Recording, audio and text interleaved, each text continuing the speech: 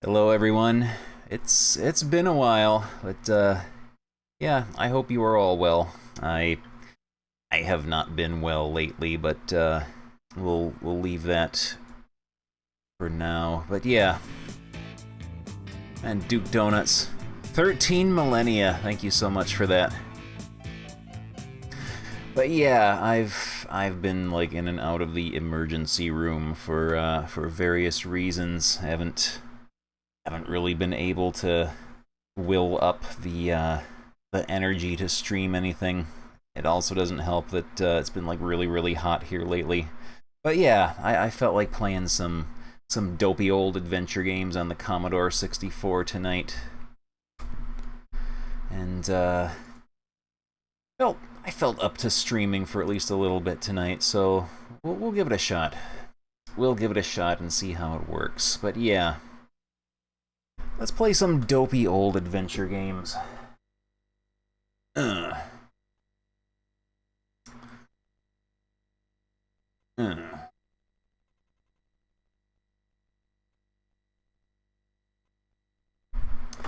TRO. It's under try, of course. TRO. Troll's Tale. Here we go. I had to completely redo my layout because for whatever reason my computer lost the ability to render my previous layout at 60 frames per second in OBS. So yeah, I had to redo everything from scratch. So I took advantage of the opportunity to redecorate a bit. Yeah, Troll's Tale. Here we go.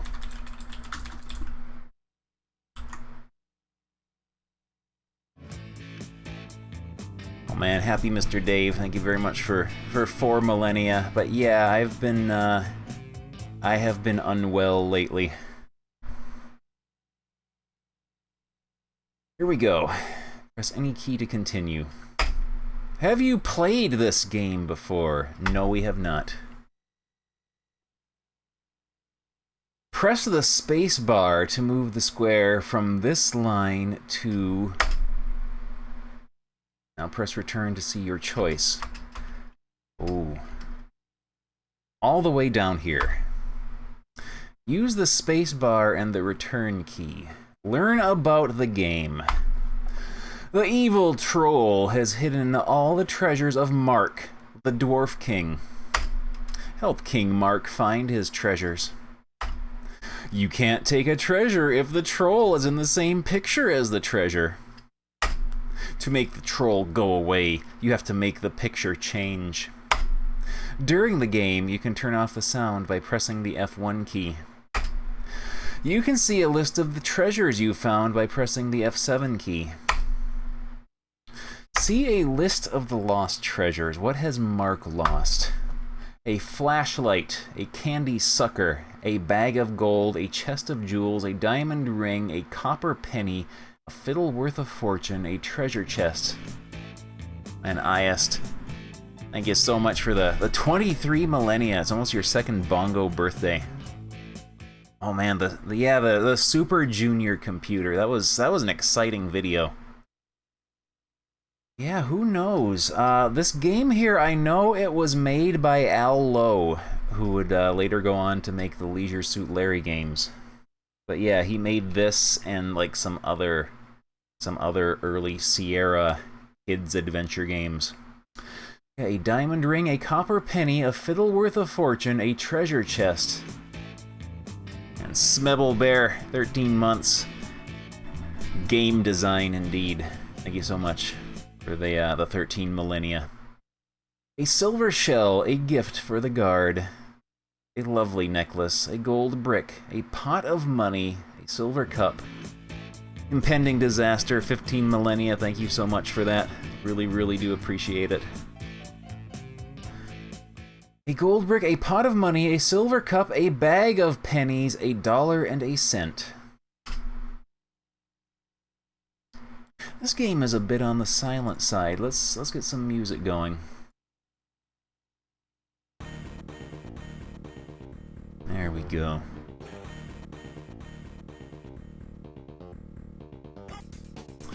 play the game.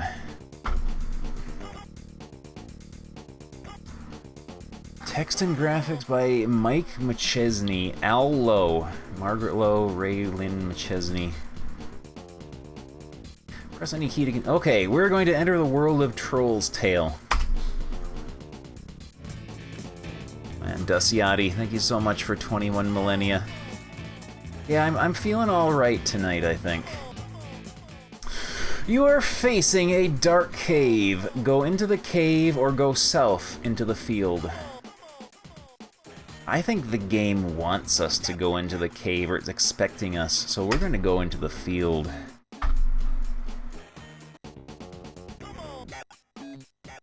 There is a flashlight in this field. Take the flashlight, go to the mountains in the west, go to the field in the east. I'm gonna take the flashlight. That's the sound that plays when you take a flashlight. You have a flashlight that will help you in the cave. Look for clues. There are still 15 more treasures lost. Go to the mountains in the west is the only choice. Oh, someone died here. Uh-oh. Uh-oh. You're facing a stone tablet. Read the tablet, please. Go to a field near the cave. I can't read the tablet. I think the troll is in the way. Trolls have taken my treasures, signed Mark the Dwarf King, which he wrote on his tombstone, apparently. Okay, we're gonna go to the field near the cave.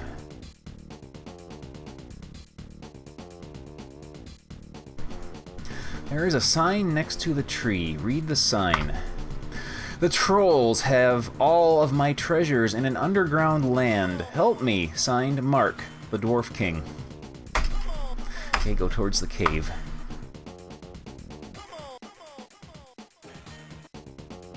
Turn on the flashlight and go into the cave. And Arctangent X, 4 millennia, thank you so much for that. What happens when we go into the cave without turning on the flashlight? You are in the cave. Leave the cave or turn on the flashlight. And Abs, 12 millennia, it's your bongo birthday. Thank you very, very much for that. Yeah, it's gonna take me a while to get kind of back into the swing of things when it comes to streaming, but yeah, starting to feel it a bit. Turn on the flashlight. Oh no. The guard is afraid of the trolls. Go in the tunnel to the west, tunnel to the north, tunnel to the east. Well, we'll go west.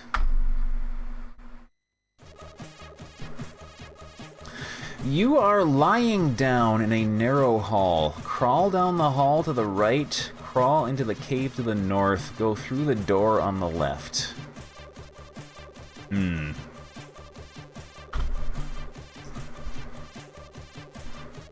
Oh, that took us back here. Okay.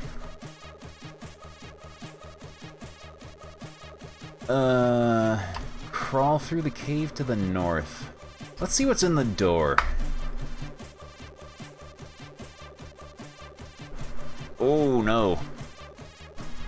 You see 3 sets of stairs. Go up the left stairs, the center stairs, or the right stairs. Go up the left stairs.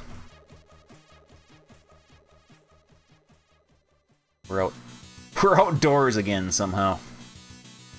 It's a long winding road. Go down the road or go back to the stairs. We're gonna go down the road. Maybe we'll get hit by a bus.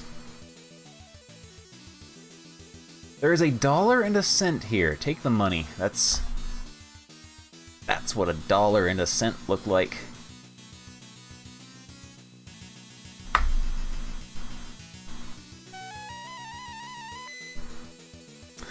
You now have $1.01. You are also very close to the guard.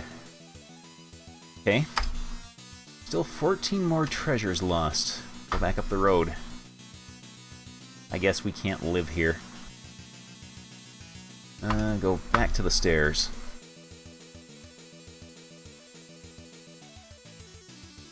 Now we will try the center stairs. You're now vulnerable to robbers. You see two dark spots to the north. Go to the door. Go down the steps to the south. Okay. We'll check out the presumably door. You're in front of a low door. Go east to the outside. Go west along the wall. Go south from this door. Let's go east to the outside. You are in the troll underworld. Go to the east, go to the west. Oh, we're going to look down the well.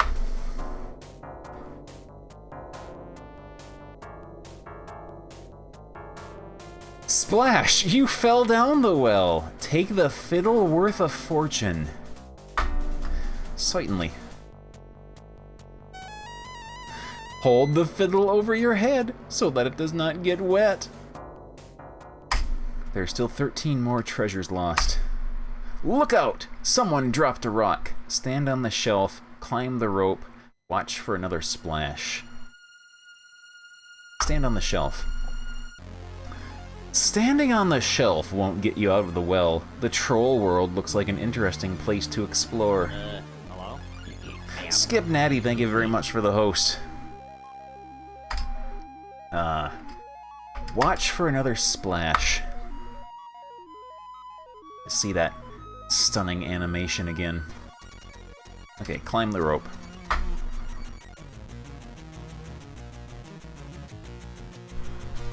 This is a magic land with its own sun.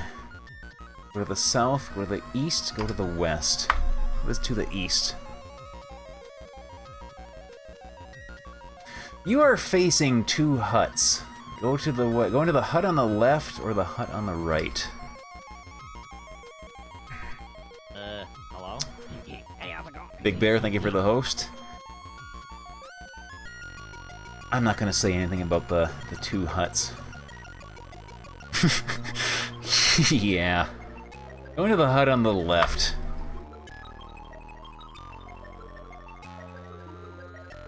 You're in a hut with a treasure chest. Go to the fireplace on the right, go out the back door. Take the treasure chest. Just take the whole thing. You put all of your treasures in the chest and it seems very light. There are still 12 more treasures lost. Go to the fireplace on the right. Ragadom, thank you very much for 4 millennia. Yeah, I have not been well lately, but I'm starting to improve a bit.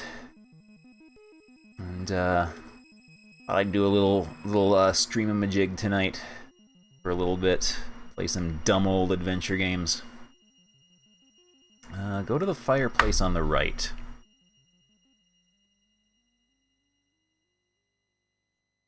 The coals are hot in this fireplace.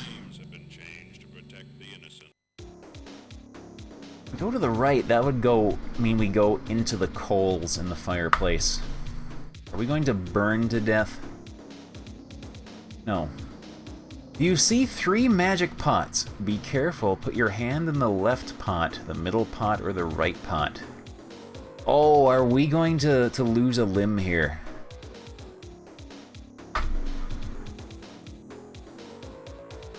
Oh, it teleported us.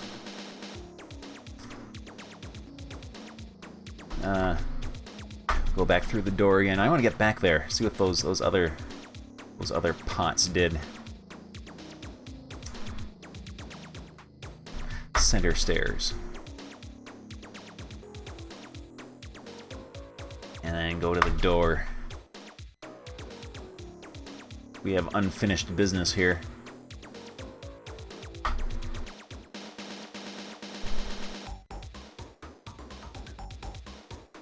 It was to the east, wasn't it? Yeah. Have to draw a map of Troll's Tail. Okay, go back to the fireplace. That's what a fireplace looks like.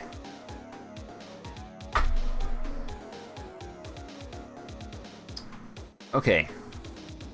Let's try the middle pot. Oh, that takes us back out here. Okay.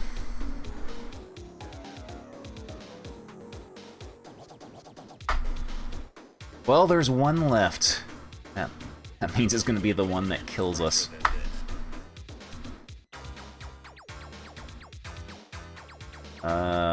In the right pot. Here we go. Oh. You now have the copper penny. Keep searching. There's still 11 more treasures lost. Okay.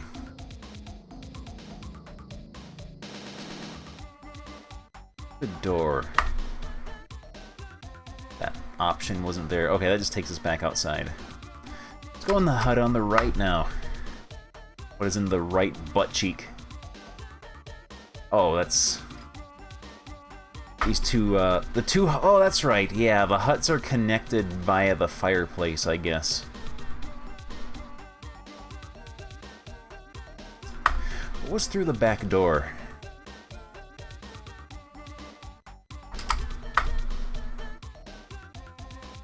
Ooh, what do we got here? You are standing in front of a tree. Go into the cave in the east, go into the hole in the tree, or the hut in the south. We're gonna go into the hole in the tree. And meet the Keebler elves.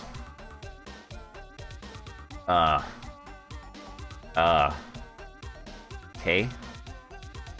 You are in a dark cave. Go through the hole in the tree, again, presumably. Go up the path to the upper left, go down the path to the lower left. Okay, the tree has a cave inside of it, and there was also a cave outside of the tree. Up the path to the upper left. Sure, we'll do that. There is a lovely necklace here. We're gonna take that. That belongs to us now.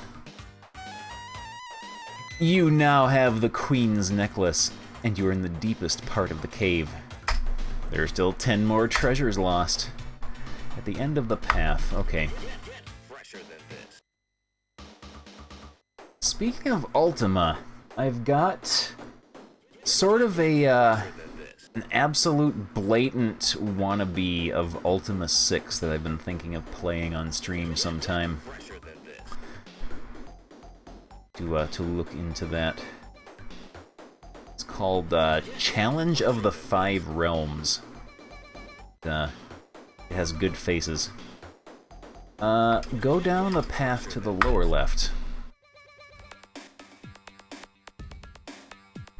There is a large globe here. Enter the globe, go behind the globe, go up the path, please. We're gonna go behind the globe.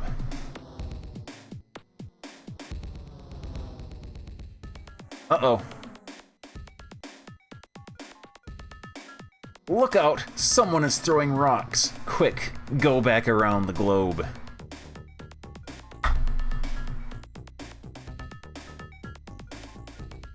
Okay. Enter the globe. What could possibly go wrong? Uh-oh. Is it a time machine? Pull the left lever, the middle lever, or the right lever. Well... hello? Burpo, thank you for the host.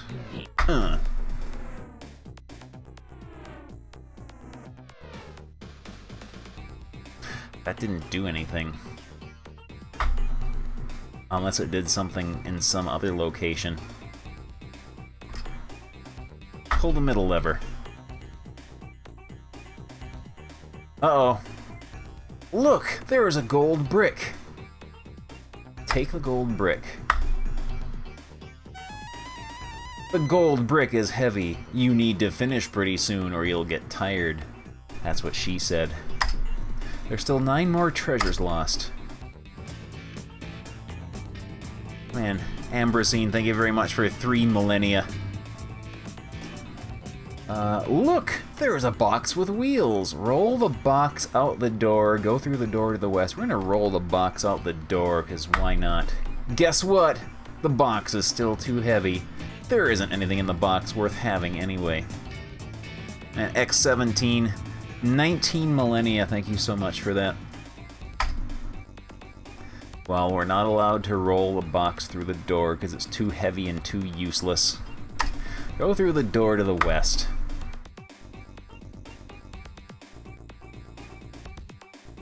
You see a barrel floating in the water. Ride the barrel through the opening, go south into the dark, go east along the trail. What way did we come from? You hear a noise. Maybe it would be a good idea if you did not go in this direction. Wander along the shore. Okay. Whoa, check it out, Beavis. Yeah. And Duke Donuts, thank you very much for the cheer. Yeah, I'm feeling alright tonight. There is a pot of money on the shore. Take the pot of money. It's mine. You have a pot full of money. King Mark will be very pleased. There are still 8 more treasures lost.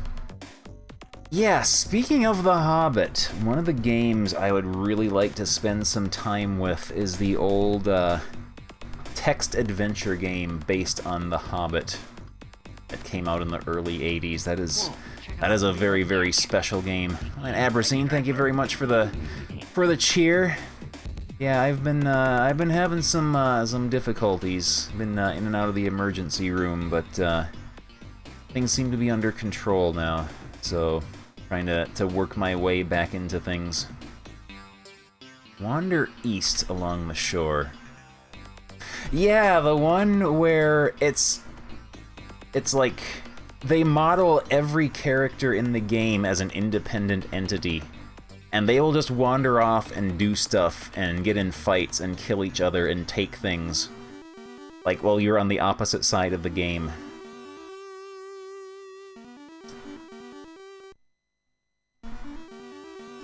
Wander east along the shore.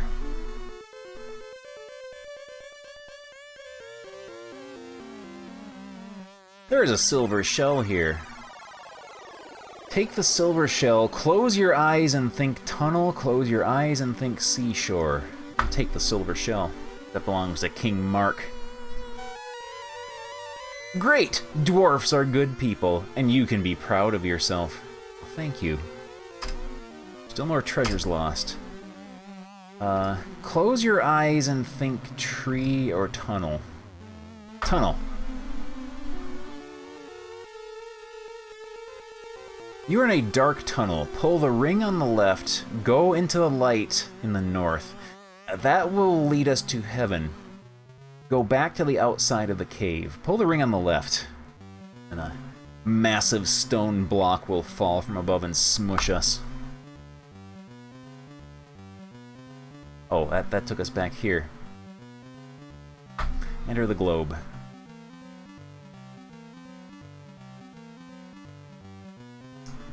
Ooh. Go. Use it up a little bit. Middle lever took us to that room. We haven't fully explored that area outside of the room there.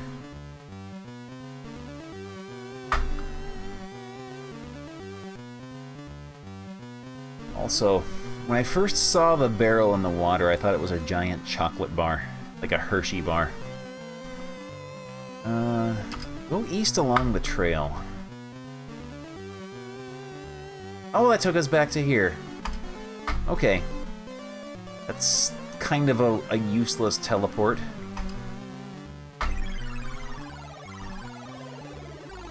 That's a poop in the river.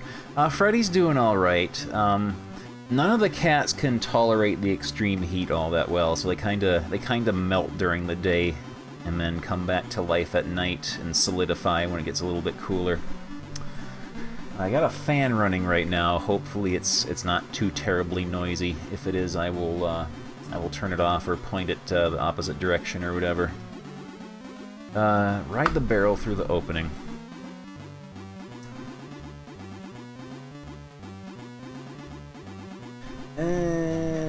We wandered to the east. Let's wander west.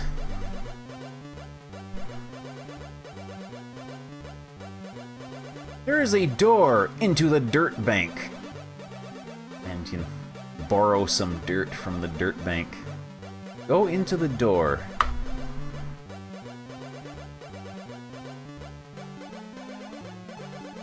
Uh-oh. This is the Trolls Disco Room. You are in the Trolls Room. Look in the bottle on the shelf, look in the fireplace, go through the door to the south. The troll will smite us if we try to mess with his stuff while he's here. But yeah, I should have my, my noise gate set up so it won't pick up the sound of the fan unless it's like blowing directly on the microphone or something. Look in the bottle on the shelf. There is something in the bottle and you do not know what it is. Do not drink from the bottle. Put it on the shelf. Oh man, we got yelled at for doing that. We got yelled at. We got reprimanded. Look in the fireplace. We're gonna get yelled at for doing this too. Also, that's a good coloring job they did on the troll here.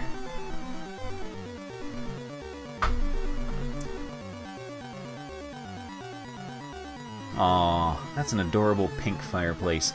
There's a silver cup in the fireplace. We're gonna take the cup, so now King Mark can enjoy his coffee in the morning, so he can do his morning poo. The silver cup is lovely. King Mark had some very nice treasures. Keep going. King Mark had some very nice treasures. Now they are mine. You only have 6 treasures to find. Go south through the door or east towards the door. And Gridlock, thank you very much for 22 millennia. Yeah, I'm doing all right tonight. I've been doing pretty good the past couple of days.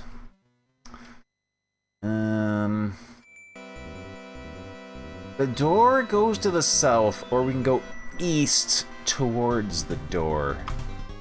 Does this take us back to the Trolls room? Yeah. Okay, so is that a... Okay, the troll's gone. And we still get yelled at. Okay. Is that a separate door it's talking about then?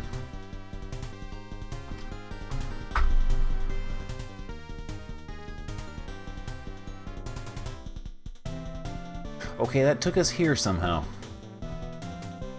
Trying to imagine how all of these locations fit together geographically, and it does not seem to work. Go west along the wall. Uh-oh. There's a bag of pennies in the safe. Take the bag of pennies. Mine. You now have a bag of rare pennies. Keep them for the king. You only have 5 treasures to find.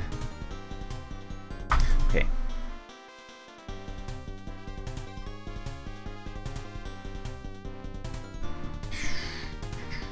Okay. So we go south from here, will take us back to the... yeah, this area. And back down the stairs. And check out the stairs on the right side now. Huh. Okay. Guard is afraid of the trolls. Go in the tunnel to the north. Uh-oh. What is this? There's a bag of gold on the shelf. That's a bag of gold. There's a bag of gold. Kinda looks like a weird, like, face. There's like a dot eye here and a dot eye here and a little dot mouth, and like this is hair up here or something. Crawl into the opening to the north. We're gonna take the bag of gold. The gold is worth a lot of money. Keep looking. You only have 4 treasures to find. Oh man. Crawl into the opening to the north. See sunlight to the north. Go to the east, right. Go to the west, left. Go to the north. Go to the east. Oh, what is that? You see a... Oh, oh, oh, oh, oh, he's adorable. That is a good statue right there. See, a statue with a ring on it. We're gonna take the diamond ring, and then the statue will animate and clobber us to death. You now have the king's diamond. When you have all the treasures, leave the cave. I have 3 treasures to find. And he has a pleasant head. He has a pleasant head. Just like Jack Tramiel and the Games Master. Take the statue. Statue is too heavy to carry, and it doesn't belong to King Mark. Okay. Go to the south or go to the west? We're gonna go to the south.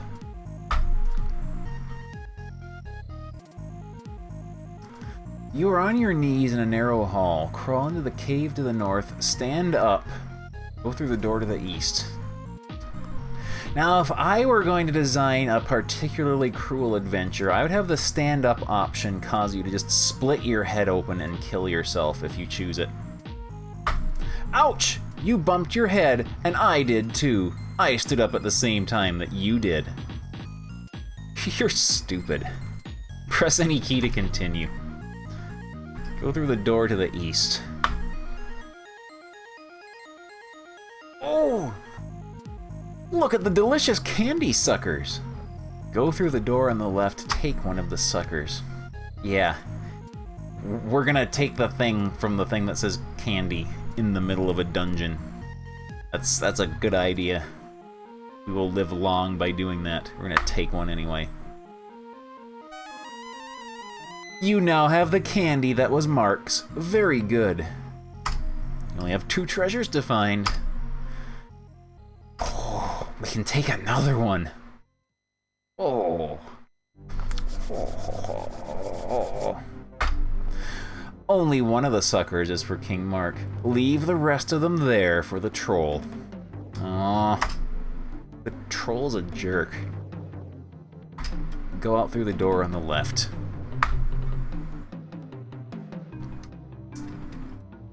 Down the hall to the west. We're not allowed to take more candy. Okay. That's where this leads to. So we go back to the east. And we can go north through the cave. Back to the good statue room. Uh-oh! The troll just teleported in. He beamed in.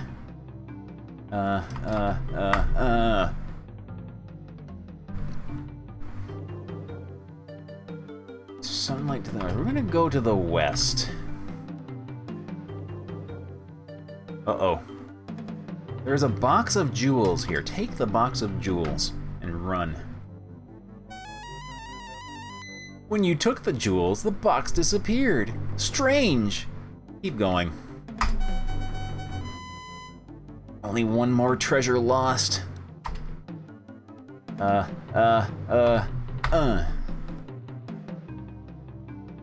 Okay, that took us back here.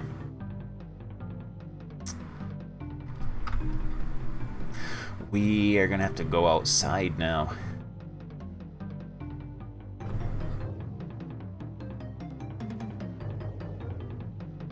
Sunlight to the north. Okay, we're back here now.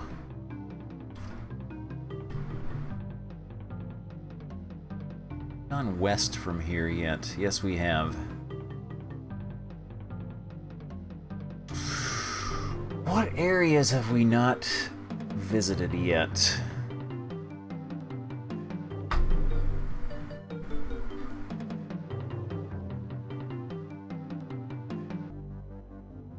We're not going to look in the bottle, because we got yelled at when we did that.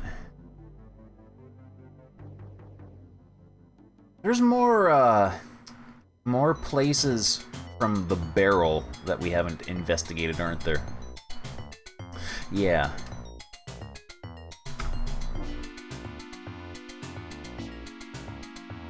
How do we get back there?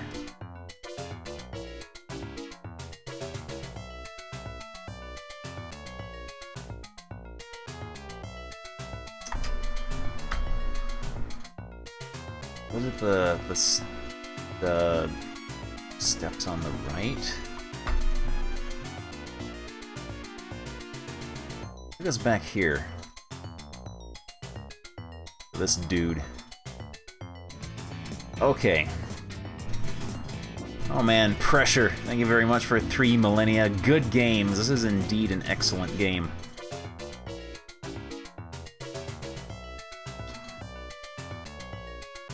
No, that's not the way to go.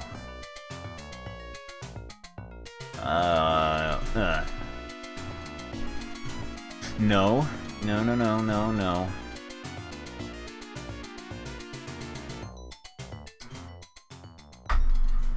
I'm lost.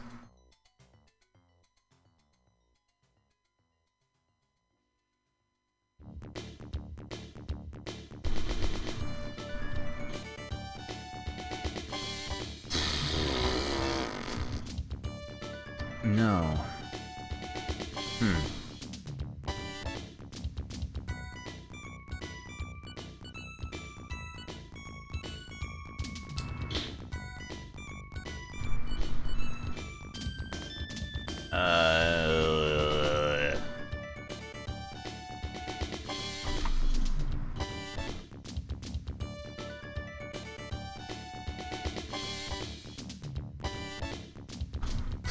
Opening.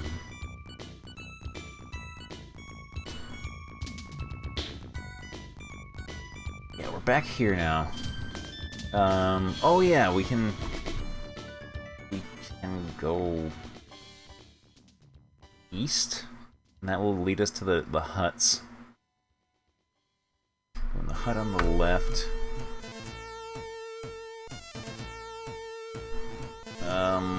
Go out the back door. Okay, that took us back here. Go into the cave in the east, in the hole in the tree, or the hut in the south.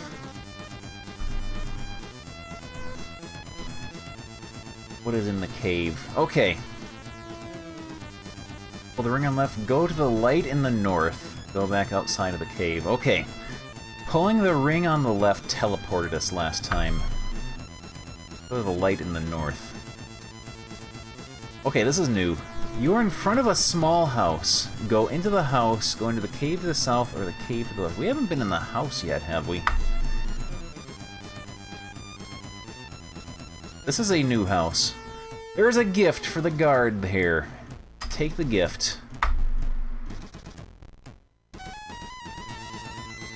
The gift will be nice for the guard who is waiting at the game beginning. Great! You have found every treasure. Now take the treasures to the guard. Oh, we gotta make our own way back. Look out the window. You see the mountains in the strange light of Trollland. It is hard to believe that this is all underground. Out the front door. Hello? Ghoulie Gamer, thank you very much for the host. Cave to the west. Okay, I recognize this cave. This is the cave that's inside of the tree somehow.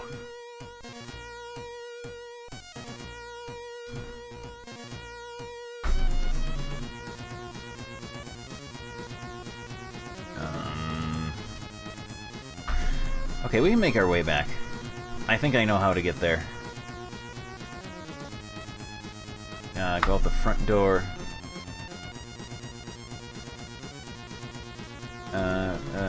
Go to the west.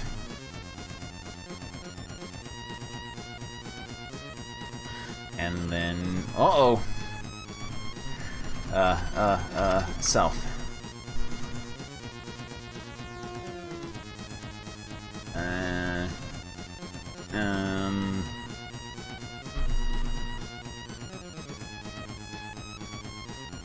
Okay, we're back here in the room with the good statue. Statue with a good face.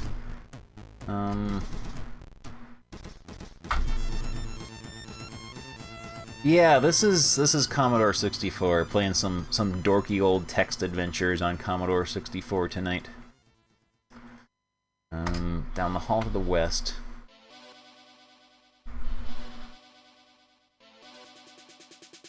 You now have all of the treasures. Talk to the guard. And Stream Hatman, thank you very much for nine millennia. These are good faces. That's a good gnome face right there. Talk to the guard.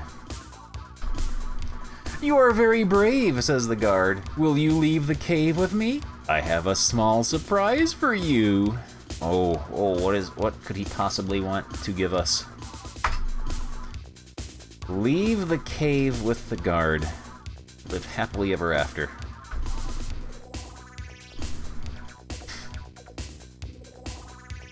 Oh, he changed his pants. You're outside with the guard. Talk to the guard, pull the troll's tail. Can we get the guard killed? Great! You have won Troll's Tail! The guard was really King Mark. Oh. That's a good smile. I like how his smile extends past his mustache all the way up to, like, right below his eye. That is a good smile right there. That's a good smile. That was a good game. That was an exciting adventure. That was an exciting adventure.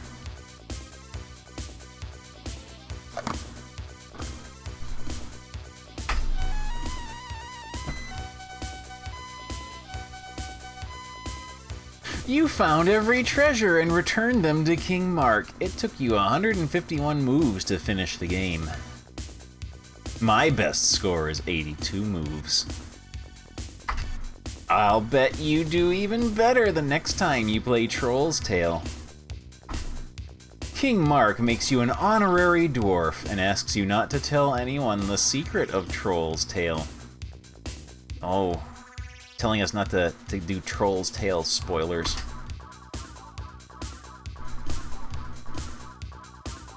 Sierra Online thanks you for playing and hopes you enjoyed Troll's Tale. Did we ever enjoy this? This was a good game.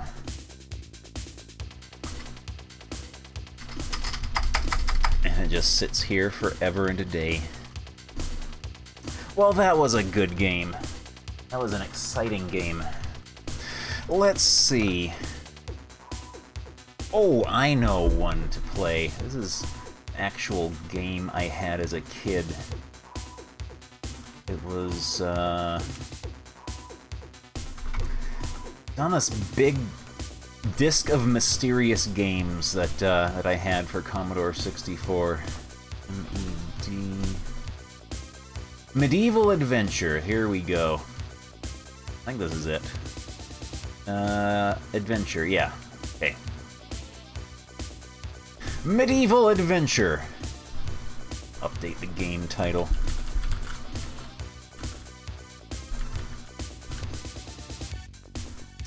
You are King Arthur on your way to retrieve the Holy Grail from your archenemy, the Black Knight. The Black Knight's hideout is in the Cave of Osiris. To reach the hideout, you must first cross the Cregan Forest. If the forest doesn't get you, the Black Knight will. Good luck. You'll need it.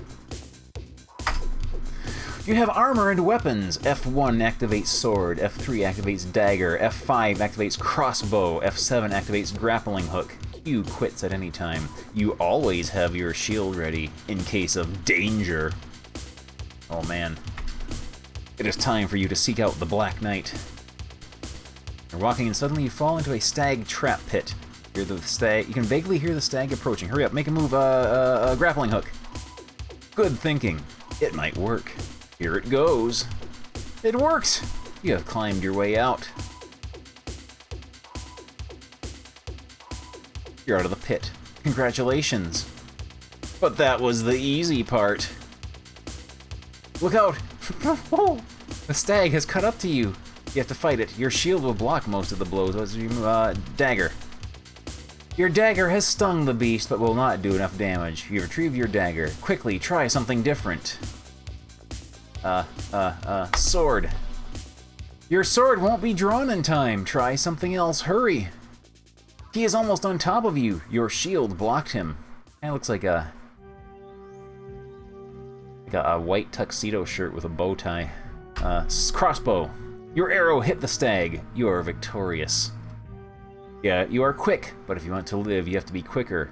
From where you stand, you sense eyes on you from all around.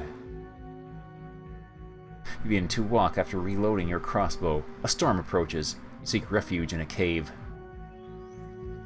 Got appropriate music going on here. You're in the cave, you hear growling, you see a pair of eyes peering at you. It is a devil dog! Oh! Oh! Hurry up, make a move. Sword. It lies still at your feet. That was good thinking, but now it will get much worse. You continue on your journey and see an unusual battle. The battle between a centaur and a lamia. The centaur needs help.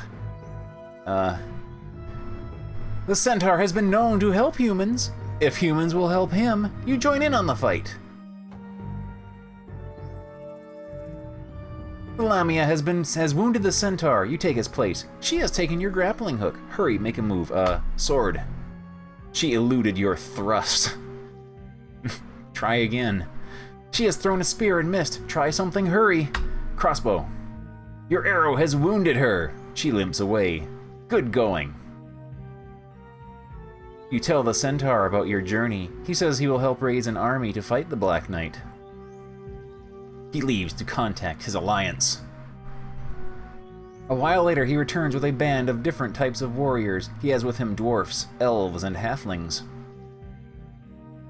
You travel for a while when you reach the entrance to the Caves of Osiris.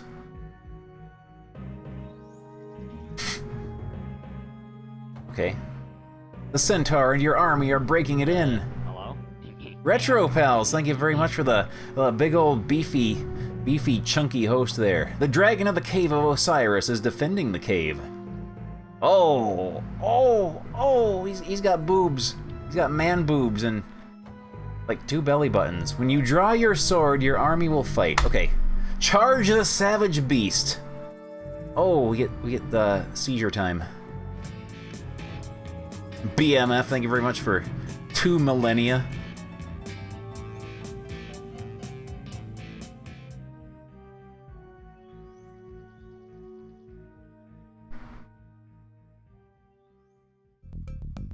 It was one heck of a battle. There were 6 halflings hurt.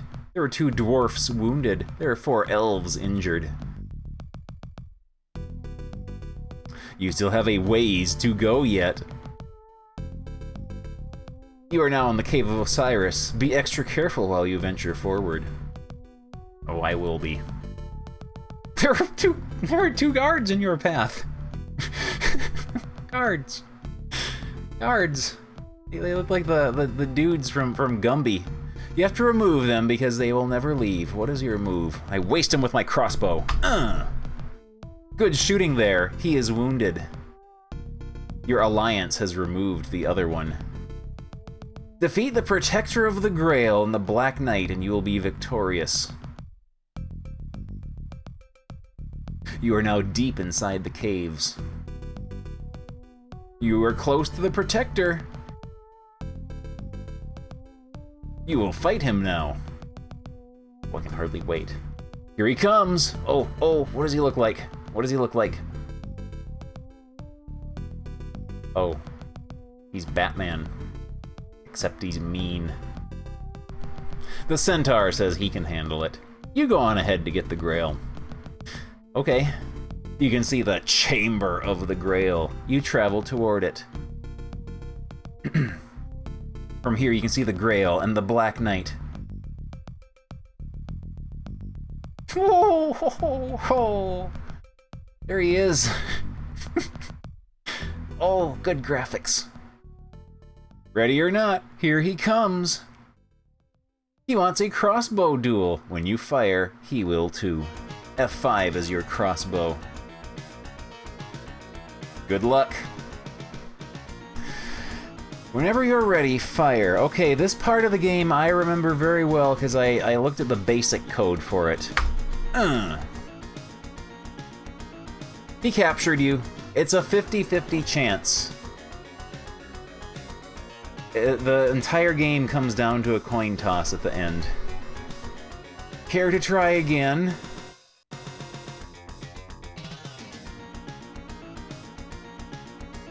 Yes.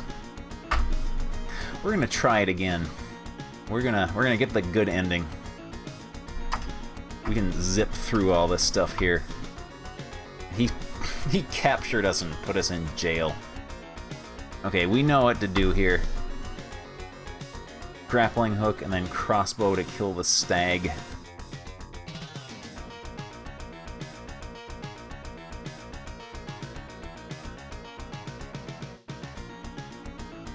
That was the easy part.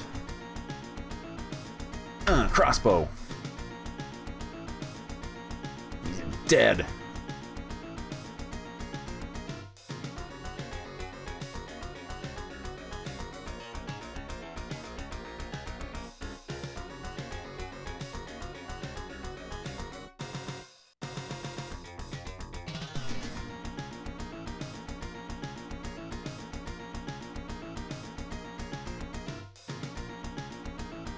That's a good devil dog face right there.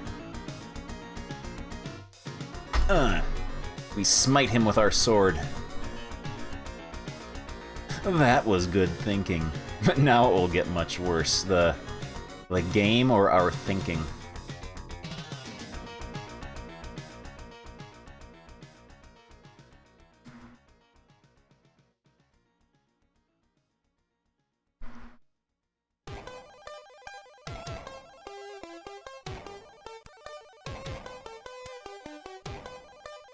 I like how she just takes our grappling hook and we have no say in it. Her shield has blocked your arrow. Try something else. That didn't happen last time. Dagger. You hurt her. She turns and flees. That's a dagger. Well, we got to see a little bit of extra content there that we didn't see last time.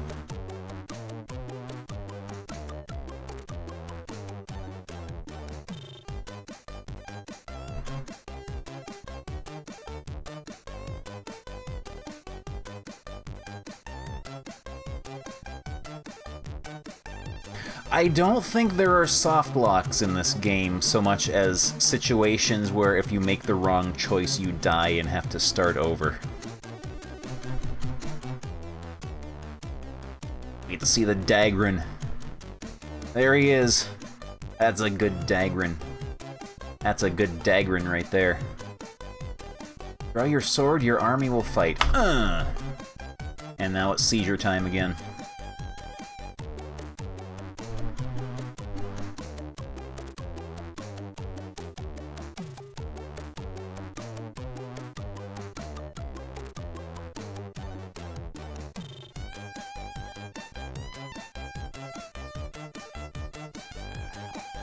It was one heck of a battle with 2 halflings hurt, 3 dwarfs wounded, 3 elves injured. That's... We kind of demolished the Dagrin if that's all he managed to do.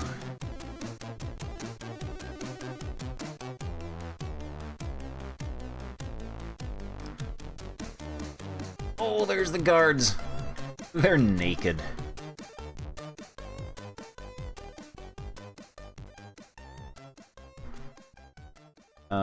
Waste him with my crossbow. Alliance has removed the other one.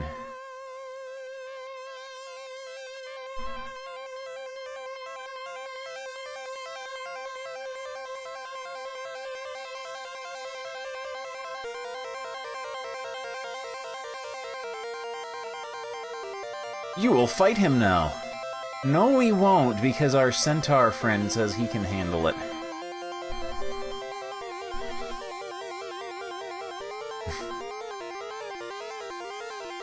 That's a good face.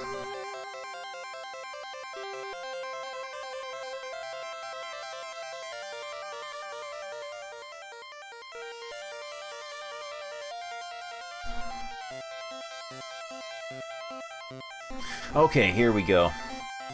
A Black Knight. Gonna do his little crossbow duel. His little one leg is bigger than the other. One stubby little leg is bigger than the other.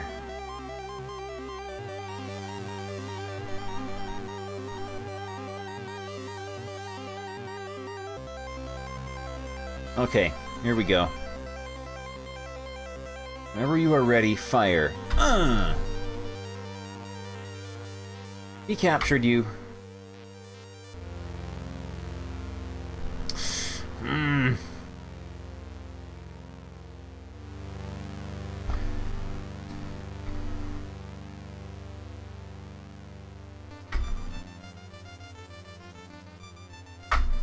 Oh look!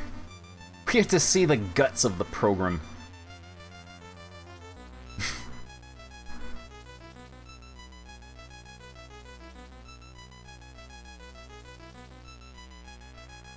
Yeah, let's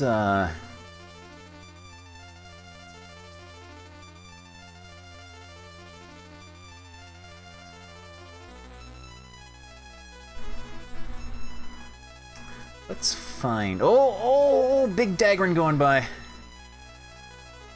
Let's find the part of the code as the duel with the Black Knight in it. There he is. Okay. QW equals 1 to 11.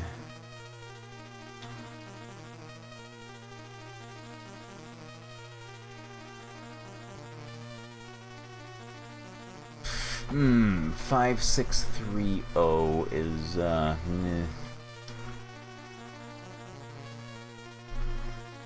equals 2...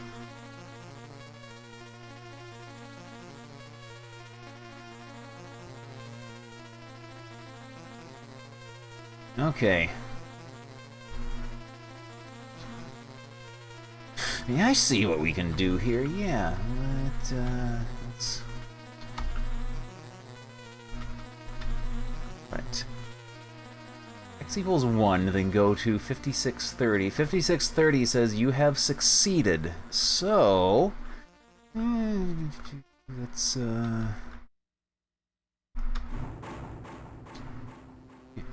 Oh.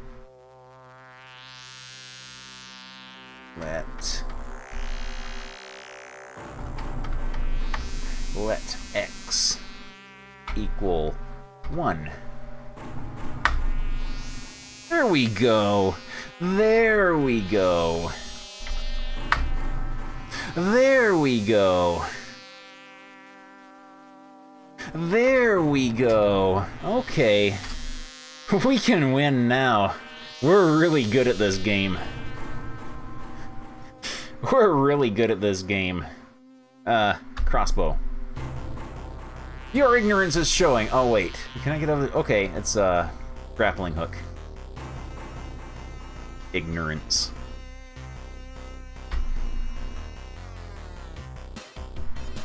It was random from 0 to 1 plus 1, so it'd be 1 or 2.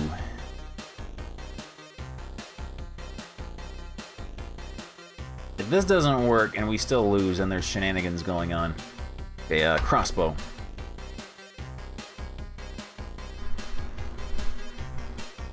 Yeah, there was a third condition, but I have no idea how you would get to it.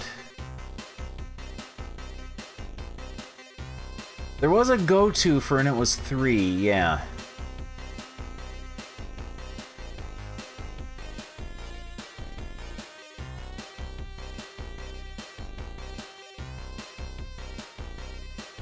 We'll see what the address for 3, where that would take us to, what kind of ending that would do.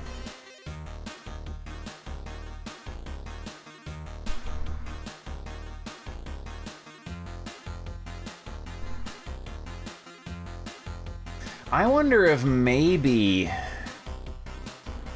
Yeah, there's no way we could get to 3, because it will only return either a 1 or a 2. So yeah, there's no way we could get to number 3 anyway. Crossbow.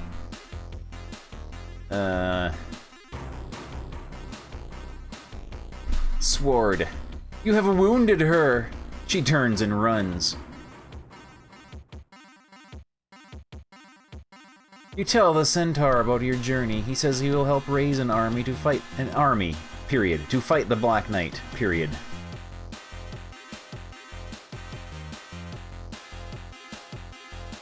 This is a good game.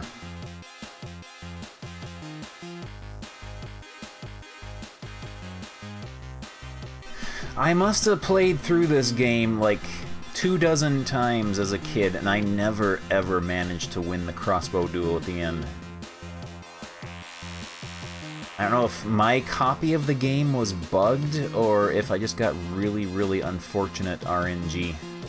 Good daggering right there. That's the picture you see when you log into the Dagran's BBS.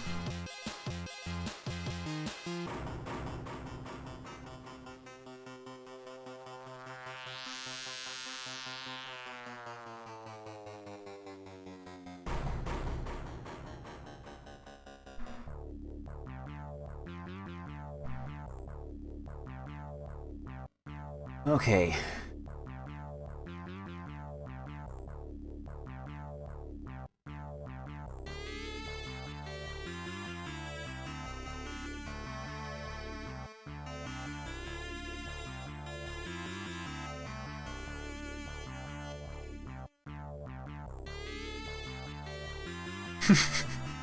These guys.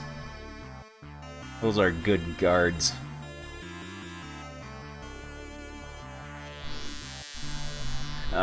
Crossbow. Shoot him in the wiener. What? What? What? What? No! No! Don't tell me those guys are RNG too. No.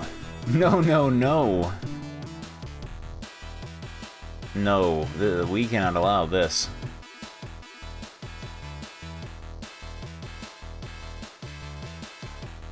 It doesn't even say what they did to capture us. We were about to fire our crossbow, and the next thing we knew, we woke up in jail.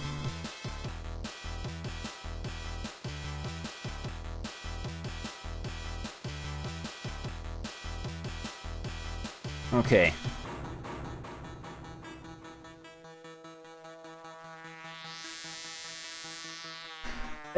Sword 4530. Crossbow go 4590.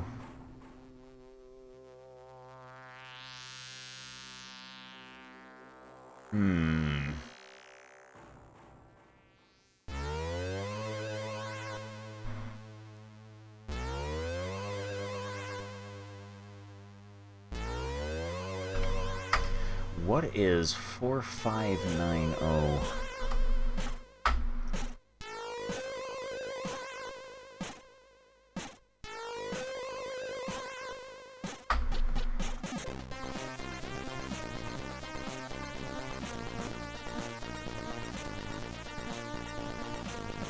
Oh, if we were to start from, like, partway through the game, that would be cheating.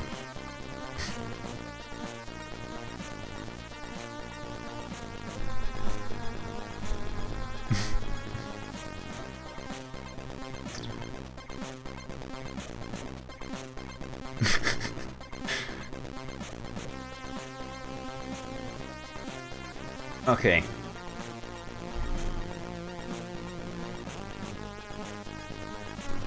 Run 4190. There we go. There are 2 guards in your path. We can revisit this section whenever we want now.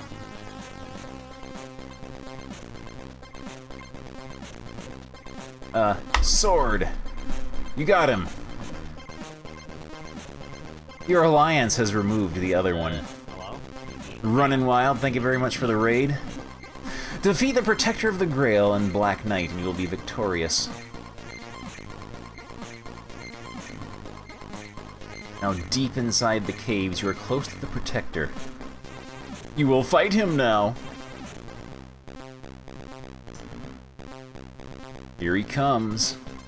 Yeah, I'm running it on this old what's it here. That's a good face. The centaur says he can handle it. You go on ahead to get the grail. Okay. Let us see if our adventures in plumbing through the code have paid off.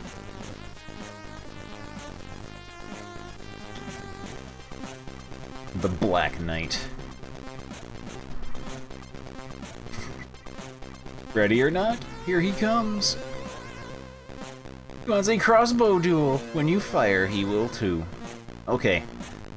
5 is your crossbow. Good luck. Whenever you're ready, fire. You have succeeded! Or succeeded. Suck-eded, ed. The grail is yours for the take. Oh. Oh, there we go.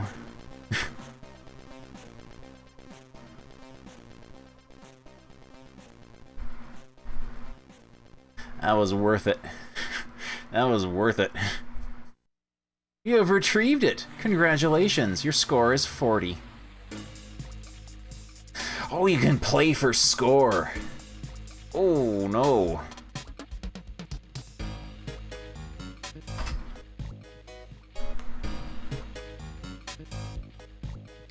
Mods allow me to load programs from SD cards. I have, it's called a, it's sticking out of the cartridge slot there. It's called a 1541 Ultimate.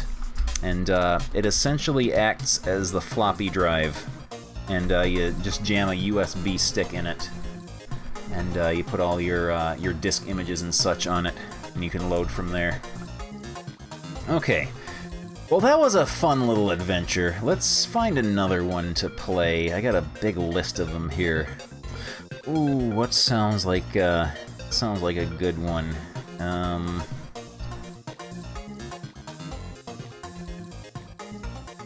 Ooh, oh. This sounds like an exciting little romp. I think it's another Petski graphics one.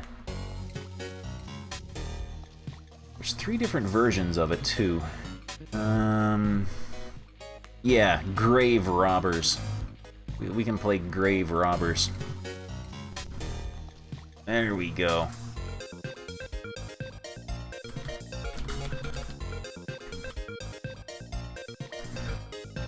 Adventure instructions. Adventures are interactive fantasies in which you play the role of a character in an unknown environment. Through the computer, you control the character with plain English statements like, get the key, or open the gate. The computer considers the first word the verb and the last word the noun. It also only looks at the first 2 letters of each word, therefore opga means the same as open the gate. Just like in real life. Enter in for inventory to see what you are carrying. Look at individual items for further clues. In any of my adventures, you will never get into a dead-end situation. There is always a way out, unless you die. Below is a list of verbs that you can use with this adventure. The discovery of the nouns is left up to you. That's part of the fun. Yeah. Yeah. Open, go, look, feed, unwrap, inventory, light, get, press, cut, push, put, jump. Remember, always put the verb first and the noun last. All other words should be in the middle. Don't forget to look for clues along the way. Yeah, how is put and push going to work? Huh. Exits north. Look. Gate. Nothing special. Open gate. Private property, no trespassing. Look. Sign. Okay, north. Huh? Oh. Go north. Go no. Oh no, lightning! Exits north. Go north. Beware of dog! Exits north, south. Go north. Keep out! Go north. Oh, there's a dorg! Look, dog. Nothing special.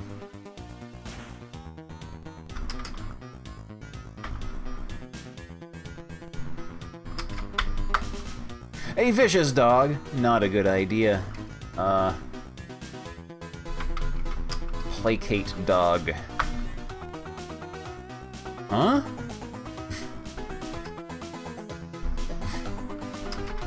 Pet dog. Huh?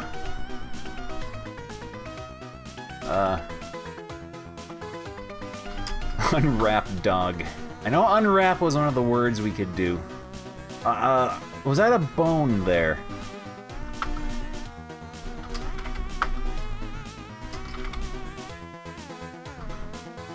You can't do that. Take bone. Huh?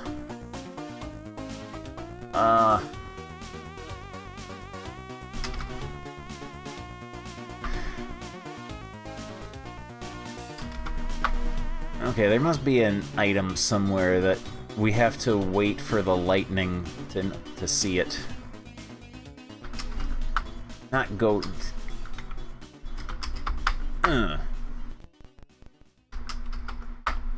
Can't. Gate locked.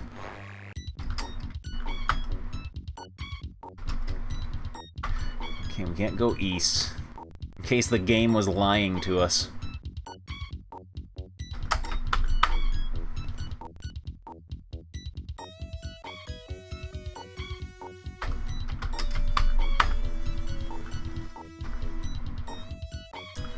Is there anything here we can take?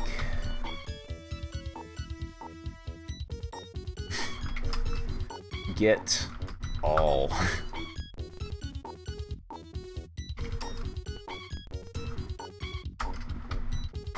Get sign. No, we can't take that. There's a thing here that looks like maybe a crude representation of a bone. Feed dog. Dog won't eat it. Okay.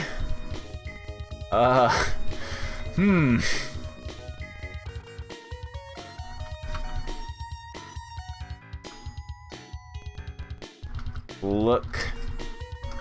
Square? There's like a square here and a little square here, and then whatever this thing is. Oh yeah, inventory. Dynamite. We got dynamite. Matches, radio, sandwich in foil. Unwrap. Sandwich. Okay. Feed dog. Okay. He's still here? Oh, he's happy. He's happy. He had a smile. Okay. We can go north now.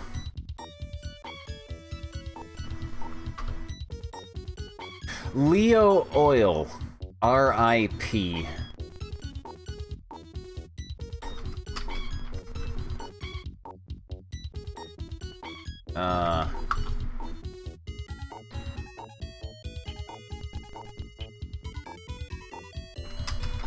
Use radio, huh?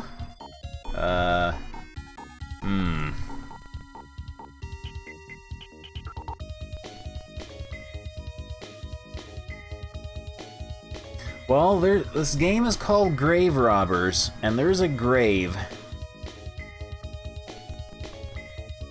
I suppose we gotta rob it.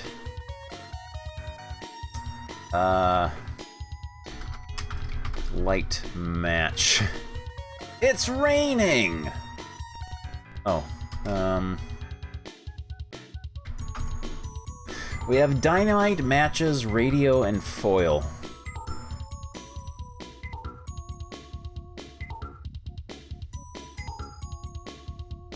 And I have forgotten the list of verbs the game says we can use.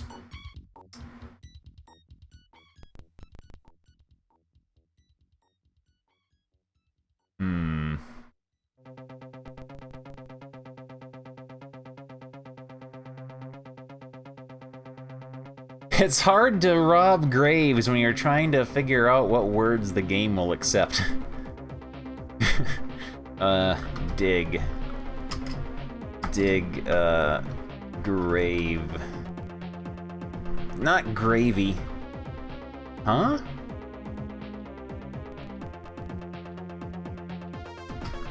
Rob grave.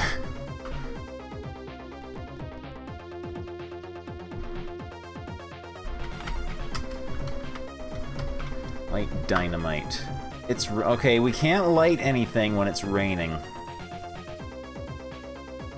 Yeah, I got Mickey's Space Adventure on the list, and the Winnie the Pooh Adventure.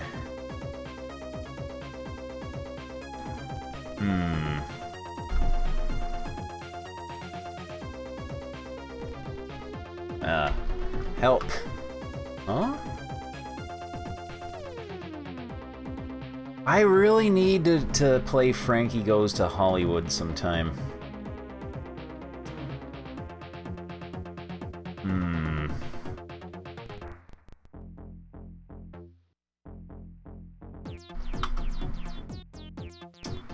Dynamite matches radio foil.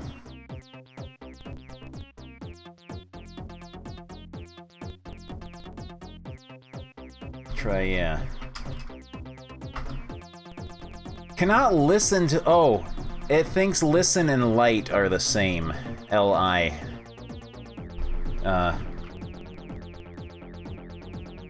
Push grave. You can't do that. Push stone.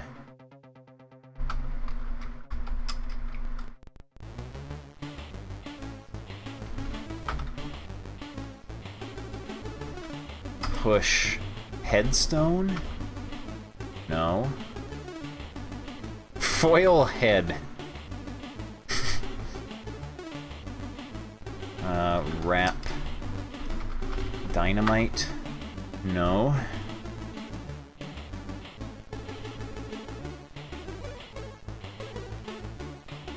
Okay, we're gonna have to, like, start this again and make sure to make note of the verbs that the game will allow. William D. Pitts. That's a good name. Okay. I'm gonna write these down. I have launched my pencil across the room. I got a pen, though. I got a pen. Open, go, look, feed, unwrap, inventory, light, get, press, cut, push, put, jump.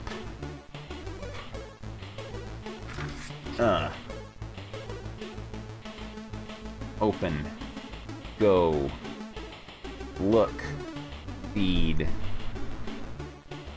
unwrap.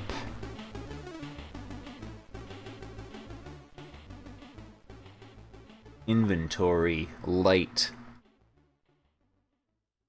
press, cut, push, put, jump. Okay. Alright. We are now armed with a list of verbs. Open gate, go north. Go north. Go north. Unwrap sandwich. Go north. Feed dog, okay.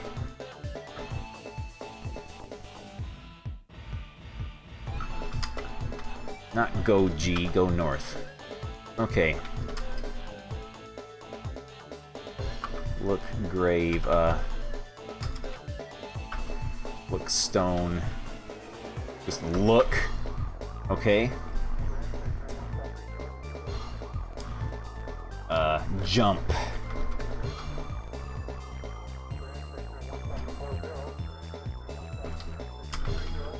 Jump over the grave so we can go past it. No? Okay. Open, go, look, open grave.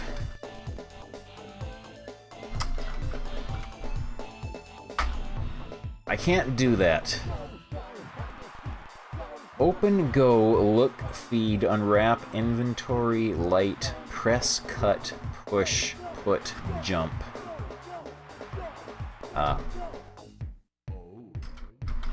Put dynamite? Oh! Oh! Oh! Oh! There's a dynamite right there.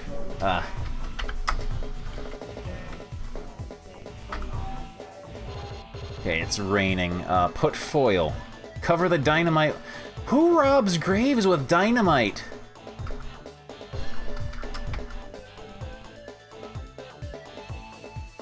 Can't do that.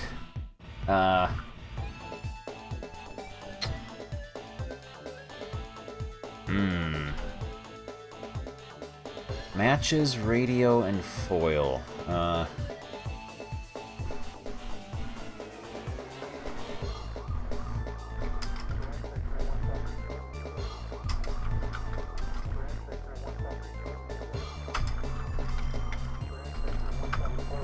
I can't do that. You can't get E-Flask.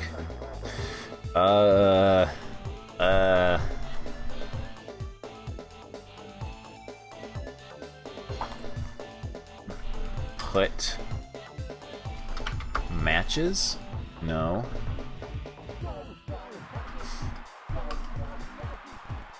Yeah, matches, radio, and foil. We put our stick of dynamite on the grave.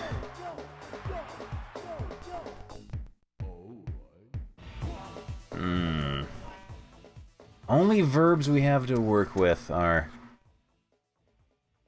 might be tomb. Open, go, look, feed, unwrap, inventory, light, press, cut, push, put, jump.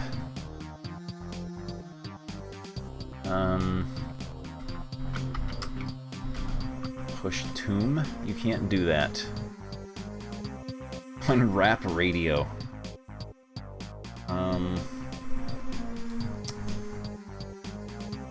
Put radio? I can't do that. Cut foil. Huh? The game does not understand the concept of cutting foil, I guess.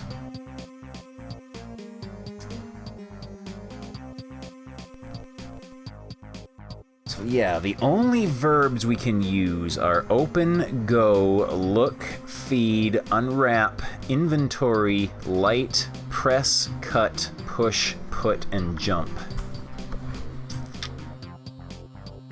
Feed matches to dynamite. Yeah, this game don't know too many words. Feed dynamite. Can't do that. Look. Matches. Nothing special. Look, radio. Antenna. Get antenna. Can't do that.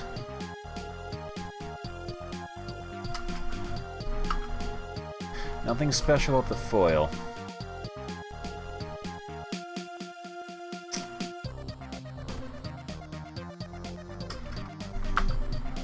Can't put the radio down. Nothing special about the dynamite. Looking at the grave does absolutely nothing. Pull antenna. Oh, okay. Okay. Oh, okay. Lightning struck the antenna on the radio, and that made the dynamite blow up. Go down. Ooh! High volt. Open box. Can't do that.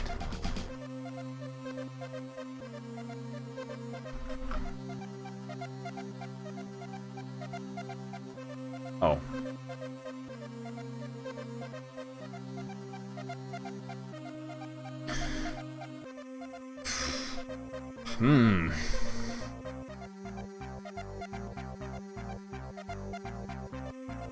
This is some grave. Open, go, look, feed, unwrap, inventory, light, press, cut, push, put, jump. Open fuse box? Okay.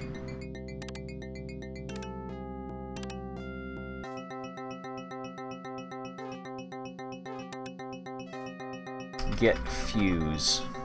You can't do that.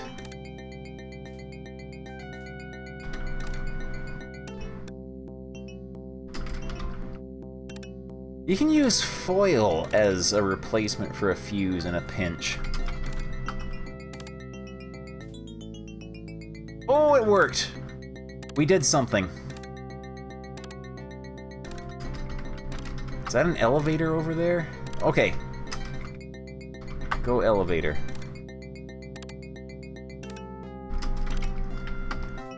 Push button. You can't do that. Okay, push 1. Button is not working. Push 2.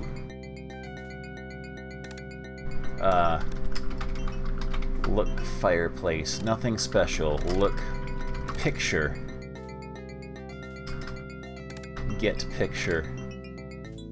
Aha! Open safe. Combination? 69. Wrong combination. Open...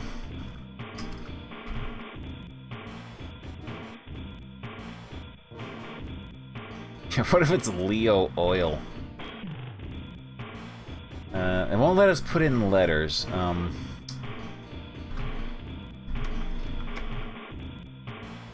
Okay.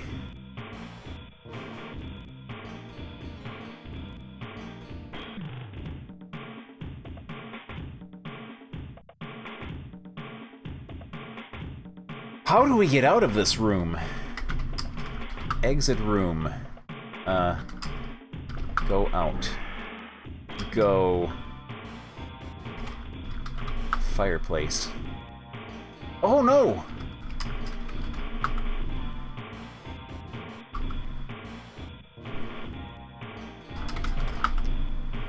I can't get out of the fireplace now. Uh-oh.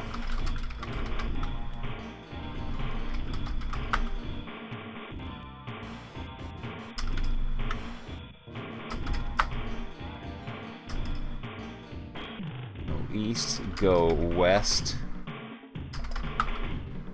Okay. How do we get out of the fireplace that we have crawled into?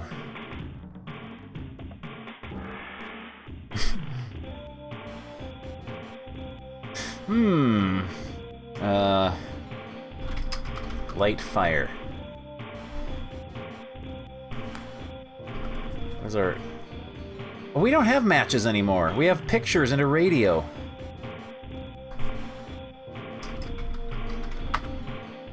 Can't go to the elevator.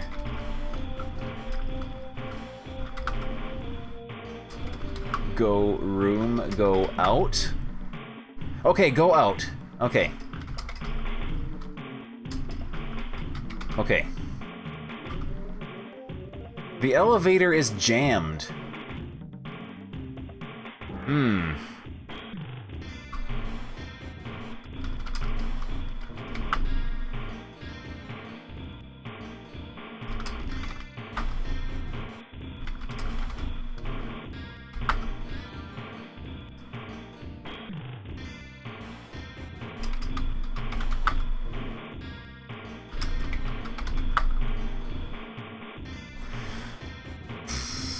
Do we climb inside the chimbley? Go fireplace. Go up. Aha!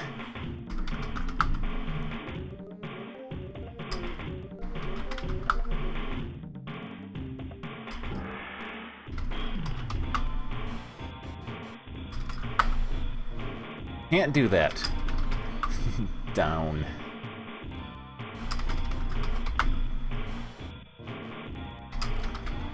Go down. Can't do that. Okay.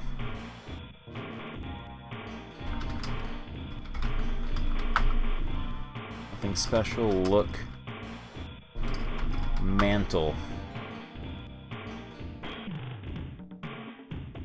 Okay. Get mantle? Can't do that. It reacted to... Did we get an item? No, we did not get an item. It reacted to the word mantle, though. We had like a flash of brain activity going on there. Push mantle.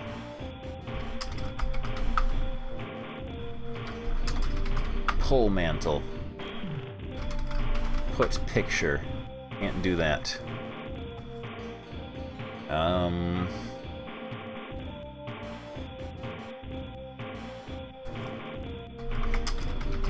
Open mantle.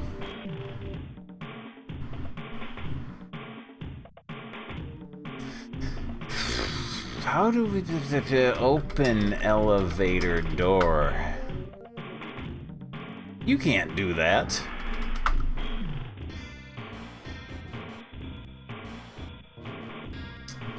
It reacted to the word mantle, though.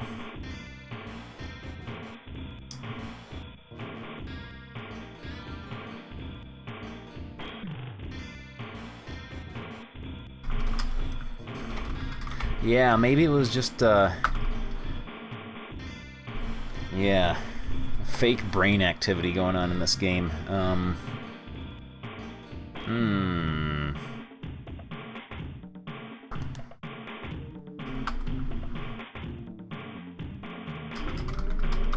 Go fireplace. Go north. Go south. Go east. Go west. Go up. Can't do that.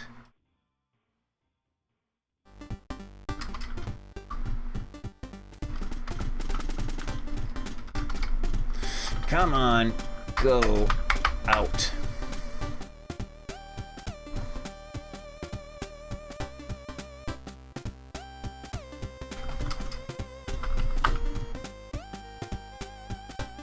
Okay, it's just reacting to the word look. Just reacting to the word look.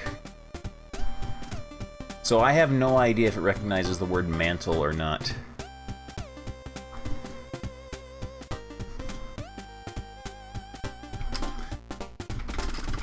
Push picture on shelf. Can't do that. Pull shelf. Push shelf. Open fireplace. Go fireplace. Go down. Get wood.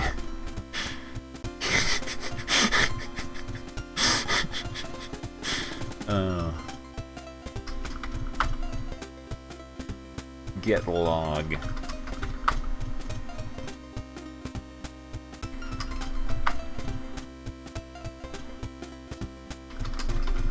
Okay, it recognizes the word log. Recognizes the word log. Light log. No. Pull my log.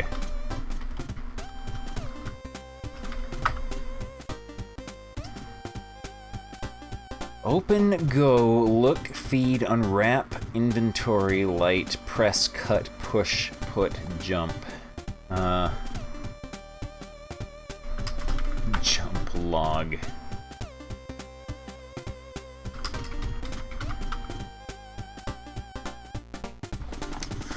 Okay.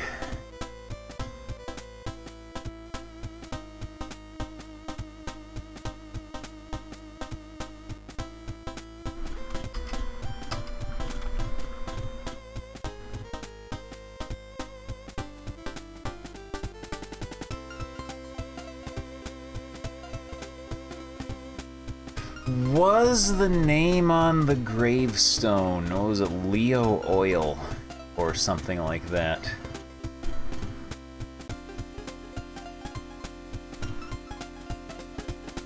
Could that be a clue to the combination? Because it is Leoil.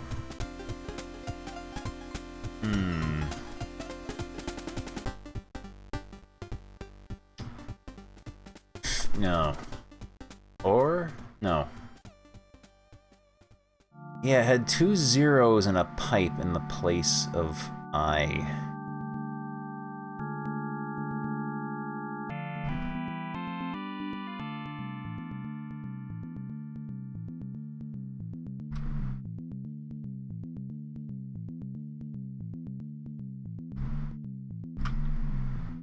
No. I have a feeling we can't get out of here until we open the safe.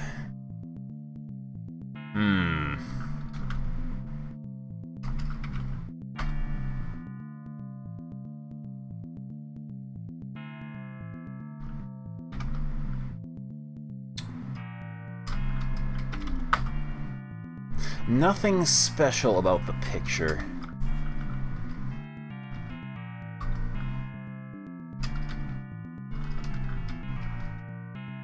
Not pit cure picture. Can't do that.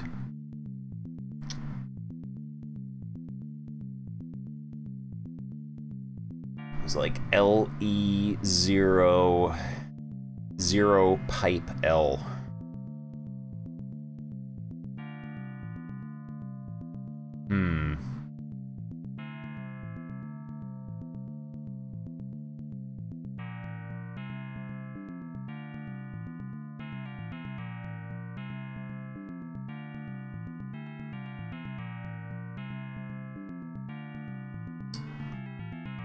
Yeah.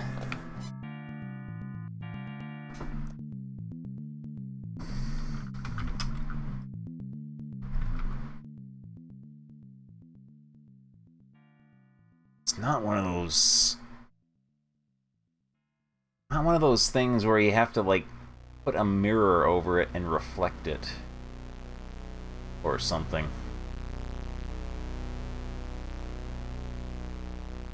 Wrong combination.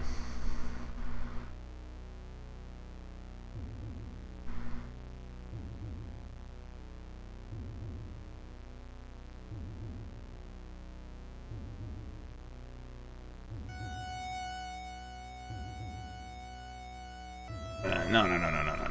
Oh. Open safe.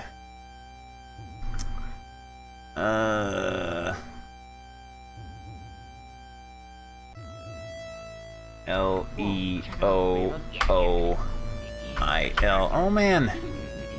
Kotora1701, thank you so much for the 200 bits. I really appreciate it. Thank you so much, though. Let's see. But yeah, that,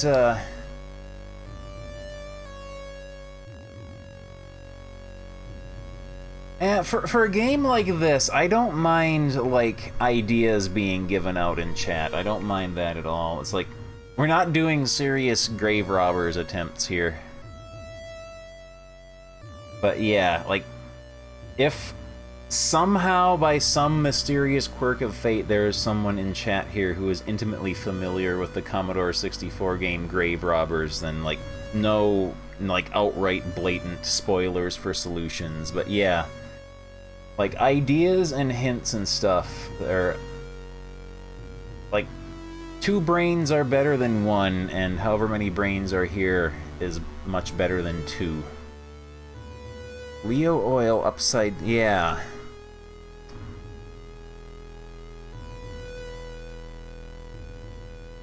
Maybe the L's are 7s, yeah. I was wondering if maybe... yeah, it had... I do not need to lose the cap to my pen here. Let's write it down. 710037. That's my phone number. Open safe.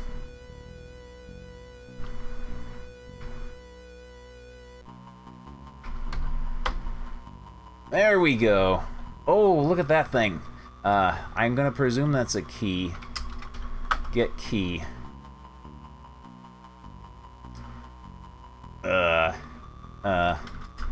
Look key. Nothing special.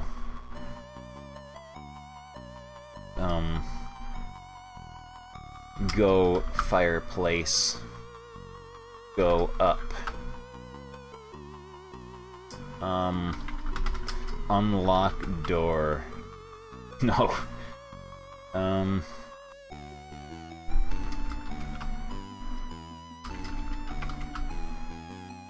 We're still stuck here. Whoa, check it out, Beavis. Yeah. Oh man, BMF. You drive through. Thank you so much for the 100 bits from Leo Oil. So yeah, we cannot go up from here, and we cannot go down from the room below.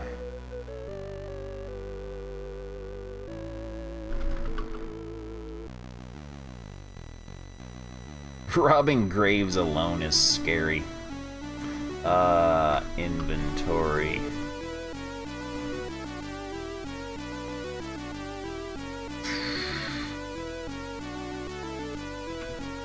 We've got a key. What?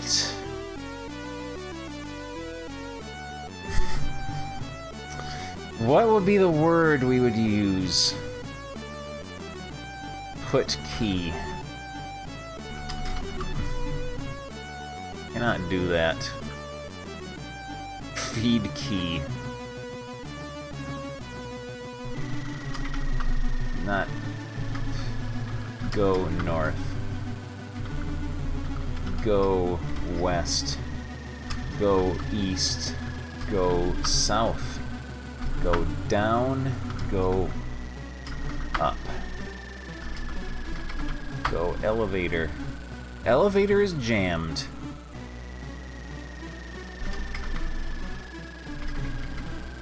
Open elevator. You can't do that.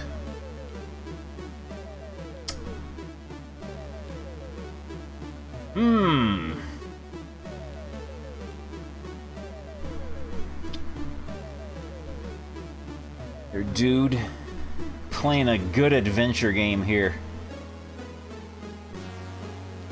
An adventure game that knows 12 words.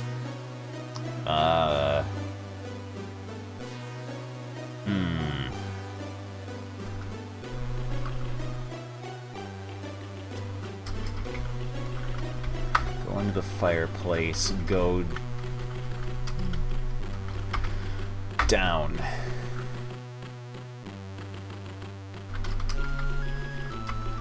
Close safe. Does not understand that word. The elevator is jammed. We are not even allowed to go near the door when it is jammed.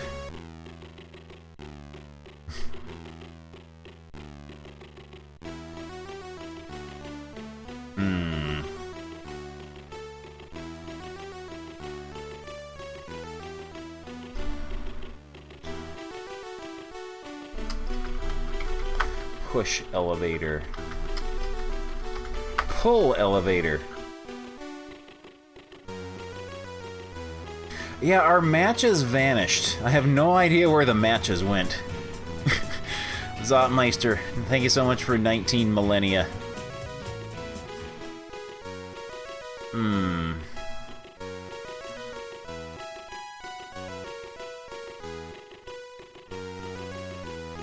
Yeah, where did our matches go? I have a feeling we gotta light a fire in the fireplace, maybe? But our matches vanished when we entered the elevator, I think.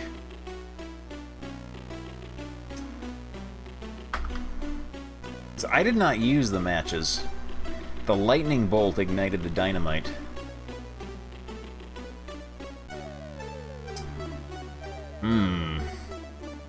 I'm starting to think in this game where the author assured us we cannot get stuck. I think we might be stuck.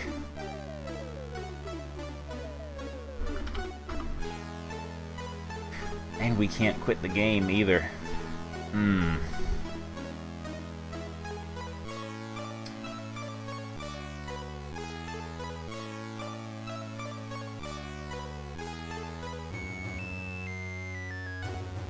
Yeah, what use is the radio with no antenna?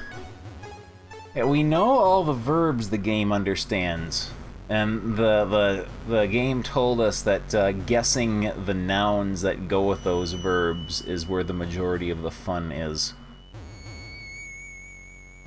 But we have an item that went missing. Go fireplace. Put key. Can't do that. Go up. Go fireplace. Put key. Cannot do that.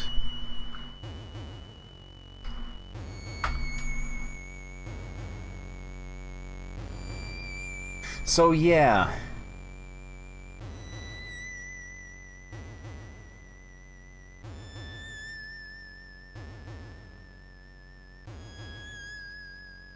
There are two rooms, yes. There is the room below here, which we can go into the fireplace, climb up the chimney, and come out in this room. Which I guess means when you light a fire in the room below, this room here fills up with smoke. And we cannot access the elevator anymore. It's jammed. Go left. Cannot do that. Go right.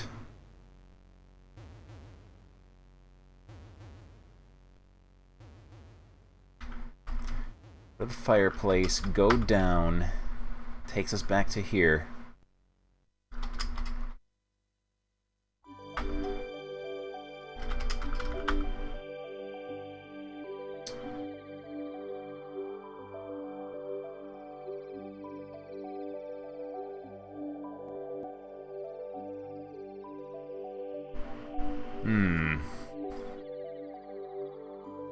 I don't think there is a verb in the game for taking items, so no, we cannot take the log. And I tried get wood, and it did not understand that. There are no words for picking up items in this game.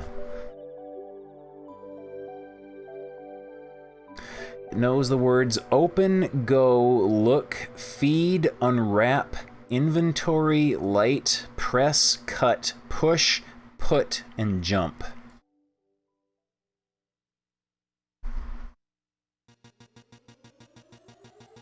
Yeah, try cut wood.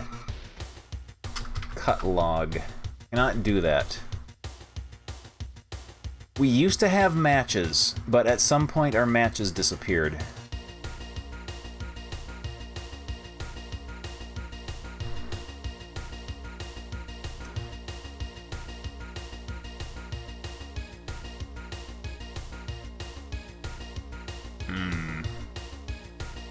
Oh no.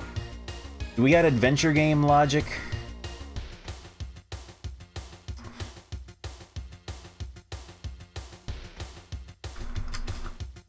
Press log.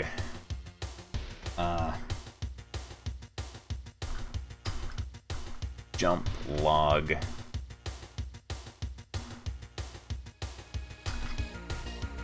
Go fireplace. Jump.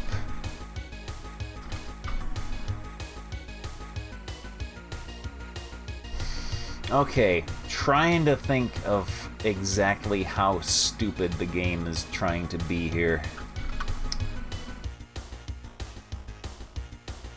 Put log.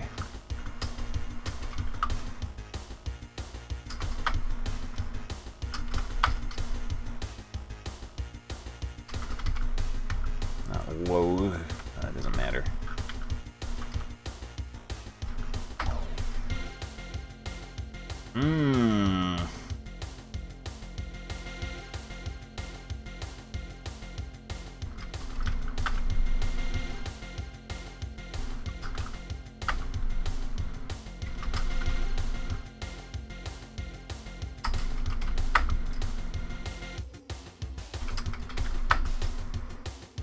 Light fire doesn't work.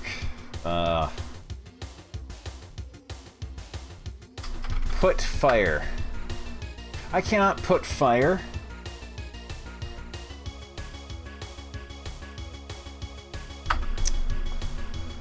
We have a key, we have a picture, and we have a radio.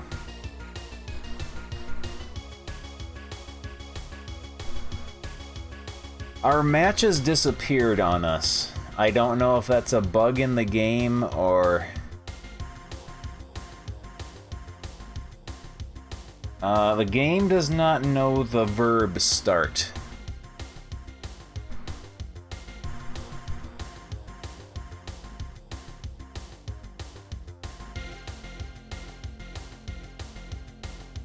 Fire, fire. So... oh, we could get back to where we were. Or, yeah, it would only take a couple minutes to get here. Let's, yeah. Let's start over. Go through those steps again.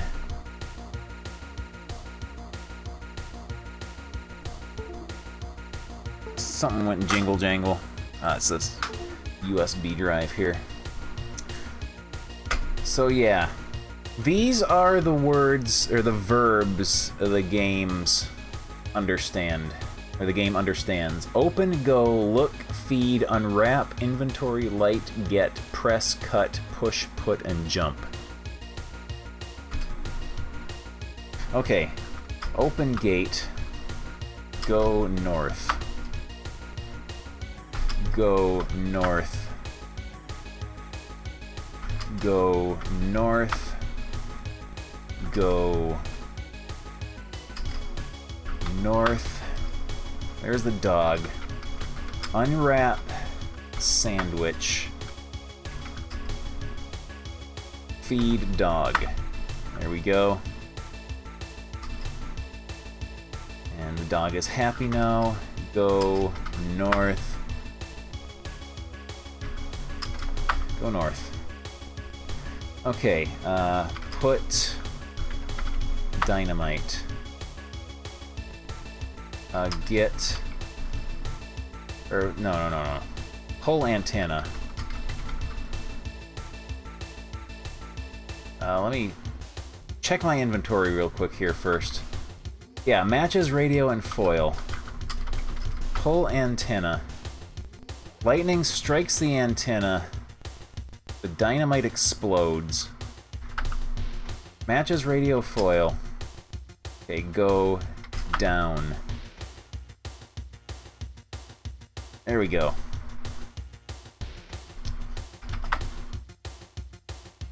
We lose our matches when we enter this area here, so that must be what we're supposed to do.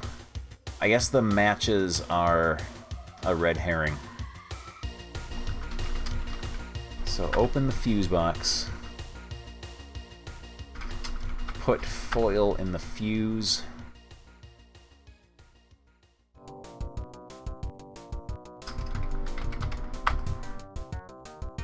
Go elevator. Push. We pushed 2 last time. What if we push 3? Button is not working. Push 4. That took us here.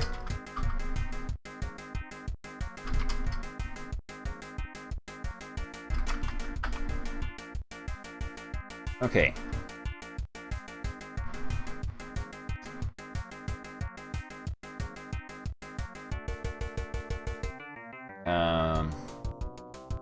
Wait a minute.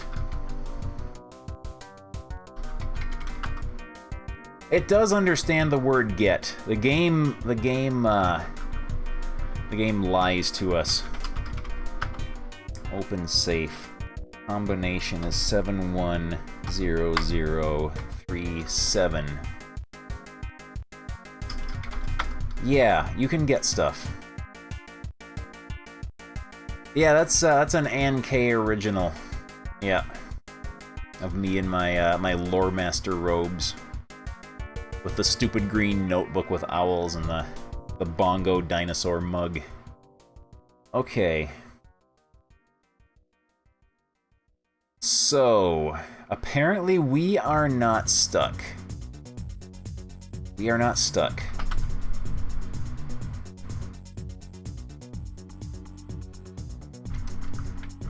And yeah, we cannot get ye log.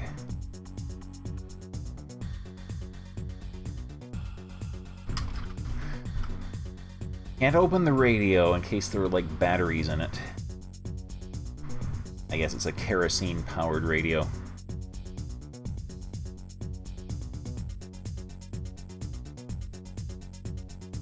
And apparently what we're supposed to do next is something that makes absolutely no sense. Thing above the fireplace was a safe that was hidden behind a picture. We opened the safe and there was a key inside. We can go into the fireplace, go up, which will take us to the room above. We try to go to the elevator from any of these rooms. It tells us the elevator is jammed.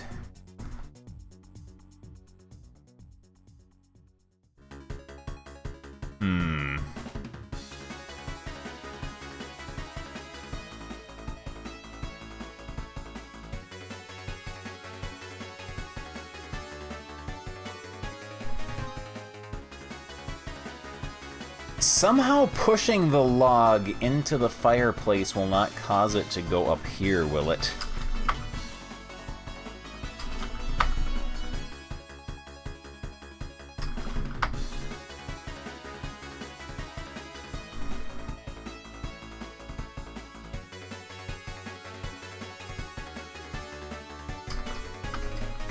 I'm gonna go press a log.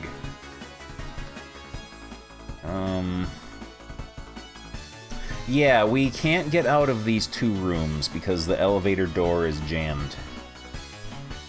So until we figure out what we have to do to get out of here...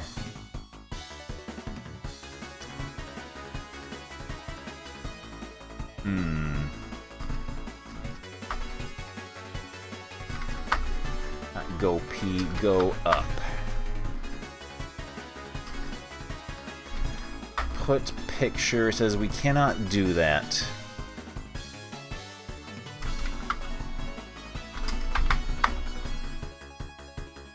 But yeah, if we try to go up a second time, it just says we can't do that. So we can only, there's only these two rooms here that we can access through the fireplace.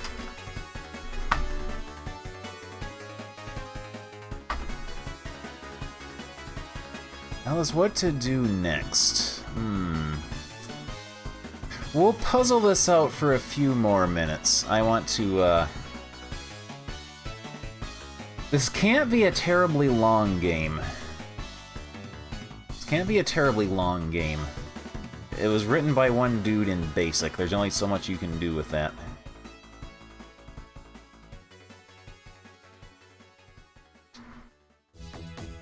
Our verbs are open, go, look, feed, unwrap, inventory, light, press, cut, push, put, and jump.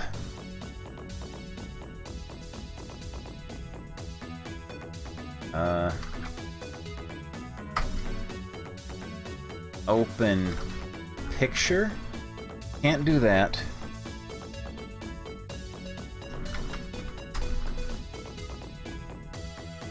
Unwrap picture. No. We have not lit or jumped anything. I don't think you can chain commands, no. It's just simple verb noun. Yeah, this game is too dumb to understand anything more complicated than that.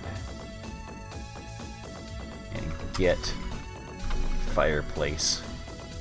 You cannot get ye fireplace.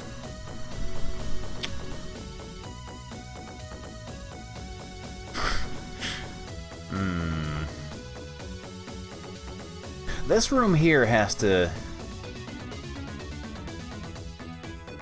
This room has to be important, though. They wouldn't let you climb up the fireplace to get to this room up here if there was nothing you could do in it.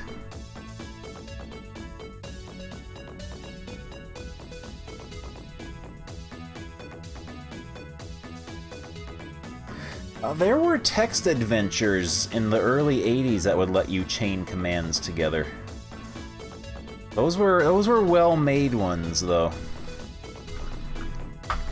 All the look command does in this room is it refreshes the drawing there.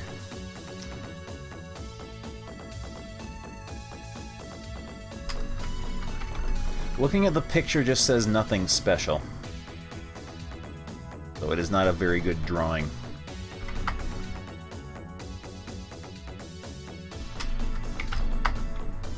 The key is nothing special.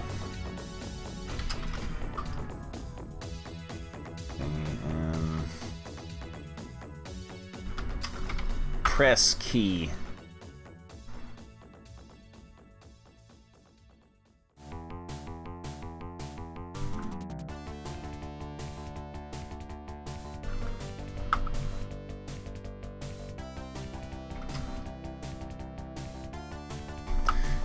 Open the chimney, no.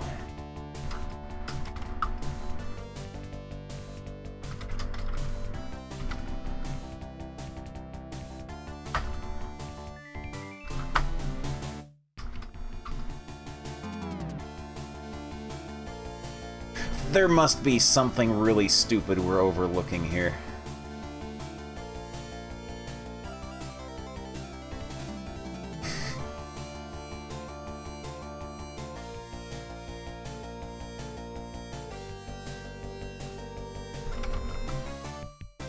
We cannot cram ourselves into the safe, unfortunately.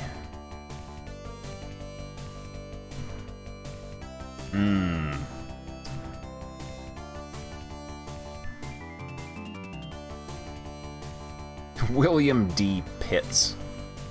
We can try getting log again. But no, it just tells us we cannot do that.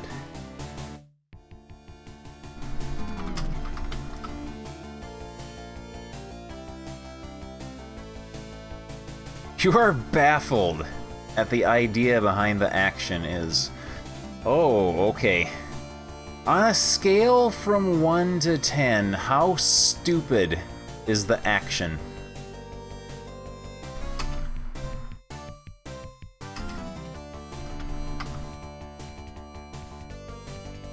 It seems pretty stupid.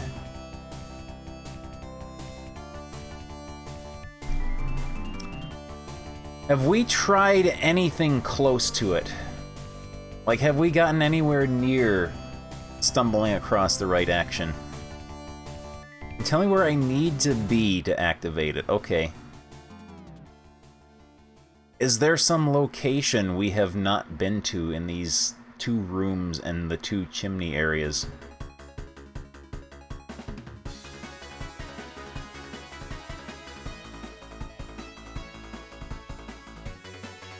Okay. So there's like not some additional area the game isn't telling us about. Yeah, there's 2 rooms and then the chimney areas for each room, so there's 4 areas total.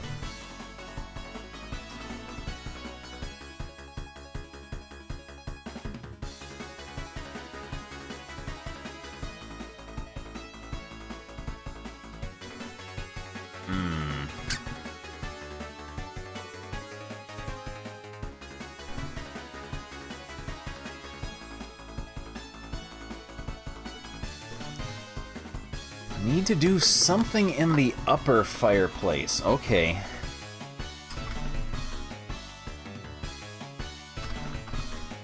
Go up.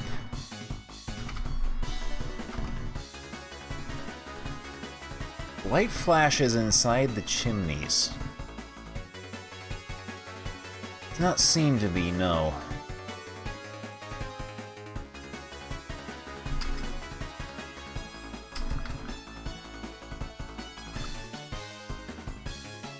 Okay, upper room. So now we have to do something inexplicable in this room. Something where even when you know what you're supposed to type, it still makes no sense.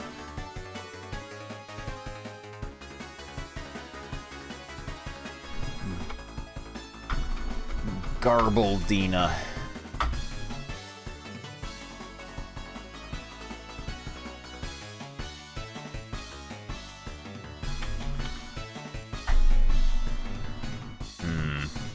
Cut radio. You can't do that on television. Jump painting.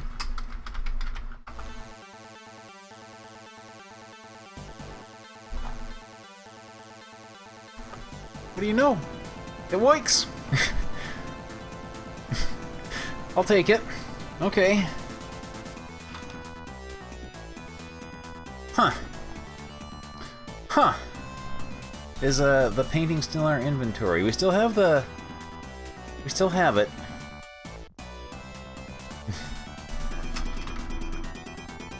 Yeah, use isn't a word that it understands. Okay, we put key.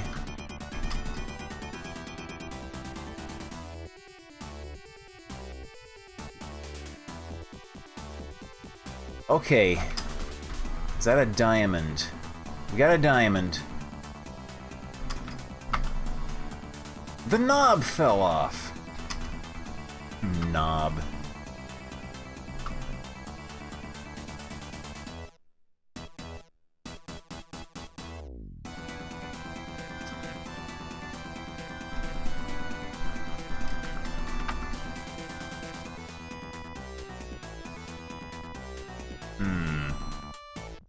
I pulled the knob too hard.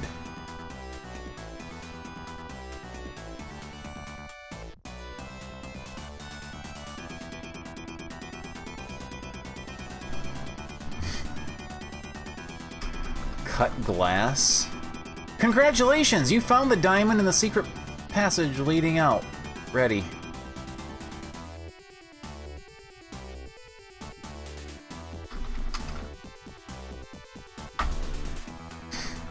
Well, that was a good little adventure game now, wasn't it? We robbed the grave and found the diamond. That was exciting. Let's find another adventure game to play. Oh, I know one. I know one. I have had my eye on this one. Duke Donuts, thank you very much for the cheer. I have had my eye on this one for quite some time. It's under A. A-M... Animal Magic, Save the Baby. Yeah, this is it. Let me,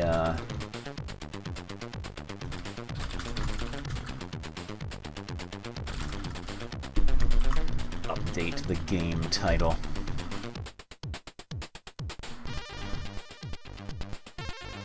Animal Magic, or Save the Baby, by Richard Sleep. Loading animals, please wait. Whoa, check it out. X17, thank you very much for the cheer. Thank you, drive-through. Okay, hopefully this has like worked. There we go. While you were babysitting, an enormous eagle swooped down and snatched the baby. You must set out on an adventure to return the infant to the nursery. Good luck. I'm in a cramped and overgrown garden. I see a small white house. A steep path winds round the mountain. A garden gnome, fishing variety. Exits north and west carried nothing. What shall I do now? Talk, gnome. I don't know how to talk something. Look, gnome. Okay. Slay, gnome.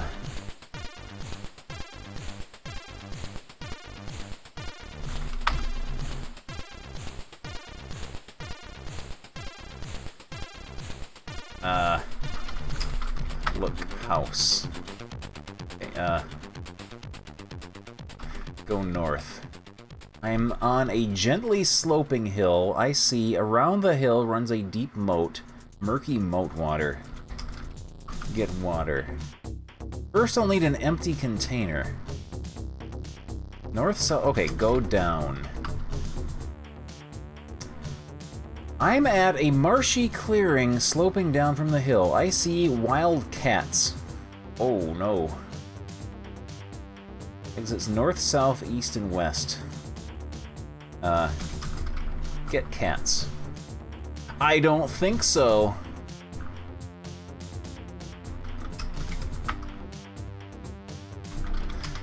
Examine cats. I don't see anything special about it.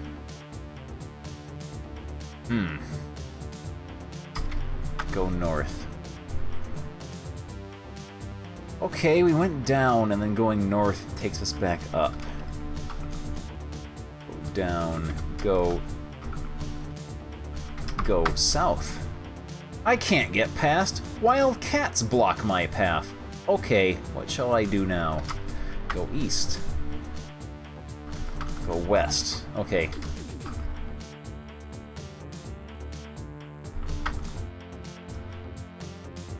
I'm in a riverbed, dried by the long summer. I see a huge bull elephant with large tusks and a good memory.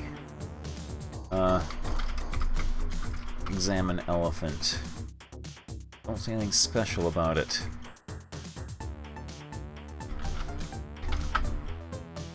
I am carrying nothing. Go north. Huge bull elephant with large tusks and a good memory blocks my path.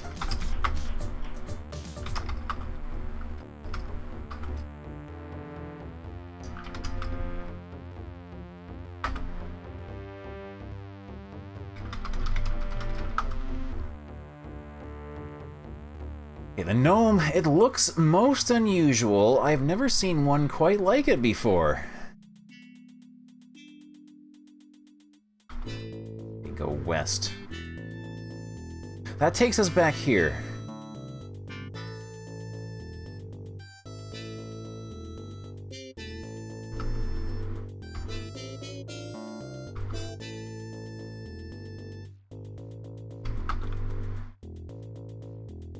Okay, so the house is another place we can go to that is not listed in the exits. I'm in a small kitchen at the front of the house. I see there is a shelf above me. Look, shelf.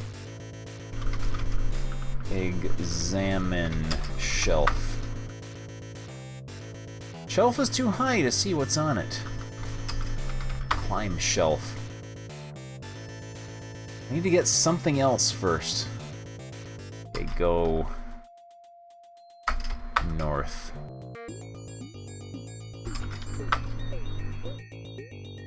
Okay, go south. I'm in the nursery. I see a baby's bottle, a plastic rattle, a safety pram. Get bottle. Get rattle. Get pram.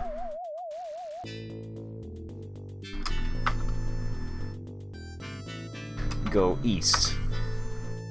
I'm in the study. See a piece of a map, a faded journal, a three-legged stool. Get map. Get journal. Get stool. I'm carrying too much.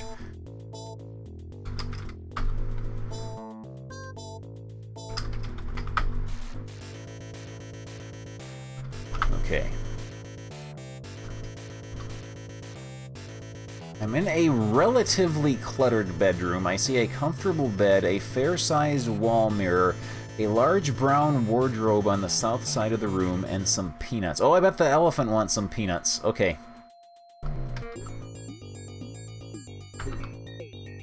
Okay. I found something! I'm in a small kitchen at the front of the house. There's a shelf above me. I see some peanuts, some rather smelly blue cheese. Okay.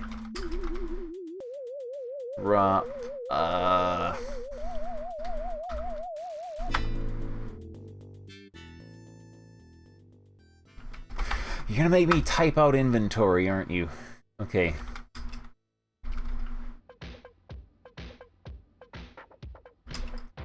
Read journal.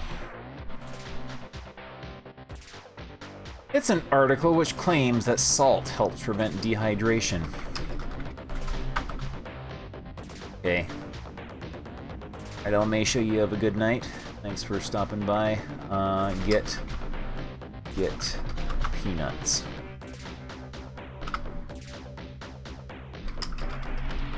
Get cheese.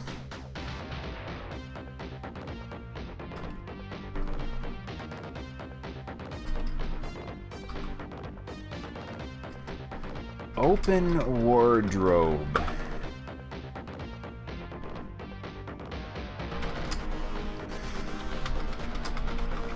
Examine wardrobe. It looks most unusual. I've never seen one quite like it before. Enter wardrobe. Okay, I'm in a long corridore. Widens out to the west. I see a small hand axe.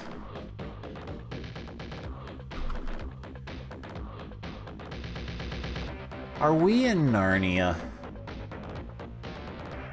I'm on a long glacier flowing down from the east.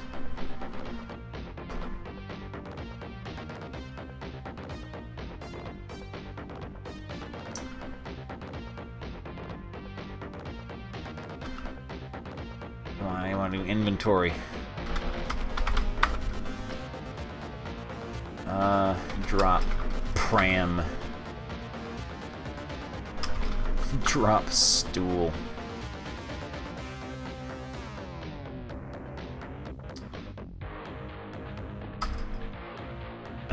Enter wardrobe. Get axe. Okay.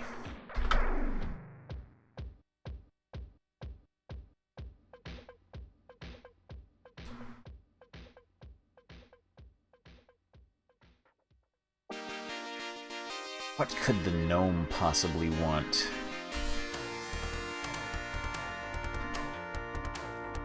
Okay.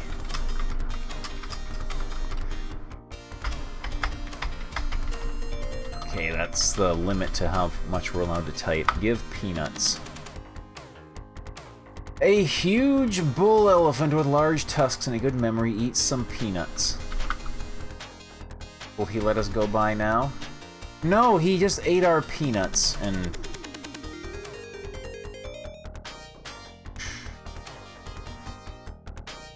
Have we soft locked now? Because there's like two sources of peanuts in the entire game world. Does he want more peanuts because he is a huge elephant?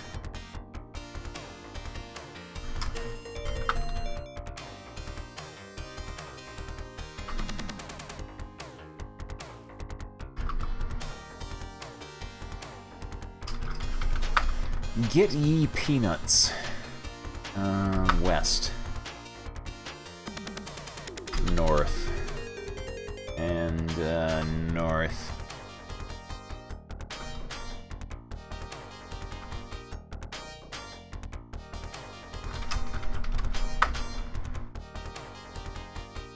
Okay, he ate the peanuts. He's still not letting us go past, though. So I bet we needed those peanuts for something else.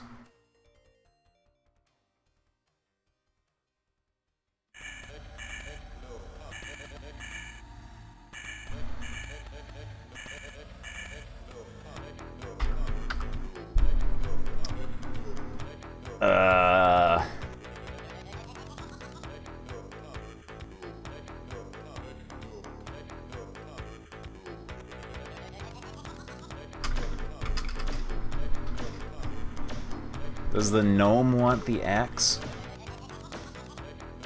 Oh no, he took it! The gnome took the axe. Okay, we took it back from him.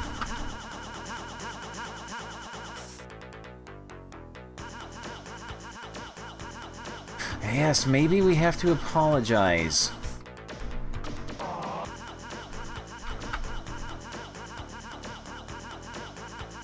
I don't know how to apologize something.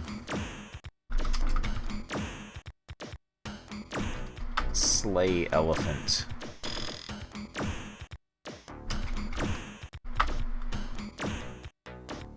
I'm trampled by a stampeding elephant. I'm in a strange, misty limbo. I see nothing. Exits north, south, east, west, up, down. Down. I think we might be dead.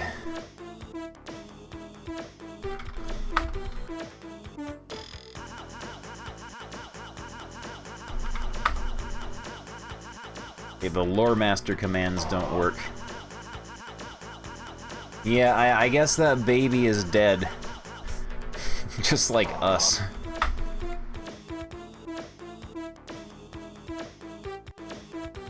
Well, that was an adventure game. That was Animal Magic. Located just above. What was that? Animal Magic Save the Baby, located just above Animated Strip Poker. Oh, let's see.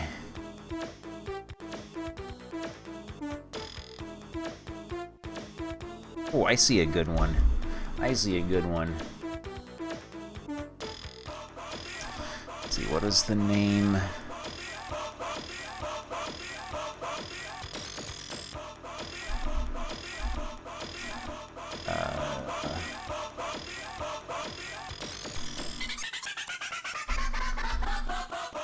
Growing Pains of Adrian Mole.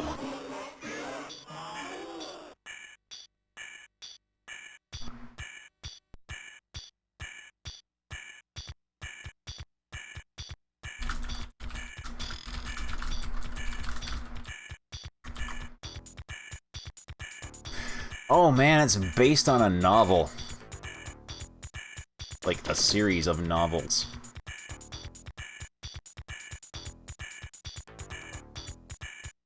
This is gonna be exciting.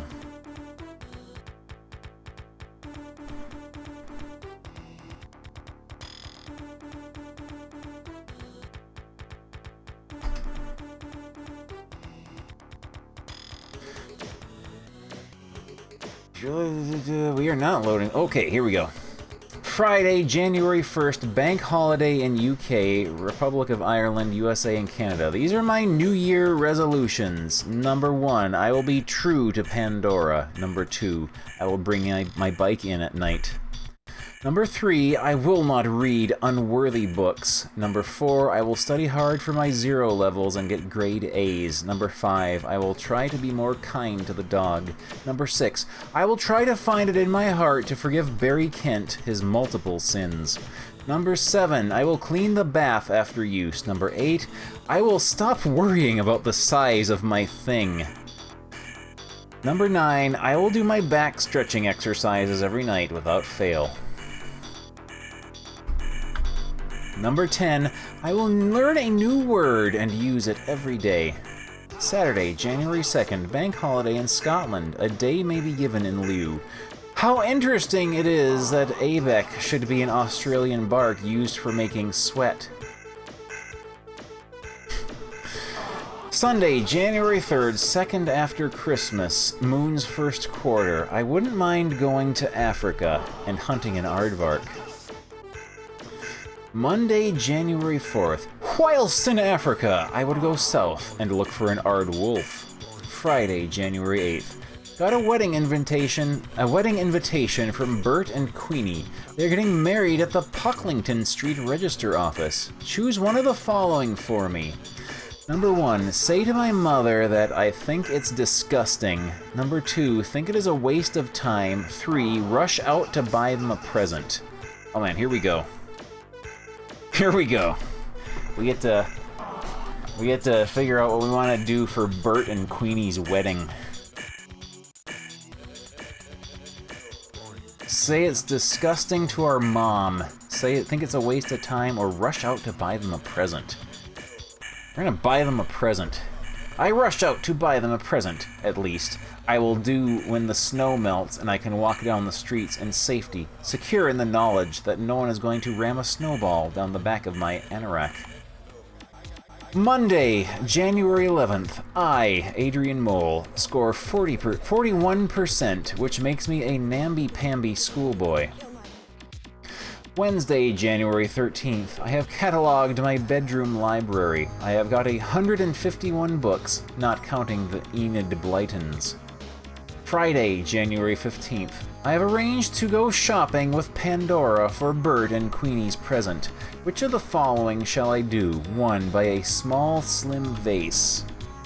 2. Choose some vitamin pills for Bert. 3. Buy 20 woodbines for Bert and some rouge for Queenie.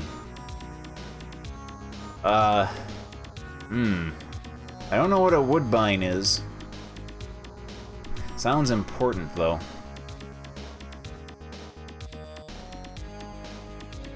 Vitamin pills.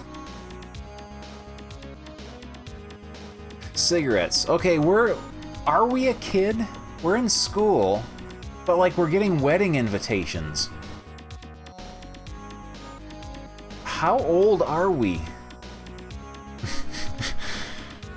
Well, we'll buy some cigarettes, that'll be fine. I buy 20 woodbines for Bert and some rouge for Queenie. It may not be very romantic, but I know they will like them. They look quite nice when they were gift wrapped. Saturday, January 16th, Moon's last quarter. Bert got married today. He looked dead good. He had cashed in his life insurance and spent the money on a new suit. Queenie was wearing a hat made of flowers and fruit. She had lots of orange makeup on her face to try and cover the wrinkles. A newspaper reporter and photographer made everyone pose for photographs. The reporter asks for my name. What shall I do? 1. Tell him my name. 2. Tell him my name, but say that I don't want publicity. 3. Explain how I have been helping Bert. We'll do 3 because that sounds incredibly annoying. I explain how I have been helping Bert, but the reporter isn't interested.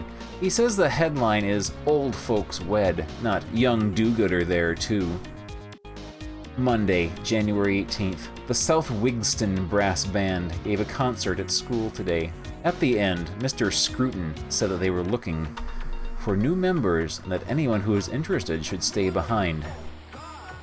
Choose one of the following for me. 1. Go home. 2. Decide to join. 3. Stay to find out more.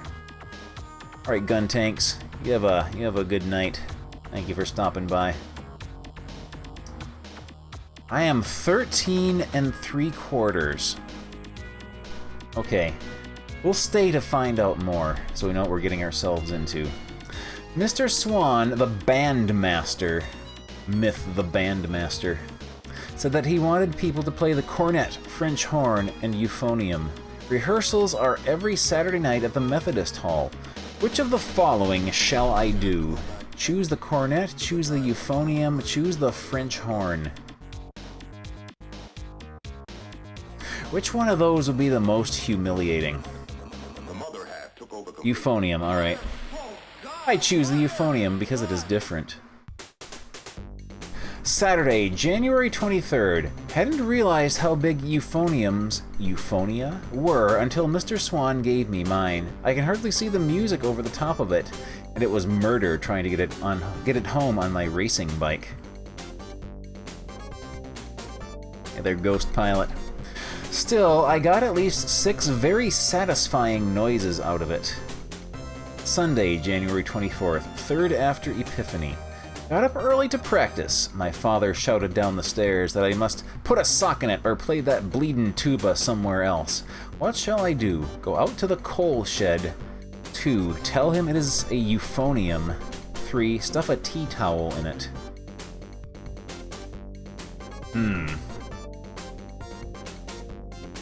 Is going out to the coal shed implying that we're going out there for our beating? Is our father going to beat us?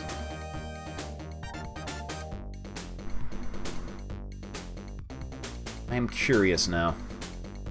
Oh, if we tell him it's a euphonium, that will get him good and angry, though. Yeah. I tell him it is a euphonium. He shouts back, "No, it's 7:30. 8 p.m. The euphonium has to be washed and polished every week. I have discovered that you can get a gallon of water into it, but it is very difficult to get it out without soaking the kitchen floor. What with practicing, cleaning, and mopping the kitchen, this thing is taking up the whole weekend. Choose one of the following for me. Ask to switch to a cornet instead, resign from the brass band, or persevere. We're gonna persevere. I persevere. Monday, January 25th, new moon. I, Adrian Mole, score 43%, which makes me a mediocre schoolboy. Saturday, January 30th. So exhausted by lugging the euphonium to band practice that I could only manage a few squeaks and rumbles. Mr. Swan looked relieved when I said I wanted to give up. Thursday, February 4th. Went round to see Bert and Queenie in their new bungalow. It is so full of knickknacks that there is hardly room for a person to move. They both seem happy enough, but their sex life can't be up to much. They're old people, apparently. They, don't do stuff like that. Monday, February 8th, full moon. I, Adrian Mole, score 43%, which makes me a mediocre schoolboy. Wednesday, February 10th. Pandora has got a crush on Tony Benn, just like the one that she had on Bob Geldof. She says that older men are exciting. I am trying to grow my mustache. Valentine's Day soon. My father has a job. He is going to be a canal bank renovation supervisor, in charge of a gang of school leavers. Hello? Hey, how's it Hey there, D. Thank you for the host. To celebrate, my father bought cigarettes for my mother and himself. I got a family pack of Mars bars. Thursday, February 11th. A big card came for my mother today. It is a Sheffield postcard. To the following shall I do. Throw it away, hide it from my mother, ignore it as it is not addressed to me.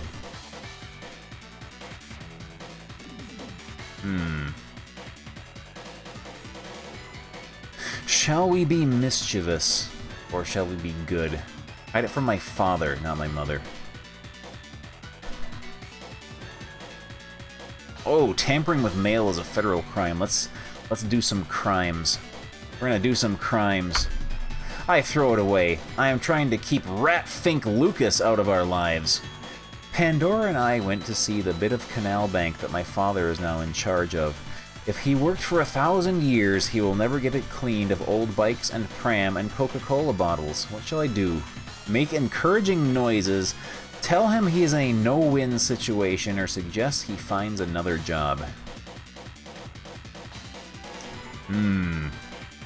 Which one will get us in the most trouble?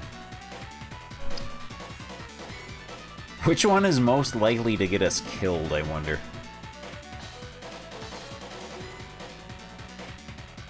What are encouraging noises? We'll find out. I make encouraging noises about the undiscovered potential of the urban landscape. He smiles and agrees. He hasn't seen the canal yet.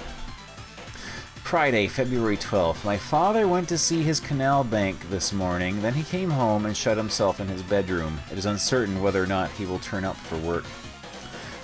Monday, February 15th. Washington's birthday, USA, moon's last quarter. My father went to work. After school, I walked home along the canal bank. I found him bossing a gang of skinheads and punks about. They were surly and uncooperative. None of them wanted to get their clothes dirty. Choose one of the following for me. Feel sorry for my father. Attempt to exchange a few civilities with the lads. Point out to my father that the lads are alienated. Ooh, what shall we do here?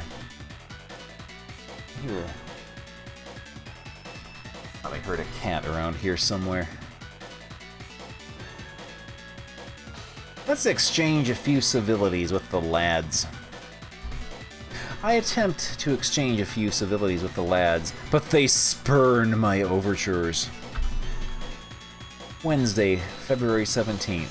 I want to see how my father is getting on at the canal bank and decide to go there after school. Which of the following shall I do? 1. Go down on my bike. 2. Ask Nigel to come along with me. 3. Ask Pandora to come along with me. Who's Nigel?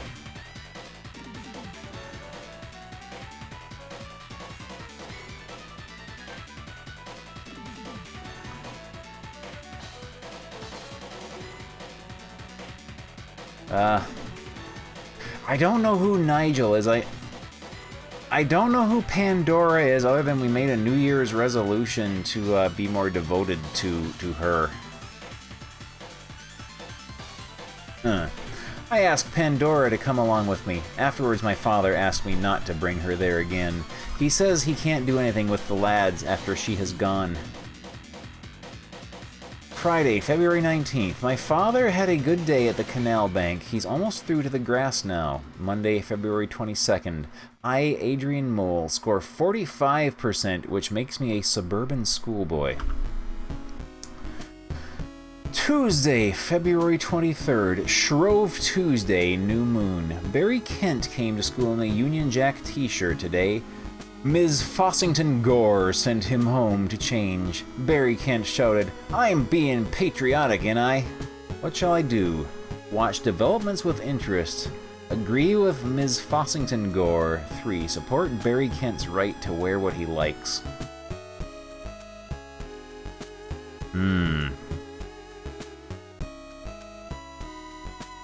Let's watch the developments with interest. Or... yeah. I watch developments with interest. This argument could keep everyone occupied for days while I have a quiet life. Wednesday, February 24th, Ash Wednesday. Barry Kent's father is refusing to let him attend school until Ms. Fossington Gore apologizes about the t-shirt. There's one of the following for me. Organize a petition in support of her. Complain to the papers about lefty school teachers. Organize a petition in support of him.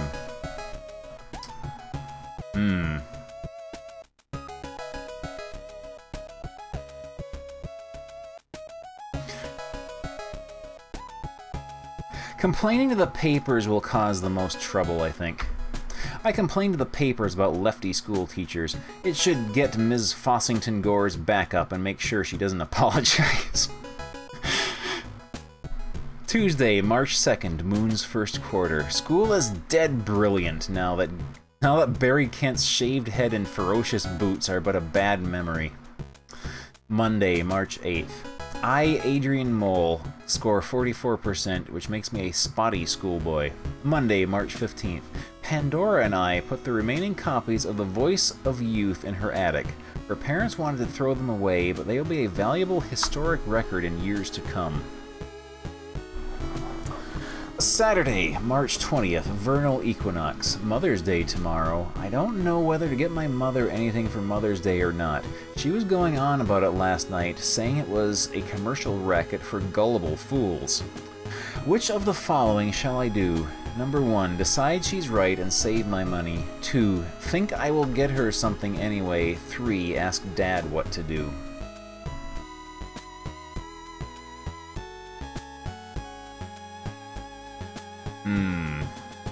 Shall we do?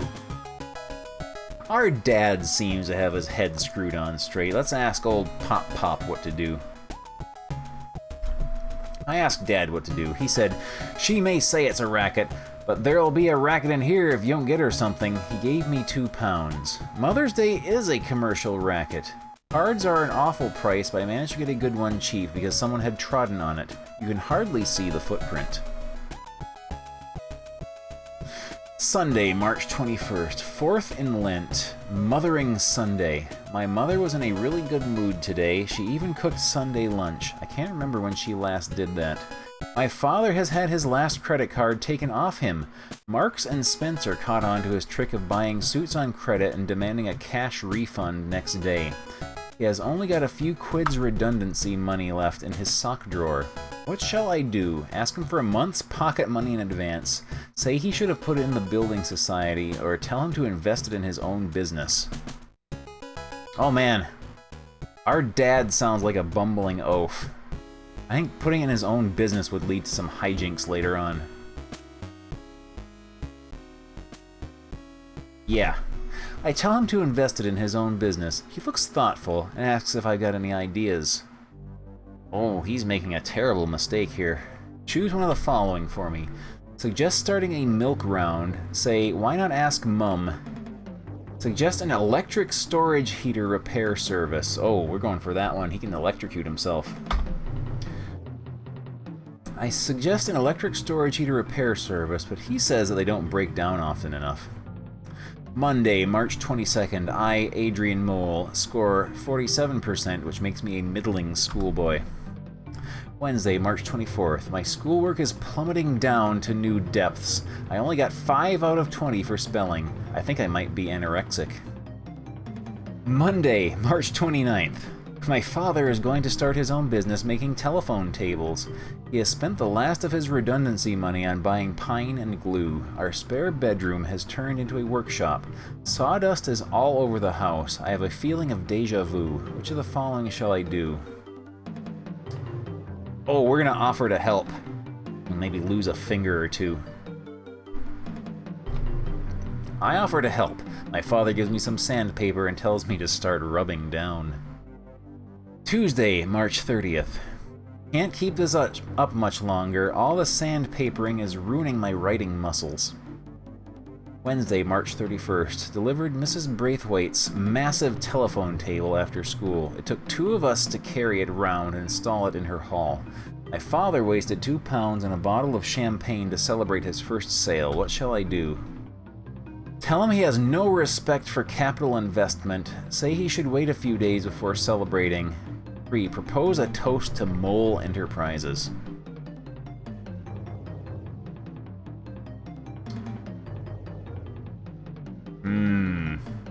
Toast. I propose a toast to Mole Enterprises. Thursday, April 1st, All Fool's Day, Moon's first quarter. We are now living on Social Security and dole money. My mother has stopped smoking. The dog is down to half a tin of chum a day. Choose one of the following for me. Suggest buying dog's meat from the butchers. Tell the dog that a diet would be good for it. Say my father should stop smoking too.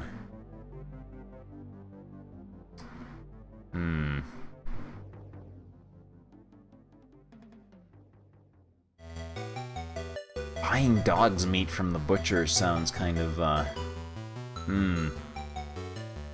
Which would cause the most strife, I wonder?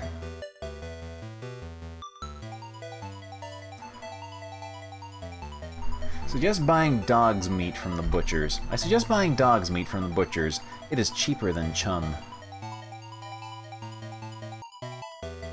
Friday, April 2nd. I had to cook the dog's meat this evening. Oh, I guess dog's meat is something they sell for you to feed to pets. I had to cook the dog's meat this evening. The house still reeks of it, and everyone feels sick, even the dog. We are going back to chum. Saturday, April 3rd, 8 a.m. Britain is at war with Argentina. Radio 4 has just announced it. Half of me thinks it is tragic, and the other half of me thinks it is dead exciting. Which of the following shall I do?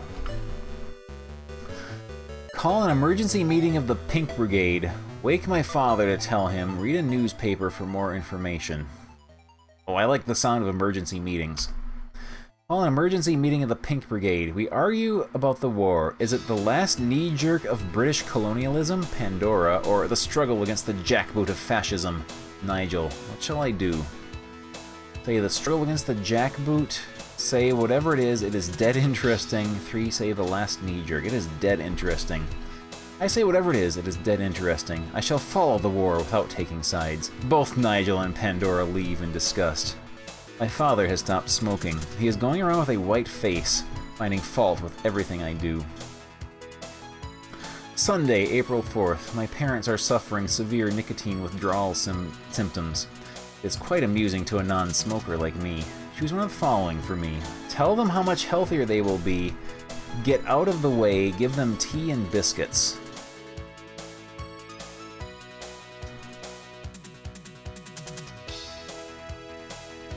I have a feeling telling them how much healthier they will be will get them good and riled up. Tell them how much healthier they will be. I tell them how much healthier they will be, then run for cover as they both explode. Pandora's mother came round last night to complain about her telephone table. It collapsed when Mr. Braithwaite sat on it. My father saw her coming up the path and disappeared. Which of the following shall I do? Fetch my mother? Tell her my father is out. Tell her that my father will be round to fix... Oh, I know. We're gonna tell her that Dad's gonna be around to fix it. Tell her my father will be around to fix it in the morning. I, Adrian Mole, score 45%, which makes me a suburban schoolboy. My father has just retired from the furniture business. Tuesday, April 6th. My parents are unbearable. My father's temper has reached new peaks of explosion. What shall I do? Grin and bear it, go and stay with my grandma, take my savings to Cherries to buy some cigarettes.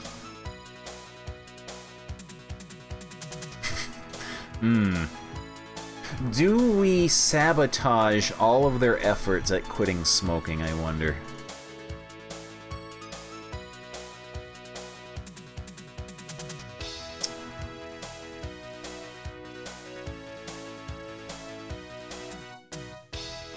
We'll go with that one. I take my savings to Cherries to buy some cigarettes. I can't bear this anymore, but Mr. Cherry refuses to sell me any. Tuesday, April 13th. It is my ambition to actually enjoy a book by Iris Murdoch. Then I will know I am above the common herd. I, Adrian Mole, score 44%, which makes me a spotty schoolboy. Pandora is not speaking to me because of our differences over the war. Choose one of the following for me. Try to convince her. Apologize to Pandora. Talk to Liz Broadway instead.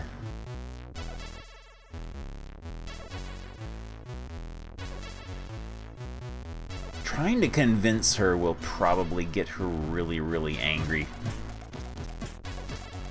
I don't know who Liz Broadway is. You could talk to her. Apologizing sounds like that's the boring choice. Find out who Liz Broadway is. I talk to Liz Broadway instead. Pandora is not the only fish in the sea, and I want a finger in more pies. Tuesday, April 20th. Pandora is going out with Danny Thompson. I can't believe it! Which of the following shall I do? Try to convince her, don't worry. Hint to Danny that Pandora supports the war. Oh, we're going with that one. We're getting revenge. I hint to Danny that Pandora supports the war and is a closet Tory. Thursday, April 22nd. Pandora and I are together again. She said, I knew Danny Thompson was not for me when he said that I was strong-willed like Maggie Thatcher. I am strong-willed and she is stubborn, but he was too pig-headed to see the difference. Saturday, April 24th. Grandma came round to check our pantry for Argentinian corned beef. We passed the test because our corned beef was made by Brazilian cows. Grandmother has a funny look in her eyes. My mother says it is called jingoism. What shall I do? Say it is cataracts forming. Look up jingoism in the dictionary. Ask my mother if there's a cure for it.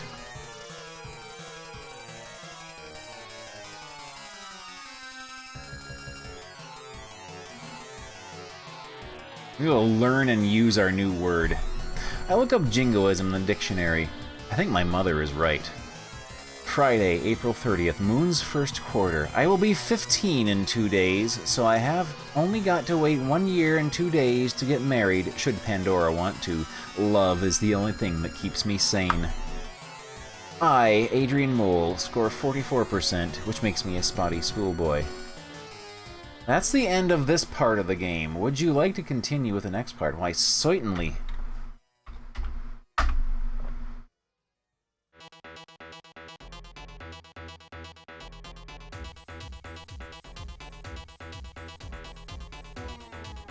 This is exciting. I want to see what happens to him next.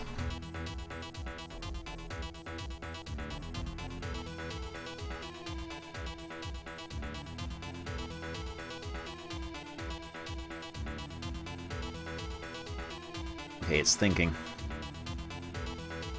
It's generating. Here we go. Welcome to part 2 of the growing pains of Adrian Mole. Saturday, May 1st. Grandma rang with her usual gibberish about Castnera clout. I know it's got something to do with keeping your vest on, but so what? I keep my vest on all year round anyway. Britain has bombed Port Stanley Airport and put it out of action. Monday, May 3rd.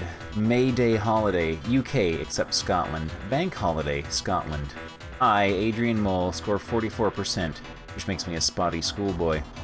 Wednesday, May 12th. Got an airmail letter from Hamish Mancini, the American we met on holiday last year. Hamish Mancini is... like, Hamish itself is not an American name. We met on holiday last year. After reading and rereading it, I think it means that Hamish is coming to stay with us in 2 days. I haven't told my parents yet. My mother said that he ruined her adulterous holiday avec Lucas with his constant yapping. Choose one of the following for me. Wait to catch my mother in a good mood. Leave the letter where my mother will find it. Phone him to put him off. Leave the letter where my mother will find it. I leave the letter where my mother will find it. My father read it first. He asked who Hamish was. When I say that we met him in Scotland, he goes dead quiet. Any reminder of that creep Lucas puts him in a bad mood. My mother knew something was up even before he told her. Now they are both in a bad mood.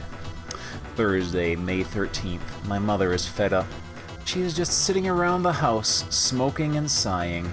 She's been like it ever since she came back from the Well Woman Clinic. Perhaps she's not well. Friday, May 14th. Hamish Mancini is here. He arrived at 5:30 a.m. having taken a taxi from Heathrow Airport, 130 miles. He made a terrible faux pas at breakfast. He asked my mother, "Hey, Pauline, where's that guy, Lucas?" There was an awful silence. Which of the following shall I do? Change the subject quickly, keep my head down, kick Hamish under the table. Oh, we're just gonna see how this plays out. I keep my head down and eat my cornflakes. My father said coldly, "My wife and Mr. Lucas are no longer friends." My mother added, "We don't usually talk about personal matters at breakfast. Not in England." Hamish was delighted. Wow, that great British Reserve I've heard about. He seemed really happy. In the afternoon, we went to see Bert and Queenie. Hamish was beside himself with joy. He kept saying, "Jesus! A genuine Derby and Joan!" Sunday, May 16th. Rogation Sunday, Moon's last quarter. We took Hamish to the fun fair on a recreation ground. Hamish was disappointed that it wasn't like Disneyland. What shall I do? Go on the Flying Whiplash, stand sadly by the Tunnel of Love, go on the Dodgems.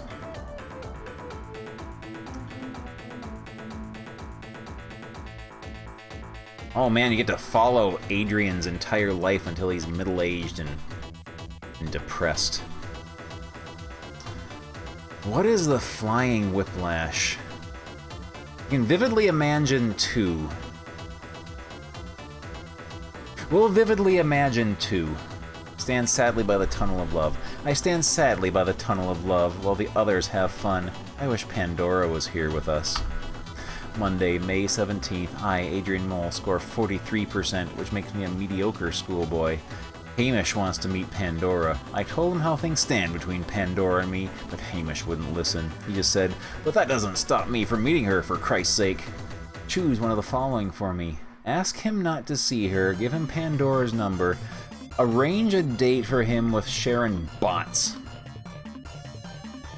Oh, arranging dates sounds like it could lead to all kinds of trouble, all kinds of mischief and mayhem. I arrange a date for him with Sharon Botts. They deserve each other. 11 p.m. Hamish's date with Sharon backfired on me. They met Pandora while they were out, and Hamish took off with her. Sharon Botts rang up to complain. Tuesday, May 18th. Hamish has invited himself round to the Pandoras for supper. At least the house is peaceful. I am reading The Quiet American by Graham Greene, Huey Greene's brother. Thursday, May 27th. Found a strange device in the bathroom this morning. It looked like an egg timer. It said predictor on the side of the box. I hope my mother is not dabbling in the occult. Which of the following shall I do? Turn it upside down to see what happens. Warn my mother about the dangers of the occult. Ask her what it is.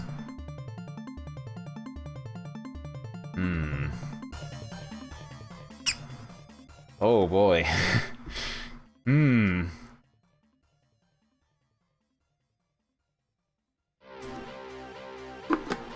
Which one of these do we want to do?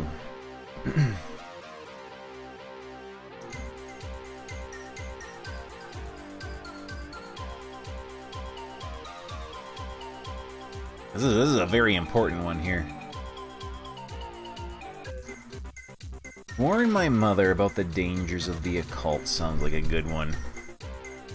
I warn my mother about the dangers of the occult. She looks mystified and asks if I've been watching a TV program about it. I let the subject drop. Friday, May 28th, I have got 38 spots. 28 on my face and the rest on my shoulders. Monday, May 31st, spring holiday except Scotland, bank holiday Scotland, Memorial Day USA. I, Adrian Mole, score 44%, which makes me a spotty schoolboy. My mother and father are getting through a bottle of vodka a week. Not a minute goes by without one or the other of them bashing the ice tray or slicing a lemon or running to the off license for Schweppes. This is a bad sign. It means something is going to happen. What shall I do? Ask my father what's going on. Try to ignore it. Ask why they are drinking so much. Ask why they're drinking so much. Ask why they're drinking so much. My father denies that they are. He says it is a medical fact that a little alcohol is good for you. Ha! A little. Monday, June 7th. Holiday, Republic of Ireland. Strange phone call. The phone rang and I picked it up. But before I could say our number, a posh woman said, "Clinic here. You have an appointment with us on Friday at 2 p.m. Will you be there, Mrs. Mole? Choose one of the following for me. 1. Pretend I am my mother. 2. Tell her my mother is not there. 3. Say, this is Adrian Mole. We're gonna pretend that we're our mother. I pretend I am my mother and say yes in a falsetto voice. She tells me to bring a sample of urine with me and 42 pounds for the consultation. What does it all mean? My mother has not said anything about being ill. Monday, June 14th. I, Adrian Mole, score 44%, which makes me a spotty schoolboy. Monday, June 21st. Longest day, new moon. Mr. Scruton summoned the whole school into the assembly hall this morning. Even the teachers who are atheists were forced to attend. He said, "Today at 3 minutes to 9, a future king of England was born." Claire Nielsen shouted, "How much did he weigh?" Mr. Scruton smiled and ignored her. Pandora shouted, "How much will he cost?" And Mr. Scruton suddenly developed good hearing and ordered her out of the hall. Which of the following shall I do? Give her a supportive smile, walk out in sympathy with her, or do nothing? 42 pounds of urine.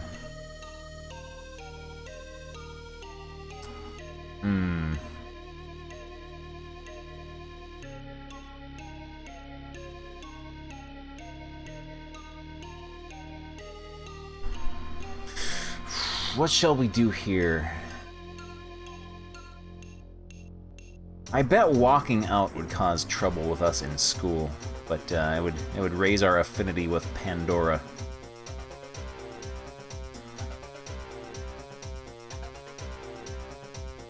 Let's make a scene. I walk out in sympathy with her. Mr. Scruton sees me and shouts, "Stay where you are, mole." What shall I do? Become rooted to the spot, ignore Popeye's ranting, pretend I was just retrieving a dropped pen.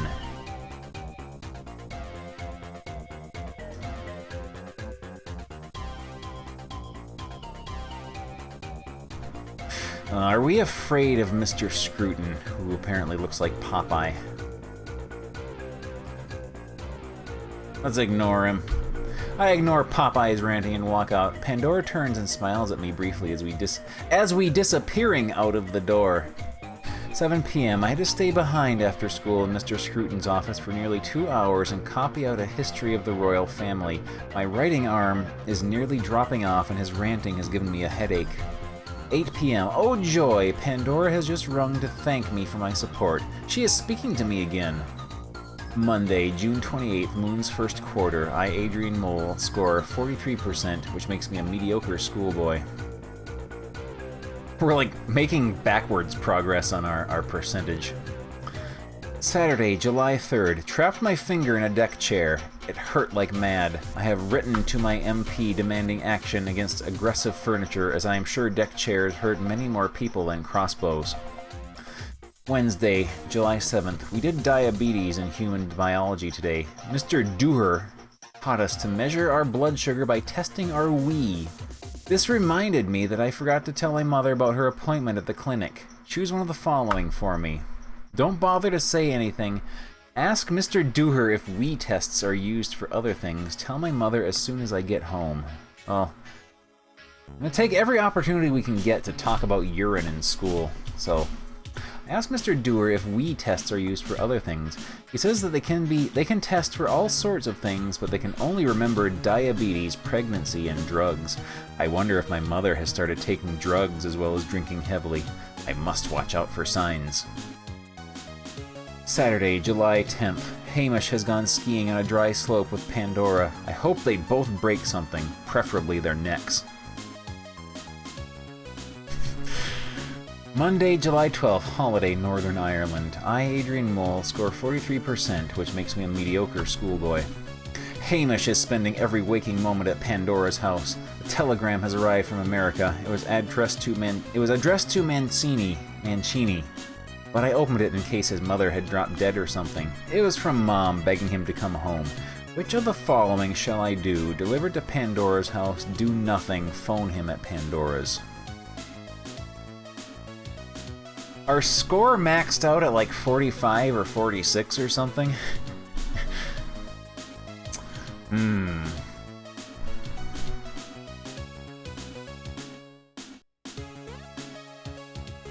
His mom is begging him to come home.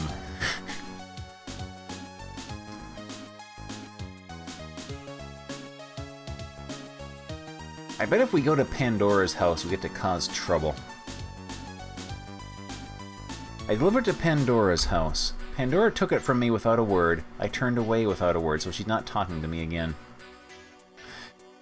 Tuesday, July 13th. Hamish has gone home to Mom. The next time he runs away, I hope he goes to Cape Horn or the Arctic Circle or anywhere I'm not likely to be.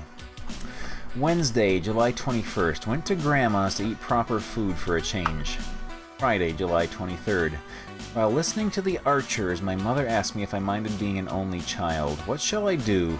Ask her why she wants to know, say I don't know, say that I prefer it. Oh, I know where this is going. I know where this is going. But Adrian Mole doesn't know. Oh! This is a question. Why do you want to know? I ask her why she wants to know. She shrugs and says, I just wondered. Saturday, July 24th. My father has just asked me if I would like a sister or a brother. Choose one of the following. I'd rather have a Sony Walkman, neither. Ask if they're thinking of adopting one. Oh boy. Maybe we can get a Walkman out of this deal. We can listen to some tapes. We use it to copy some ZX Spectrum games.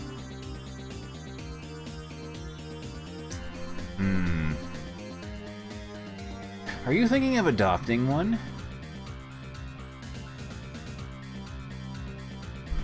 I ask if they're thinking of adopting one. I hope they aren't. They are terrible parents. Look at me. I'm a complete neurotic. Monday, July 26th. I, Adrian Mole, score 45%, which makes me a suburban schoolboy. Wednesday, July 28th. My mother is pregnant! My mother! My parents didn't prepare me or anything. We were all eating spaghetti on toast when my father said casually, oh, by the way, Adrian, congratulations are in order. Your mother's 3 months pregnant. Congratulations? What about my A-levels in 2 years' time? How can I study with a toddler smashing up the place? 10 p.m. Kissed my poor mother goodnight. She said, are you pleased about the baby? Which of the following shall I do? Lie and say yes. Smile and say nothing. Say, of course not.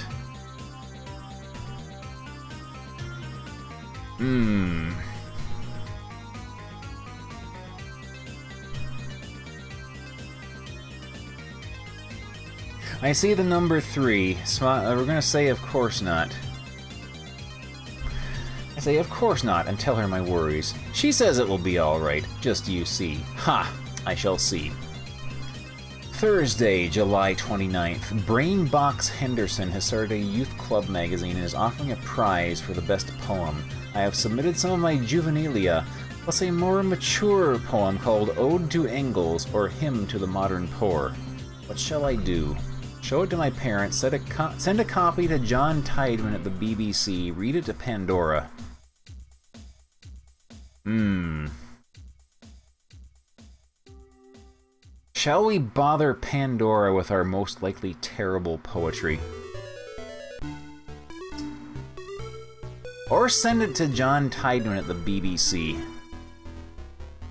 Okay, we'll woo her with our poetry. I read it to Pandora, who says it is a work of genius.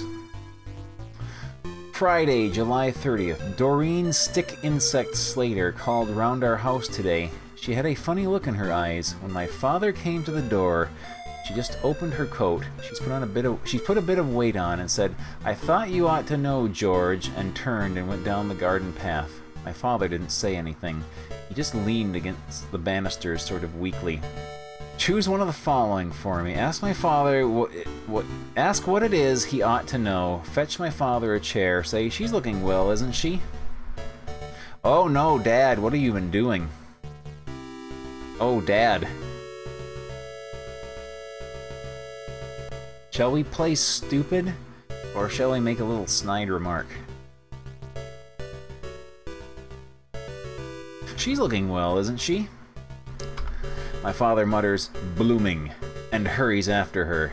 When my mother came back later, she shouted, "George," looked in all the rooms and asked me, "When did you last see your father? Which of the following shall I do? Keep quiet, say, "I think he went out." Tell her he has gone out with Stick Insect. Oh no! We can cause all kinds of trouble here. Oh no.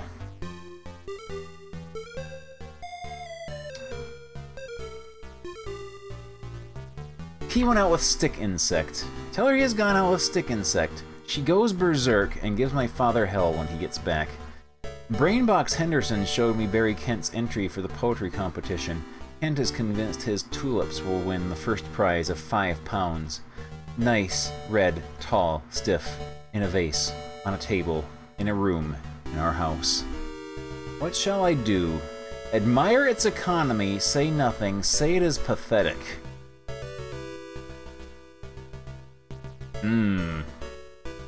Yeah, embrace chaos.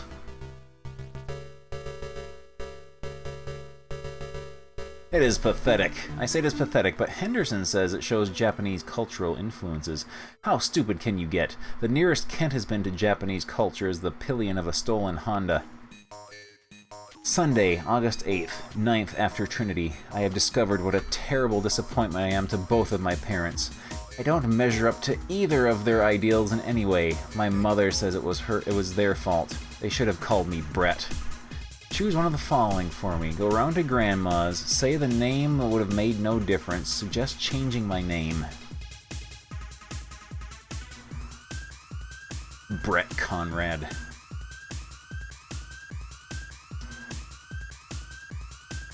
The name would have made no difference. I would have been a disappointment either way. Suggesting changing my name, though, that makes me sound really stupid. I suggest changing my name. It was meant to be ironic, but my mother gave it serious thought before saying, "No, it's too late now." I, Adrian Mole, score 43%, which makes me a mediocre schoolboy. Wednesday, August 11th. The paper reports GEC as saying the Nimrod project is within budget and going well. I expect this means it will be finished by 1983. Monday, August 23rd. I, Adrian Mole, score 40... Okay. There's no way for us to earn points there, but that's fine. Saturday, August 28th. Bumped into Stick Insect in the library. For a thin woman, she has certainly looked fat. Which of the following shall I do? Say, read any good books lately? Keep out of her way. Talk with her about the old days.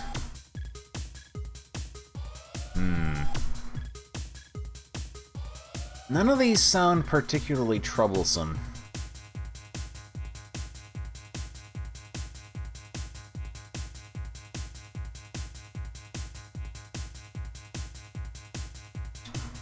Read any good books lately? Tell her about the one I have just found. It is The Condition of the Working Class in England by Frederick Engels. Monday, August 30th. Late summer holiday, UK except Scotland. Started reading Fred Engels' book tonight. My father saw it and said, "I don't want that commie rubbish in my house." What shall I do? Say, "Sorry, Dad." 2. Argue with him. 3. Insist on reading to him from the book. Okay. Yeah. I insist on reading to him from the book. After a while, his eyes went a bit glazed, and he said, well, if you can understand that, I'll leave you to it. Tuesday, August 31st. Personally, myself, I think the world has gone mad. Barry Kent won the off-the-street youth club poetry competition. His grinning, moronic face was in the evening paper. I can't take much more. The Royal Hospital phoned with a message from my father to say that a close friend had been taken into Ward 10. Would he please ring immediately? It was a mystery to all of us. My father hasn't got any close friends. He was speaking for about 15 minutes. When he came back, he said, I got something to tell you both. He informed me and my mother that he is the father of Stick Insect's one-day-old baby boy. I, Adrian Mole, score 44%, which makes me a spotty schoolboy. That's the end of this part of the game. Would you like to... Yes, we will certainly continue to the next part. This game is like actually getting dramatic. What's gonna happen to Dad? Granddad. Yeah, it's thinking. This is a very, very compelling game, even though Adrian Mole is kind of a dork. I wonder what, like, some of the other dialogue options do. But what, like, story paths they open up. Wednesday, September 1st. My father has gone to see Brett and Stick Insect. My mother made him go. So once again, I am living in a broken home. Friday, September 3rd, full moon. Pandora is taking canoeing lessons in preparation for her River Y holiday. She has her first lesson today and invited me to watch. Choose one of the following for me. Accept, ask to join in, or decline.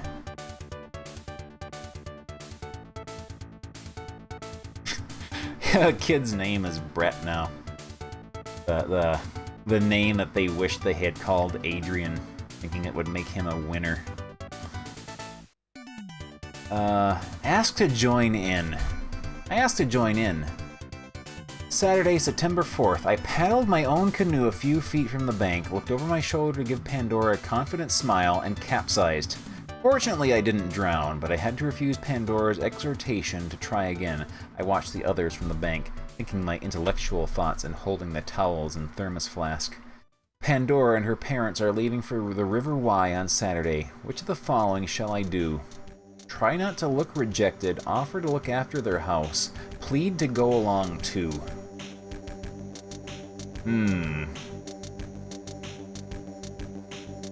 What shall we do here? Alright, Fred, you have a good night. Yeah, this is a very interesting game. A very, very interesting game. I might have to play the other game on the Adrian Mole series.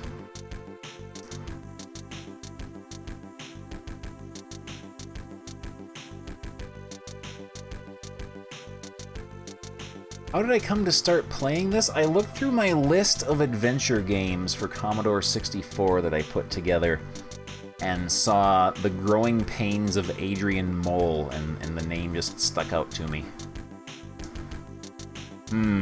What shall we do? Plead to go along to, try not to look rejected. I doubt they're going to let a kid like me look after their house. We plead to go along. I plead to go along too. Pandora listens and replies a little sharply, in my opinion. But Adrian, you don't know how to handle a canoe. What shall I do? Ask Pandora if I can help. Try not to look rejected. Try not to look rejected. Offer to look after their house.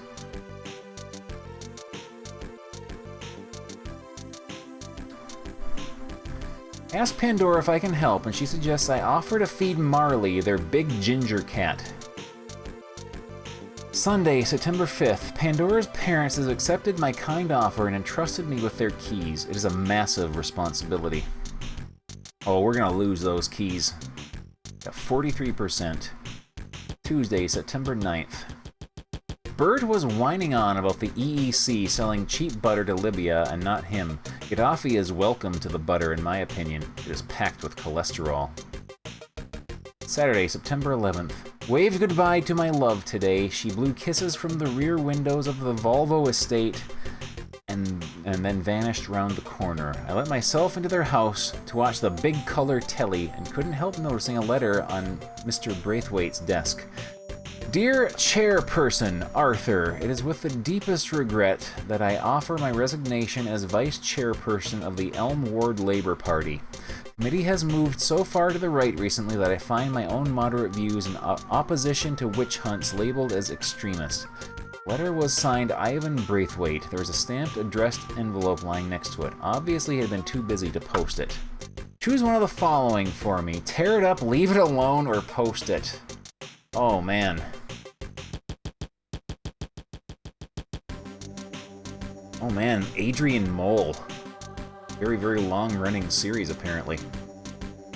We're exploring his teenage years right now. We're gonna send the mail. We're gonna do a good deed. I posted on my way home. Monday, September 13th. Courtney Elliott, the postman, didn't bring my mother's Social Security Bureau this morning. Should have been here yesterday. Which of the following shall I do? Do nothing, go to school worrying, tell my mother to ring up.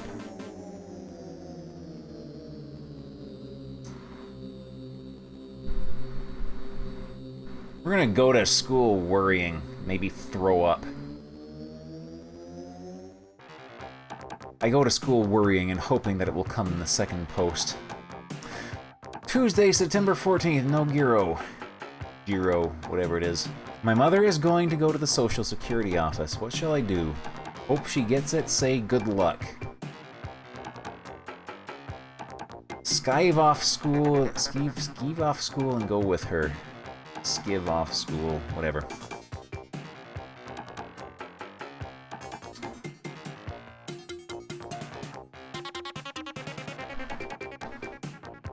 Oh, we can cause trouble at the Social Security office. Skive off school and go with her because it is no place for a pregnant woman alone. The man at the Social Security office told my mother the Bureau would be in the post tonight. He wouldn't even lend her anything, though my mother did ask nicely.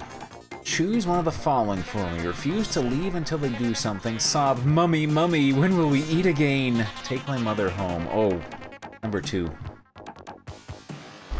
I sob, Mummy, Mummy, when will we eat again? It was very undignified, but it did the trick. My wailing started such a commotion in the waiting room that the man arranged an emergency needs payment to get rid of us. We had fish and chips on the way home to celebrate. Oh man, we did a good deed. Like, accidentally. We were trying to cause a scene and it had unintended positive consequences. I think I might become an famous actor as well as a famous writer. I, Adrian Mole, score 42%, which makes me an unimportant schoolboy. Thursday, September 23rd, autumnal equinox. I was examining my spots in the living room mirror tonight when Mr. O'Leary shouted from the street, "There's a fine pimple on the back of your neck. Don't miss that one out, boy." It's taken me 15 years to appreciate the part that curtains have played in civilized English life. Saturday, September 25th, moon's first quarter. Queenie Baxter died at 3 o'clock this morning. She had a stroke in her sleep. Bert said that it was a good way to go, and I'm inclined to agree with him. Bert doesn't know what to do about death certificates and funeral arrangements, etc. So Pandora's father came round to help. Oh no, we kind of screwed with Pandora's father. Tuesday, September 28th. Mr. Braithwaite is very worried about Queenie's funeral. The cheapest he can arrange will cost £350, but her funeral insurance is only $30. Which of the following shall I do? Suggest a loan, ask the Social Security to do it, raise money.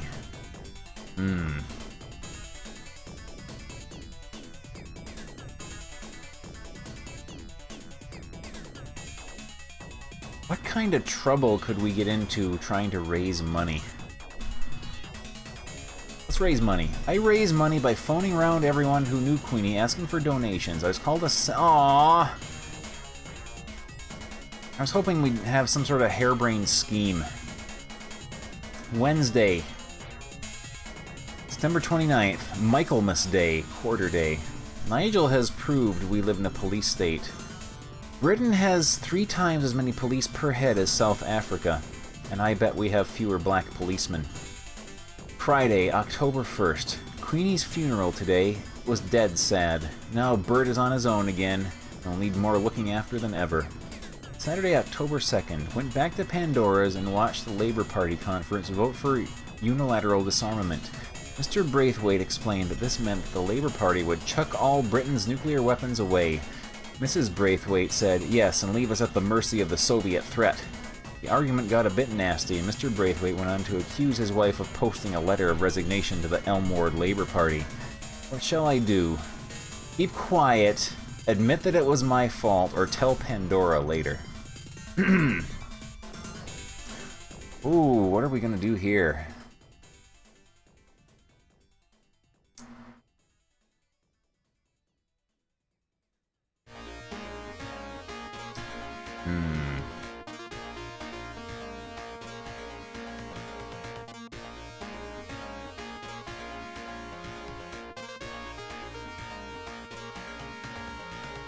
The other two gets us in trouble, so 1. We'll keep quiet. I keep quiet. Okay, we got 43%, and 43% again. There must have been some event there that we didn't get, because of choices we have made. Thursday, October 28th. The school play this Christmas is The Importance of Being Earnest by Oscar Wilde. Mr. Golightly, the drama teacher, is asking for volunteers. Choose one of the following for me. Offer to adapt it. Ask to be assistant director. Audition for a part. Oh.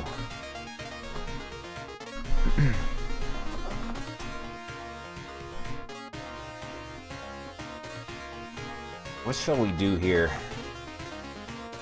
School plays are always good opportunities for mischief and hijinks and disasters and tragedies.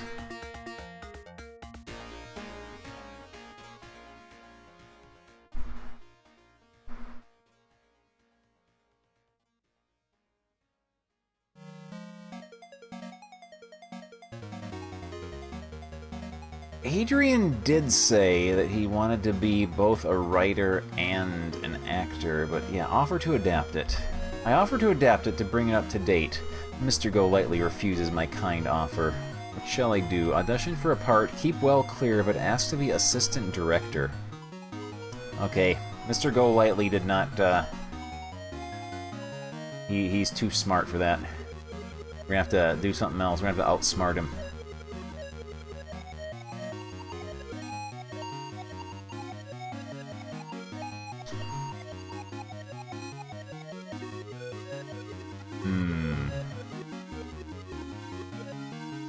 Audition? Okay. I auditioned for a part. I hope I get to play Ernest. Friday, October 29th. Mr. Golightly gave me a speech about Victoria Station to read, listened, then said, "Yes, you'll do. I have decided to be an actor when I grow up. I will write my novels during breaks in rehearsal." Saturday, October 30th. The dog is now legal and decent. I spent 37p on the license. Sunday, October 31st, 21st after Trinity, Halloween, daylight saving time ends, USA and Canada. At 4 o'clock, I was asked by my so-called best friend Nigel to go to his Halloween party. He said, "Forgot to send you an invite, zit face, but come anyway. Dress as a warlock or you won't get in." What shall I do? Ask if Pandora can come too. Accept or turn down the invite?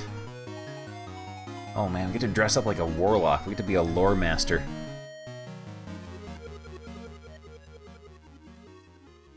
Ask if Pandora can come too. Ask if Pandora can come too. Nigel says that girls make him sick.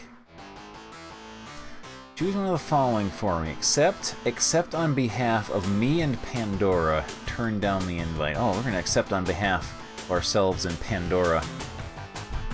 I accept on behalf of me and Pandora. Strangely, neither Pandora nor Nigel seem keen. Pandora says she doesn't want to come, yet last year they were going out together. What shall I do? Dress as a fiend? Dress as a gnome? Go hire a warlock costume. Oh man. We get to... Oh, what a choice. But I think we gotta go with the lore master, though. Go to hire a warlock costume. I go to hire a warlock costume. Unfortunately, the joke shop is closed as it is Sunday, so I have to dress as a fiend instead. My mother helps me to assemble a costume. I use my father's old flippers, a pair of my mother's long-legged black leotards, and an orange fright wig she bought years ago for my father's fishing club dinner and dance. It is a good party, but there are no girls, which is a bit strange. The warlocks and me dance in Pumpkin Light to Duran Duran records. About 8 o'clock, the doorbell rang. I expected as trick-or-treaters. What shall I do? Let Nigel answer it, make sure nobody answers. We're gonna answer the door. I answer the door, and I'm delighted to find the Pandora has turned up. The Pandora has turned up after all. Nigel rudely refuses to let her in. Say, sorry Pandora, leave with Pandora, argue. We're gonna argue with Nigel. We're gonna make a scene at his party. I argue with Nigel, but he says it's no girls' party. What do I do? Push Nigel aside. Say, sorry Pandora, leave with... We're gonna push Nigel. I hate you, Nigel. I push Nigel aside and he punches me on the nose. Pandora has to drag us apart. She is dead ungrateful for my support. Nigel goes back inside and I go home. Monday, November 1st, full moon. I, Adrian Mole. Oh man, we're at 48%.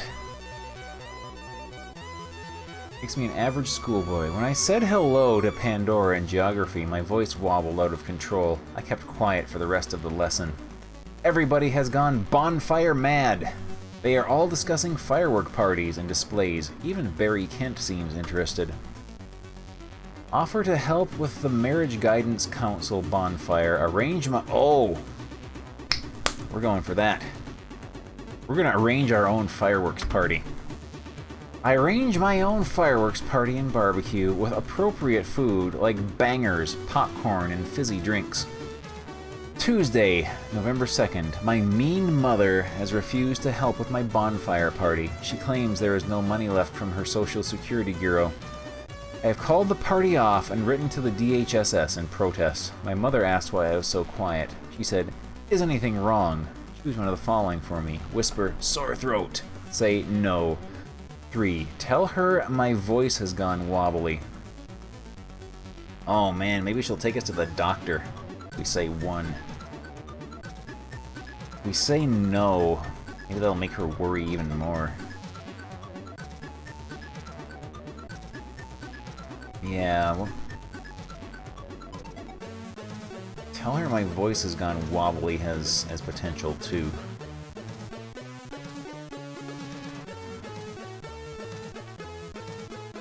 Gut says 3? Okay, I'll go with 3. I tell her my voice has gone wobbly. She said, "Don't worry, love, it's just your age. It will settle down again." Wednesday, November 3rd. Locked the dog in the coal shed as advised by the media. Then went to the Marriage Guidance Council bonfire party. It was crowded with couples bickering over the fireworks. Which of the following shall I do? Slip away with Pandora, go to where the fireworks are being lit, try to pass... Oh, number 2. Going to where the rockets are being lit. I go to where the rockets are being lit and find Bert Baxter looking for matches. Normally he can't even light the oven without singeing his eyebrows. What shall I do? Help him find some matches, fetch Pandora's parents, wheel him away. Oh yeah, Bert's the old man. Bert is the old man. Let's help him find some matches. I help him find some matches and stand well clear. Went back to the community bonfire and found our dog watching the firework display and chewing a hot dog. I lost count of the times nosy adults said that dog should be locked up out of harm's way. I'll tell them to mind their own business, explain that our dog is an individualist, take the stupid dog home. Okay, which one? I wouldn't be surprised if one of these ends up with our dog getting killed eventually. This seems like the kind of game that would just kill our dog out of nowhere.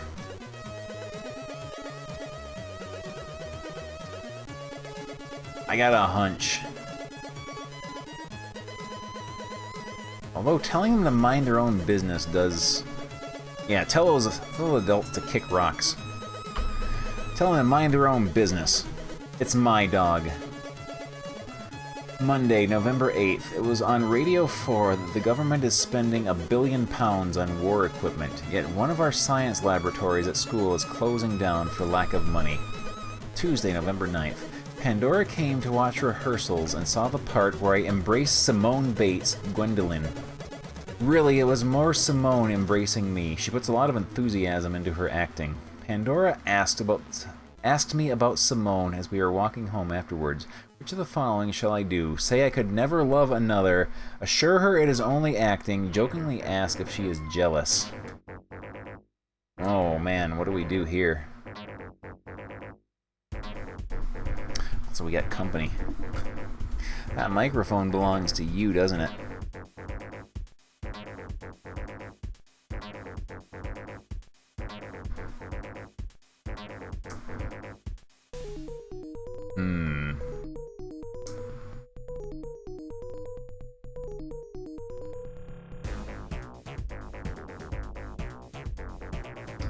Which one? Do we want to cause trouble with Pandora?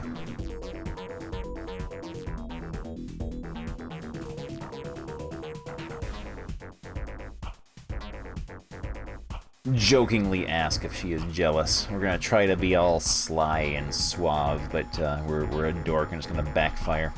I jokingly ask if she is jealous. Here, do you want me to hold you? You want me to hold you? There we go.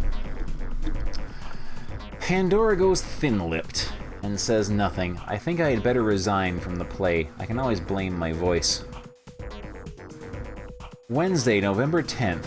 Courtney brought a dead exciting postcard from Boston, USA. It said, Dear Adrian Mole, your work interests me enormously. If you'd like to see it published, please write to me and I will furnish you with details. Sincerely yours, L.S. Caton. Shall I do? Send Mr. Caton a £5 note, staple the letter in my diary, reply to him. Let's reply to him. I reply to Mr. Caton with a short but dignified letter asking for further details. A man from the RSPCA called. Someone has complained about our dog being ill-treated. Yet it gets better treatment than me. Sunday, November 14th, Remembrance Day. Pandora and I went for a walk in the woods, only to find that building firms were dividing them up as gardens of executive houses. I got 48%. Friday, November 26th, Ratfink Lucas phoned, but I pretended my mother was out. December 5th, took the dog into the garden for a session of obedience training, but it was a waste of time as usual. Our dog would have Barbara Woodhouse in tears. Tuesday, December 7th, listen to Prime Minister's Question Time on Radio 4. I think some questions were about football hooligans, but it was difficult to hear anything above the rude shouts and animal noises. Sunday, December 11th, no reply from Mr. Caton, the man who recognizes my writing talent. Choose one of the following for me. Send page 1 of Longing for Wolverhampton. Send my poem, Despair, right to Hamish Mancini.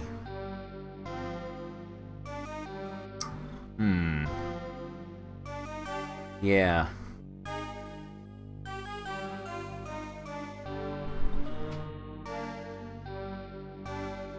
Let us send him our masterpiece poem, Despair. Yeah, skip on the poem since it lost the competition. Oh, you hear something, don't you? Okay, here you go. Here you go.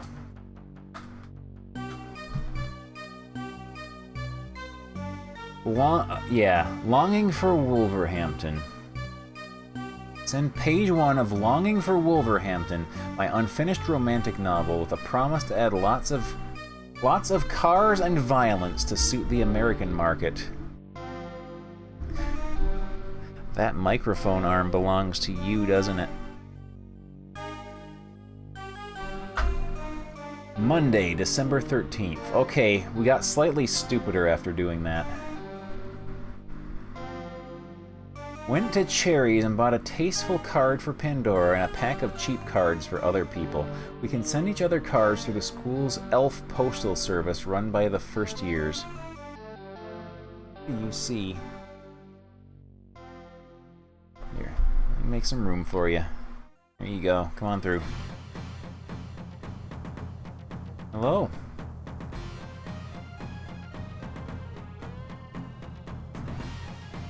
Run by the first years is the elf postal service. Well, they make the little kids deliver letters to everyone. And Duke Donuts, thank you very much for the cheer. Charlie is very photogenic indeed. Wait to see who sends me one. Sort out which cars to send to which people. Write greetings to all. Oh, we're gonna separate everyone into the haves and have-nots here. I sort out which cards to send to people, but they're all so tacky I put the box away without deciding anything. Monday, December 20th. The school has gone a bit wild. The girls are doing no work at all. They just sit around the classrooms counting how many Christmas cards they've received from each other and writing out hundreds more. Nobody has sent me one yet. Till I do wait for the next post, complain to the elf postal service, write out... We're gonna complain. I complain to the elf postal service. Mr. Lambert, who is in charge, asks if I am expecting many replies. I explain that I'm waiting to see who sends me one before writing my own. He says, well, keep waiting then.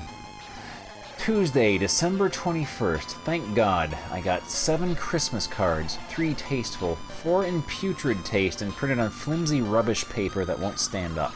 I quickly wrote out 7 cards and gave them to a passing elf. Wednesday, December 22nd. Made a list and went to the market, as they have got a good selection of festive gifts. Among other things, I got platinum earrings for Pandora for only £2. Then I went to the Off the Streets youth club party with Pandora.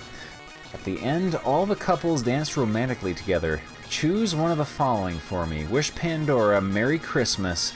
Tell Pandora how much I adore her. Say nothing and hold her close. Oh man, what are we gonna do here? Tell Pandora how much I adore her. I tell Pandora how much I adore her, and she says, 80, my pet, how long will our happiness last? Trust Pandora to put a damp cloth on everything. Spend all day watering the Braithwaite's plants. Can't be healthy living amongst so much vegetation. Tuesday, December 23rd. My mother is being kept prisoner by Rosie, so I have to do all the Christmas preparations. I spent most of the day queuing in shops or lugging great heavy bags home. At 4:20, I got to the decorations counter only to find empty shelves and other desperate people swapping rumors of sightings of fairy lights in different shops. Which of the following shall I do? Decide we can manage without decorations, chase around other shops, call in at Mr. Cherry's on the way home. We're going a madcap chase, just like Benny Hill. I chase around the other shops, but we can't find any decorations anywhere. 10:30 p.m. Bert is settled in front of the telly with a beetroot sandwich and a bottle of brown ale. What shall I do? Watch the midnight mass on telly with my mother, go to bed exhausted, go to the midnight service.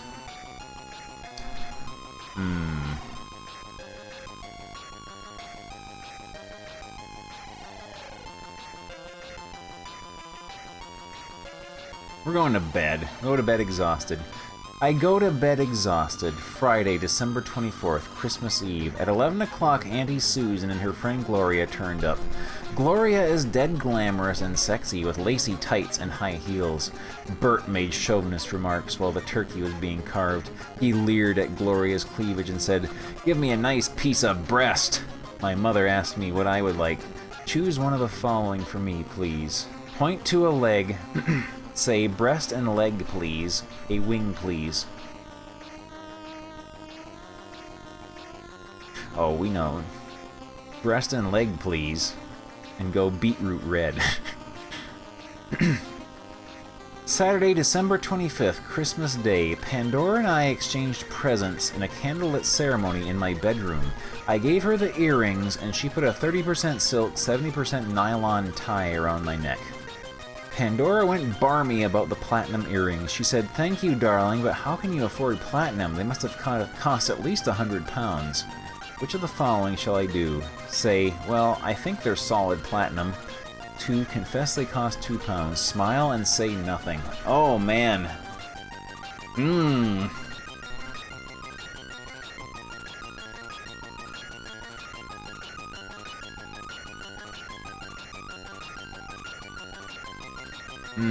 We gotta vote for number 3 here.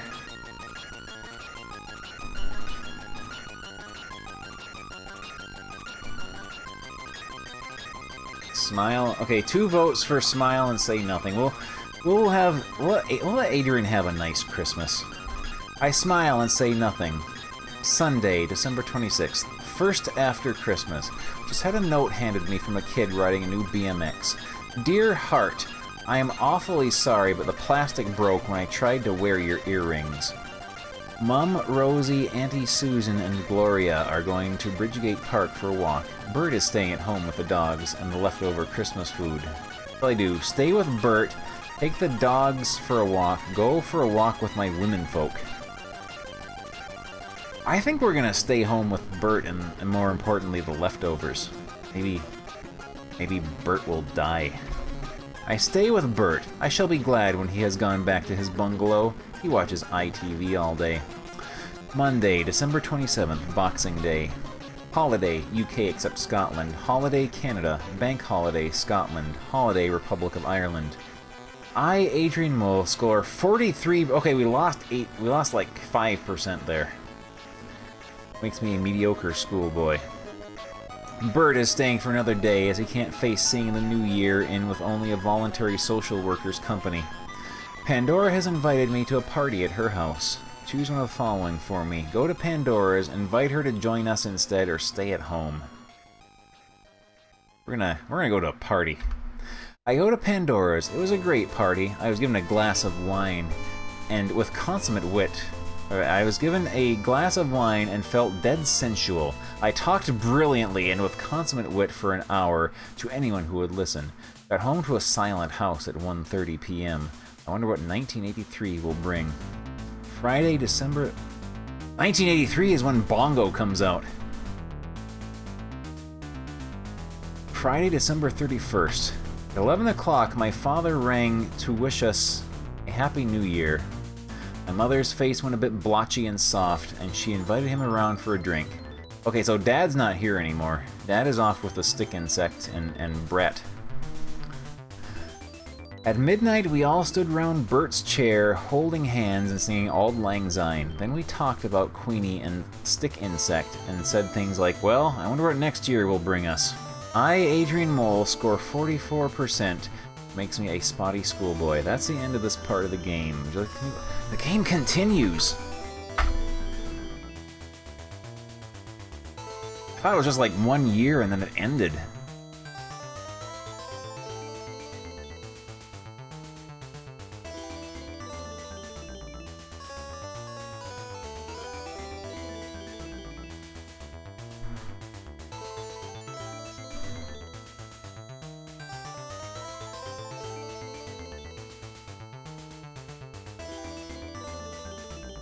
How long is this game? How many hours of Adrian Mole entertainment are we getting? Part 4.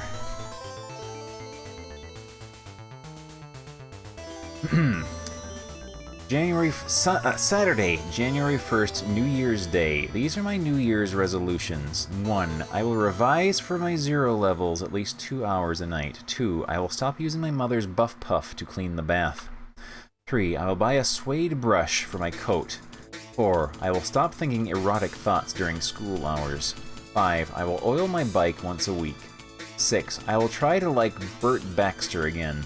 7. I will pay my library fines 88 pence and rejoin the library. 8. I will get my mother and father together again. 9. I will cancel the Beano. Sunday, January 2nd. Negotiations are going on between my parents for return to the married state. My mother said, "But how can it work? There is so much to forget. Which of the following shall I do?" Ask, or say, why not go to the marriage guidance? 2. Suggest hypnosis. Sigh and agree. Oh, suggest hypnosis. I suggest hypnosis. Okay? Monday, January 3rd. More negotiations behind closed doors. I saw my father leaving. What shall I do? Ask my father how it went. Do nothing. Go to make my mother some tea.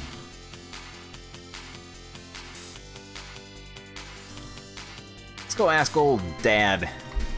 I asked my father how it went. He said no comment and left. Tuesday, January 4th. Negotiations have broken down. Wednesday, January 5th. A message was passed to an intermediary, me, that fresh negotiations would be welcomed. Choose one of the following for me. Pass on the message. Tell my father to ask for himself. Do nothing. We'll help old Dad. I pass on the message. The response was favorable, and a meeting has been arranged.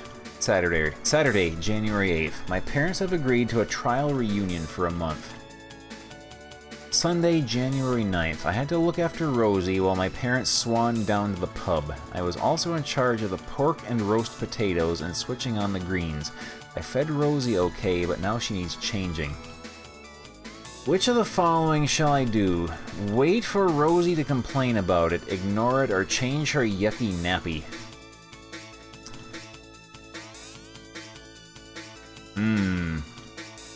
Well, you know what they say, squeaky wheel gets a greasing. Wait for Rosie to complain about it. I wait for Rosie to complain about it. Fortunately, she didn't seem to mind, so I left it for my mother.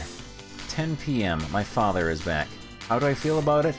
They've had reconciliations before, so I think I'll reserve judgment until their slopping has stopped. They're back to normal. Oh, we gained a percent. We're at 45% now. Tuesday, January 11th. My racing bike has been stolen from out of the back garden. What shall I do? 1. Suspect the dustmen. 2. Ask Barry Kent if he knows anything about it. 3. Ring up the police. Oh, those dustmen took it. I suspect the dustmen. They have never forgiven us for having maggots in our dustbin last summer. Wednesday, January 12th. Followed the dustbin men up our road and tried to overhear any suspicious conversation. They were only talking about Dirty Den. One of them warned me to keep away from the mangling machinery at the back. Choose one of the following for... treat this as a threat. Watch from afar. Ask casually if the machinery could mangle a racing bike. Oh man, do we go full... Are you threatening me?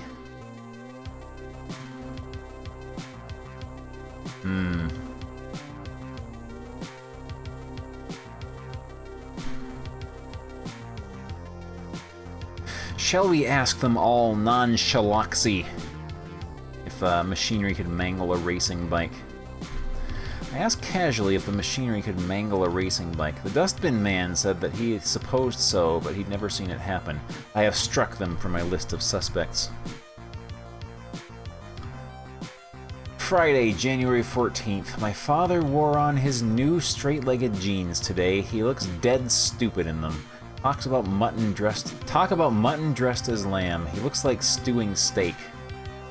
Sunday, January 16th. Breakfast TV starts tomorrow. Which of the following shall I do? Set my alarm for 5:45. Ask Pandora to record it on their video or ignore... Oh man, Pandora has a VCR. I asked Pandora to record it on their video so that we can watch it at a civilized hour. I enjoyed most of Breakfast TV, but best of all was Selena Scott with her ravishing looks and quicksilver brain. Wednesday, January 19th. Selena Scott is haunting my dreams. Last night she and I were rowing the Atlantic single-handed, and the night before she was walking down our street selling cucumbers door to door. What shall I do? Tell my mother about my dreams? Get a book about the meaning of dreams? Tell my father about my dreams?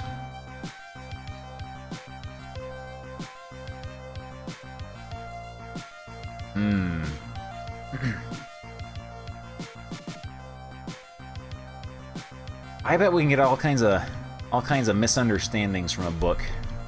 I get a book about the meaning of dreams from the library. Choose an occult book, a Jungian book, or a Freudian book. Oh, we're gonna take a grimoire. Grimoire. Choose an occult book. It seems that my dreams stem from a previous existence, when I must have been a Viking explorer bringing back plants from Vinland. Me, a Viking! It makes me feel a bit tough somehow. Thursday, January 20th. Nigel brought my bike back today. He intended to run away on it to avoid his 0 levels, but decided not to after his father bought him a set of video cassette study aids. Friday, I need a cough drop or something. All this reading of Adrian Mole, it's wearing out the old voice hole.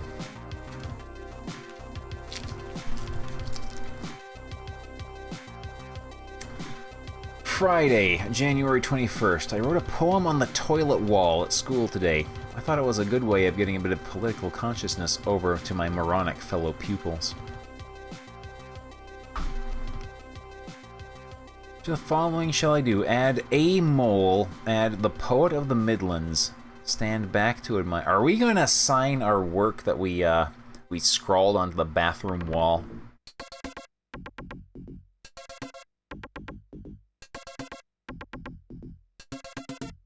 We're gonna sign our real name. I add a mole. Saturday, January 22nd. No Selena Scott this morning, so I had to make do with going to town with Pandora. We stopped for coffee. So I do, ask for 2 coffees, casually ask about breakfast time, confess how I feel about Selena.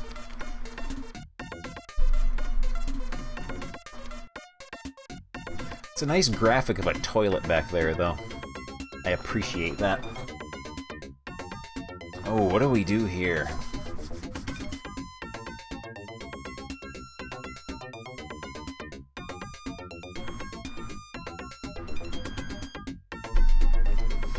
Yeah, being an idiot is like default state of existence at age 15. Ultra J-Dude, thank you very much for the host.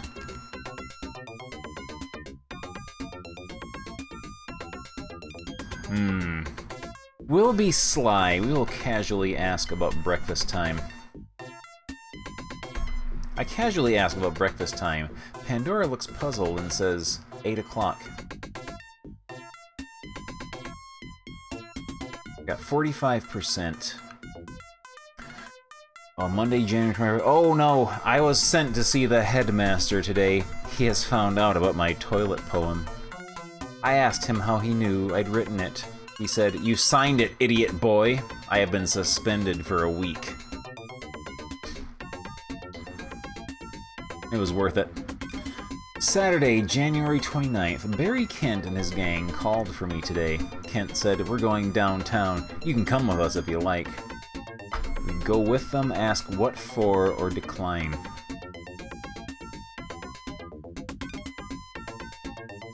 We're gonna go with them. I go with them as I'm feeling a bit nihilistic. Sunday, January 30th. Hung about the deserted shopping center with Barry Kent and the lads. Oh man, we're there with the lads. Barry graciously gave me permission to call him Baz. Monday, January 31st. Baz took me home and introduced me to his family. Mrs. Kent said, "Ain't you the lad what's at all the scandal? Which of the following shall I do?" Ask, "What scandal?" Smile enigmatically. Say, "Yeah, that's me, but so what?" Oh man, we're gonna act tough in front of our new best friend Baz. Say, "Yeah, that's me, but so what?" Mr. Kent reminded me of my manners, and I apologized immediately. I had a nice tea with the family, chip sandwiches with tomato sauce. Once I got used to the funny smell in the house, I was able to relax for the first time in weeks. Tuesday, February 1st. I had a note from Pandora breaking off our relationship as she doesn't like the company I am keeping. What shall I do? Resign from Kent's gang, write to Pandora, or do nothing? Playing text-based games with the lads.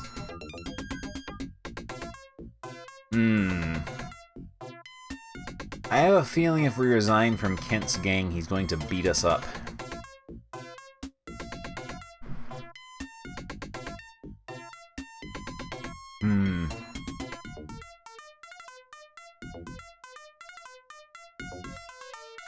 We will write to her. I write to Pandora explaining that I am trying to broaden my experience of the world and that my feelings for her are unchanged. Wednesday, February 2nd, I drew some money out of my building society account. Buy a pair of Doc Martens, get a punk haircut, or send flowers to Pandora. Oh man.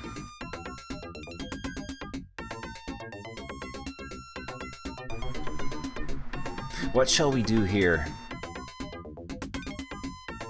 Yeah, you never know when you'll need a pair of Docs.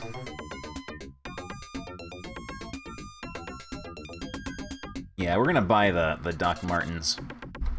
I buy a pair of Doc Martens. They are bully boy brown and at an inch to my height. Spent the evening outside the Chinese chip shop, chucking prawn crackers about with the gang. I haven't read a book for ages. Instead of reading about life, I am living it. Friday, February 4th. Michael Heseltine has chickened out of a public debate with C&D. I expect he is scared of being shown up. Saturday, February 5th. PC Gordon, community policeman, called round to see me. He wanted to know why I had suddenly gone off the rails. Which of the following shall I do? Say I am an existential nihilist. Give him a full account of the last 2 years. Tell him it's none of his business. Oh, I am an existential nihilist. I say I am an existential nihilist. He says that lads usually blame it on being bored, but I could tell he was impressed by my vocabulary. Sunday, February 6th. Being in a gang is not as exciting as I thought it would be. All we do is hang around shopping precincts and windy recreation grounds. Shall I do? Suggest we do yeah. I suggest we do something more interesting. Baz asked, what? And I suggested a visit. Oh no, Bert! Oh no. Saber came charging to meet us at the door of Bert's bungalow. I caught hold of his collar to calm him down, but Barry Kent and his gang fled up the path shouting, "See ya, Moley." They're a useless lot. Old Bert's got more guts than them. Oh no! We're doing too well. We're at 47% again. Wednesday, February 16th, Ash Wednesday. After school, I went to Smith's to read the magazines. Monday, February 21st, Washington's birthday observance. Okay, 47%. Thursday, February 24th. Architecture is a mystery to me. Why do architects keep designing new buildings, most with problems, when they could copy the best existing designs? Such things baffle me. Saturday, February 26th. Rosie has got her first tooth. My index finger is still bleeding. Monday, March 7th, 47%. The water workers have gone on strike, so my father made us all have a bath tonight, the dog included. Tuesday, March 8th. Fabulous, amazing, brilliant, magic. Showers have been banned at school. The twice weekly torture of displaying my inferior muscle development is over. Choose one of the following for me. Try weightlifting, write to their union, hope the water workers prolong the strike.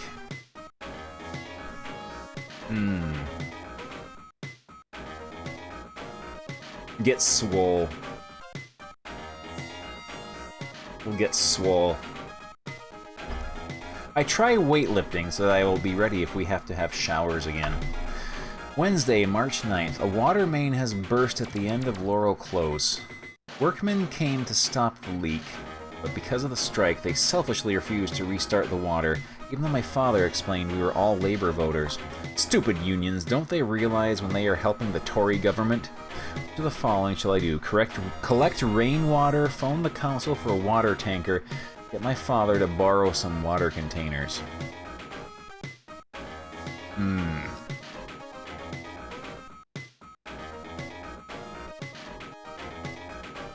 Collecting rainwater sounds like a really stupid, pointless thing to do. We'll do that. I collect rainwater in my father's old tent. It tastes disgusting. Friday, March 11th. My slave-driving parents are making me fetch water from Elm Tree Avenue each day. It's not fair. They can drive, but I am forced to use my racing bike.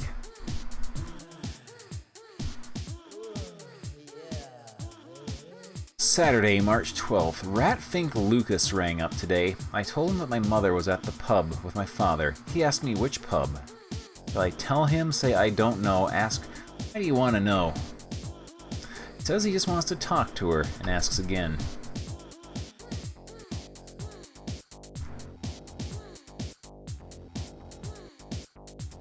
What shall we do? Oh, that's a very bongo-colored room up there, too.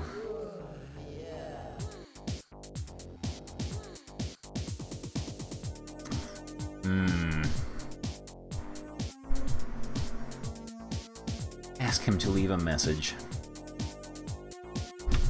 Ask him to leave a message. He said, please get her to ring me. I promise to tell my mother. So the following shall I do? Leave my mother a message, tell my mother the phone call, go to bed and try to forget about Lucas.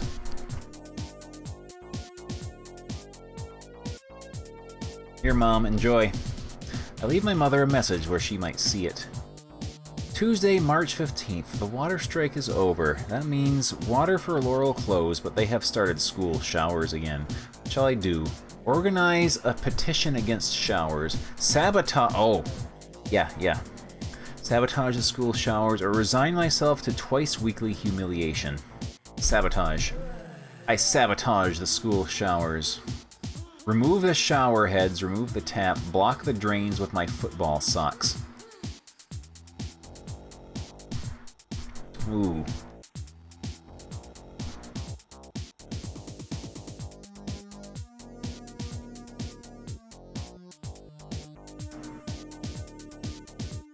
I wonder if his football socks are like monogrammed with his initials. I block the drains with my football socks. Tuesday, March 17th, St. Patrick's Day. Came home soaked from school, as all our clothes got wet when the shower room flooded. A plumber arrived as we were leaving. Friday, March 18th. Threw away my last nylon shirt. It is not very fashionable. In fact, nylon is very intrinous. That's a word I'm not familiar with. We're at 47%. Entre nous?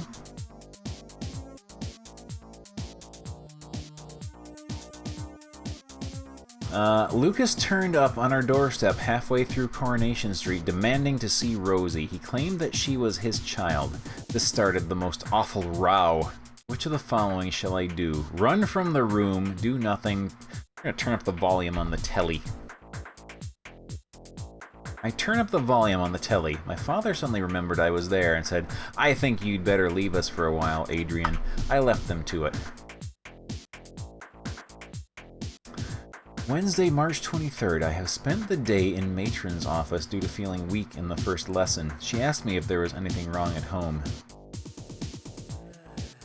Say no, say that parents ought to be moral and consistent, start to cry and say that everything is. What do we do here?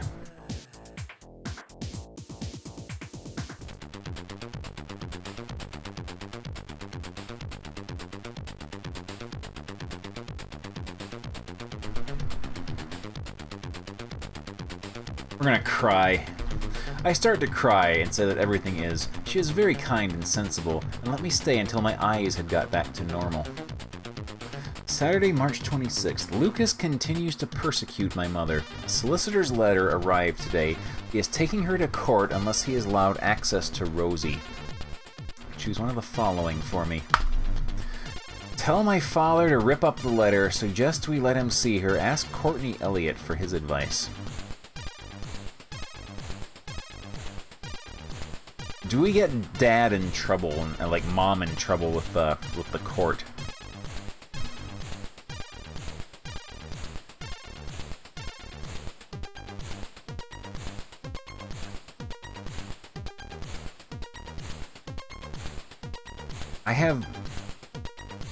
I think they said who Courtney Elliott was, but I don't remember.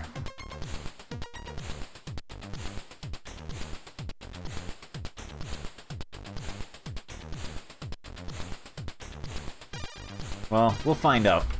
I asked Courtney Elliott for his advice. Courtney thinks we should get a solicitor to write back and warn Lucas off. Monday, March 28th. The solicitor's letter to Lucas cost £20.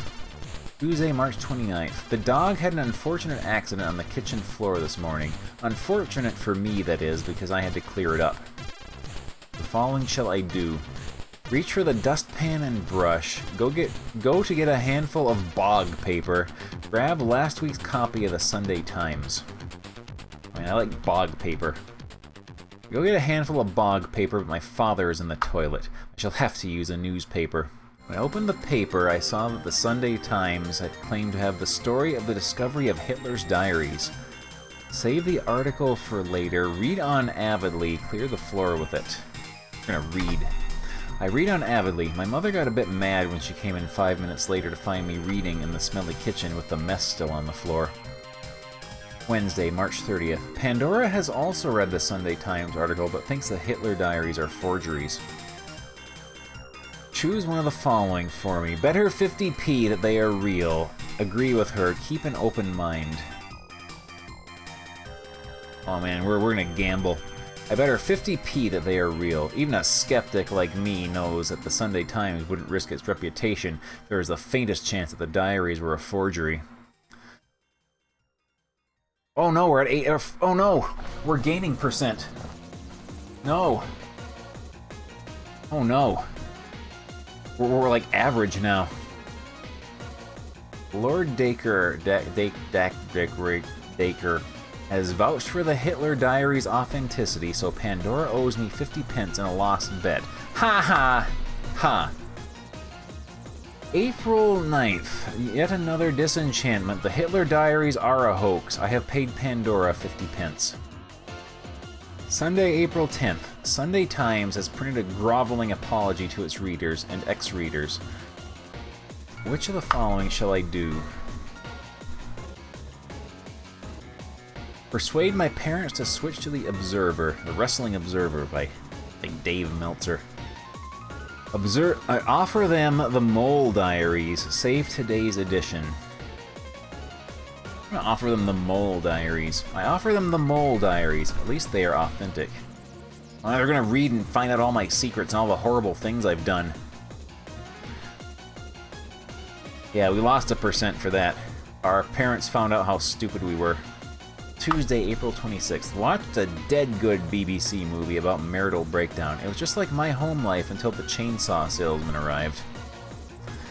Elizabeth Sally... Okay, May 3rd. Elizabeth Sally Broadway keeps snatching my school scarf from around my neck and running away with it, forcing me to chase her.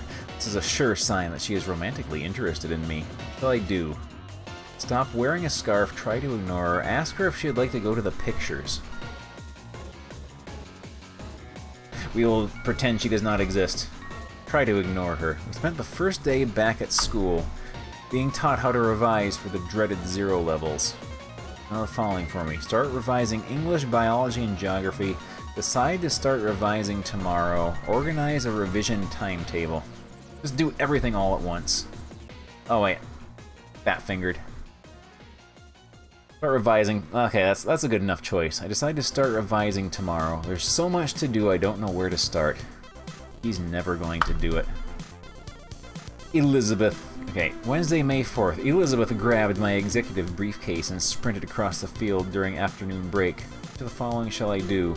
Run after her, shout, "Elizabeth, my love, come back!" Refuse to chase after her. Our briefcase that we took a green marker and wrote AM on. No, if she wants my stupid briefcase that bad, she can have it. I refuse to chase after her. Elizabeth sulked because I wouldn't play, and dumped my briefcase in the Coke store. May 7th. Another letter with a Sheffield postmark. My father read it, then ripped it up and threw it away. Monday, May 9th. Mrs. Thatcher has called a general election for June 9th. How can teenagers study when loudspeakers are blaring out lying promises day and night and canvassers are continually knocking on our door? What shall I do? Write to our local parties. We're going to adjust our revision schedule. Adjust my revision schedule to allow time for election interruptions. Tuesday, May 10th. Parents have hardly spoken to me since Friday night. They are too busy watching Rosie's manual dexterity develop. They never notice me. Decide to leave home, ask for some other time, or join... Oh, are we gonna run away from home? We're gonna gather up our stuff in a little bindle and leave home. I decide to leave home and go somewhere I'm appreciated. Wednesday, May 11th, 6 a.m. I've made my preparations to leave. I've written my goodbye letters to everyone and packed food and clothes in my Adidas bag. I say goodbye to the dog, but it refuses to understand and keeps following me. Which of the following shall I do? Take the dog, stay because of the dog, argue with the dog. That is a smart thing to do. I argue with the dog, but the noise starts to wake my parents next door, and my father bangs on the wall. I'll have to take the dog. It will be my guard and companion on this adventure. The only question is where to go. Hitch to the Sugdens in Norfolk. Head north, or go to stay with Grandma Mole. We're gonna head north. I head north. Junction 22 M1 motorway. Choose one of the following for me. Cross to the far side, wait on the bridge over the motorway, go down the slip road. I don't know. Cross to the far side, maybe we'll get hit by a bus. Cross to the far side as I want to go north. 6 p.m. Home. Nobody gave me a lift. I think the dog put them off. My parents might have looked a bit grateful. Saturday, May 14th. The Conservative candidate has just knocked at our door. He thrust out his hand and said, "I trust I have your vote." Invite him in to wait for my parents. Tell him we are all revolutionary socialists. Say, you are planning to exterminate the working class.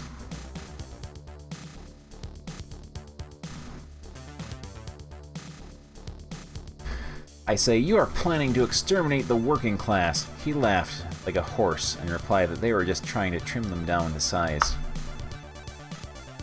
Oh, okay, that took us down to 42%. We got good and stupid from that. We're an unimportant schoolboy now. Saturday, May 21st. Rosie started crawling at 5 p.m. My parents gave her a standing ovation. Sunday, May 22nd. What with politicians, my parents, and Rosie? I'm getting no peace to study. What shall I do? Appeal to my mother, ban people from my room, go to Grandma's to revise. Hello, Grandma. I go to Grandma's to revise. She has given me some brain pills as a revision aid. They are concocted from a disgusting part of a bull. She said, your dead granddad swore by them. Choose one of the following. Refuse her kind offer. Test them on the dog.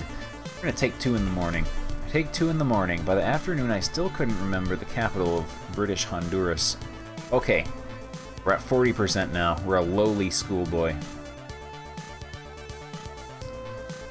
Wednesday, June 1st. This will be my last entry until the exams are over. Courtney Elliott is coming around to give me last-minute coaching. Must stop. His taxi has just drawn up outside. Thursday, June 2nd. My parents went to see a family therapist last night. During their absence, Pandora and I indulged in extremely heavy petting, so heavy that I felt a weight fall from me. If I don't pass my exams, it won't matter. I have known what it is to have the love of it. Oh no.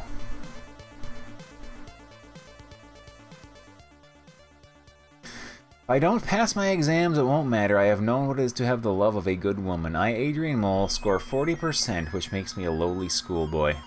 The game is over, unless you'd like to play the final part again. Would you? Okay, so that's it. That was the growing pains of Adrian Mole. We scored 40%.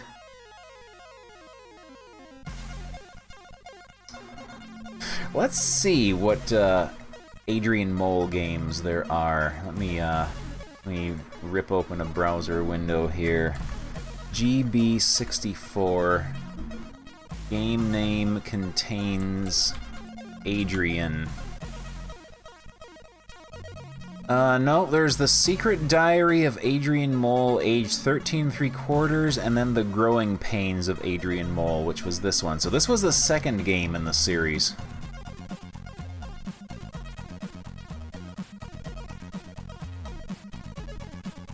So yeah, there's the previous Adrian Mole game, which we might have to play. We have to play sometime, because this was a very interesting and compelling game indeed. yeah, we're definitely gonna have to spend some more time with our good buddy Adrian Mole. But yeah, it's after 2 a.m. here. It's like after 2:30 a.m. So I'm gonna find someone to host here, unless anyone here is about to start up an old Strimstram. Go ahead and let me know, and I will send everyone your way. Otherwise, we'll see who is on.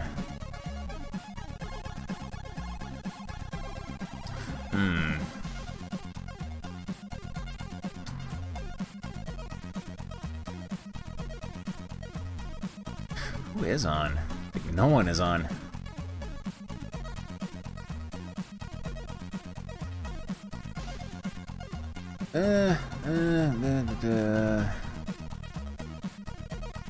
SQPat is playing some PC 98 stuff. That's always good.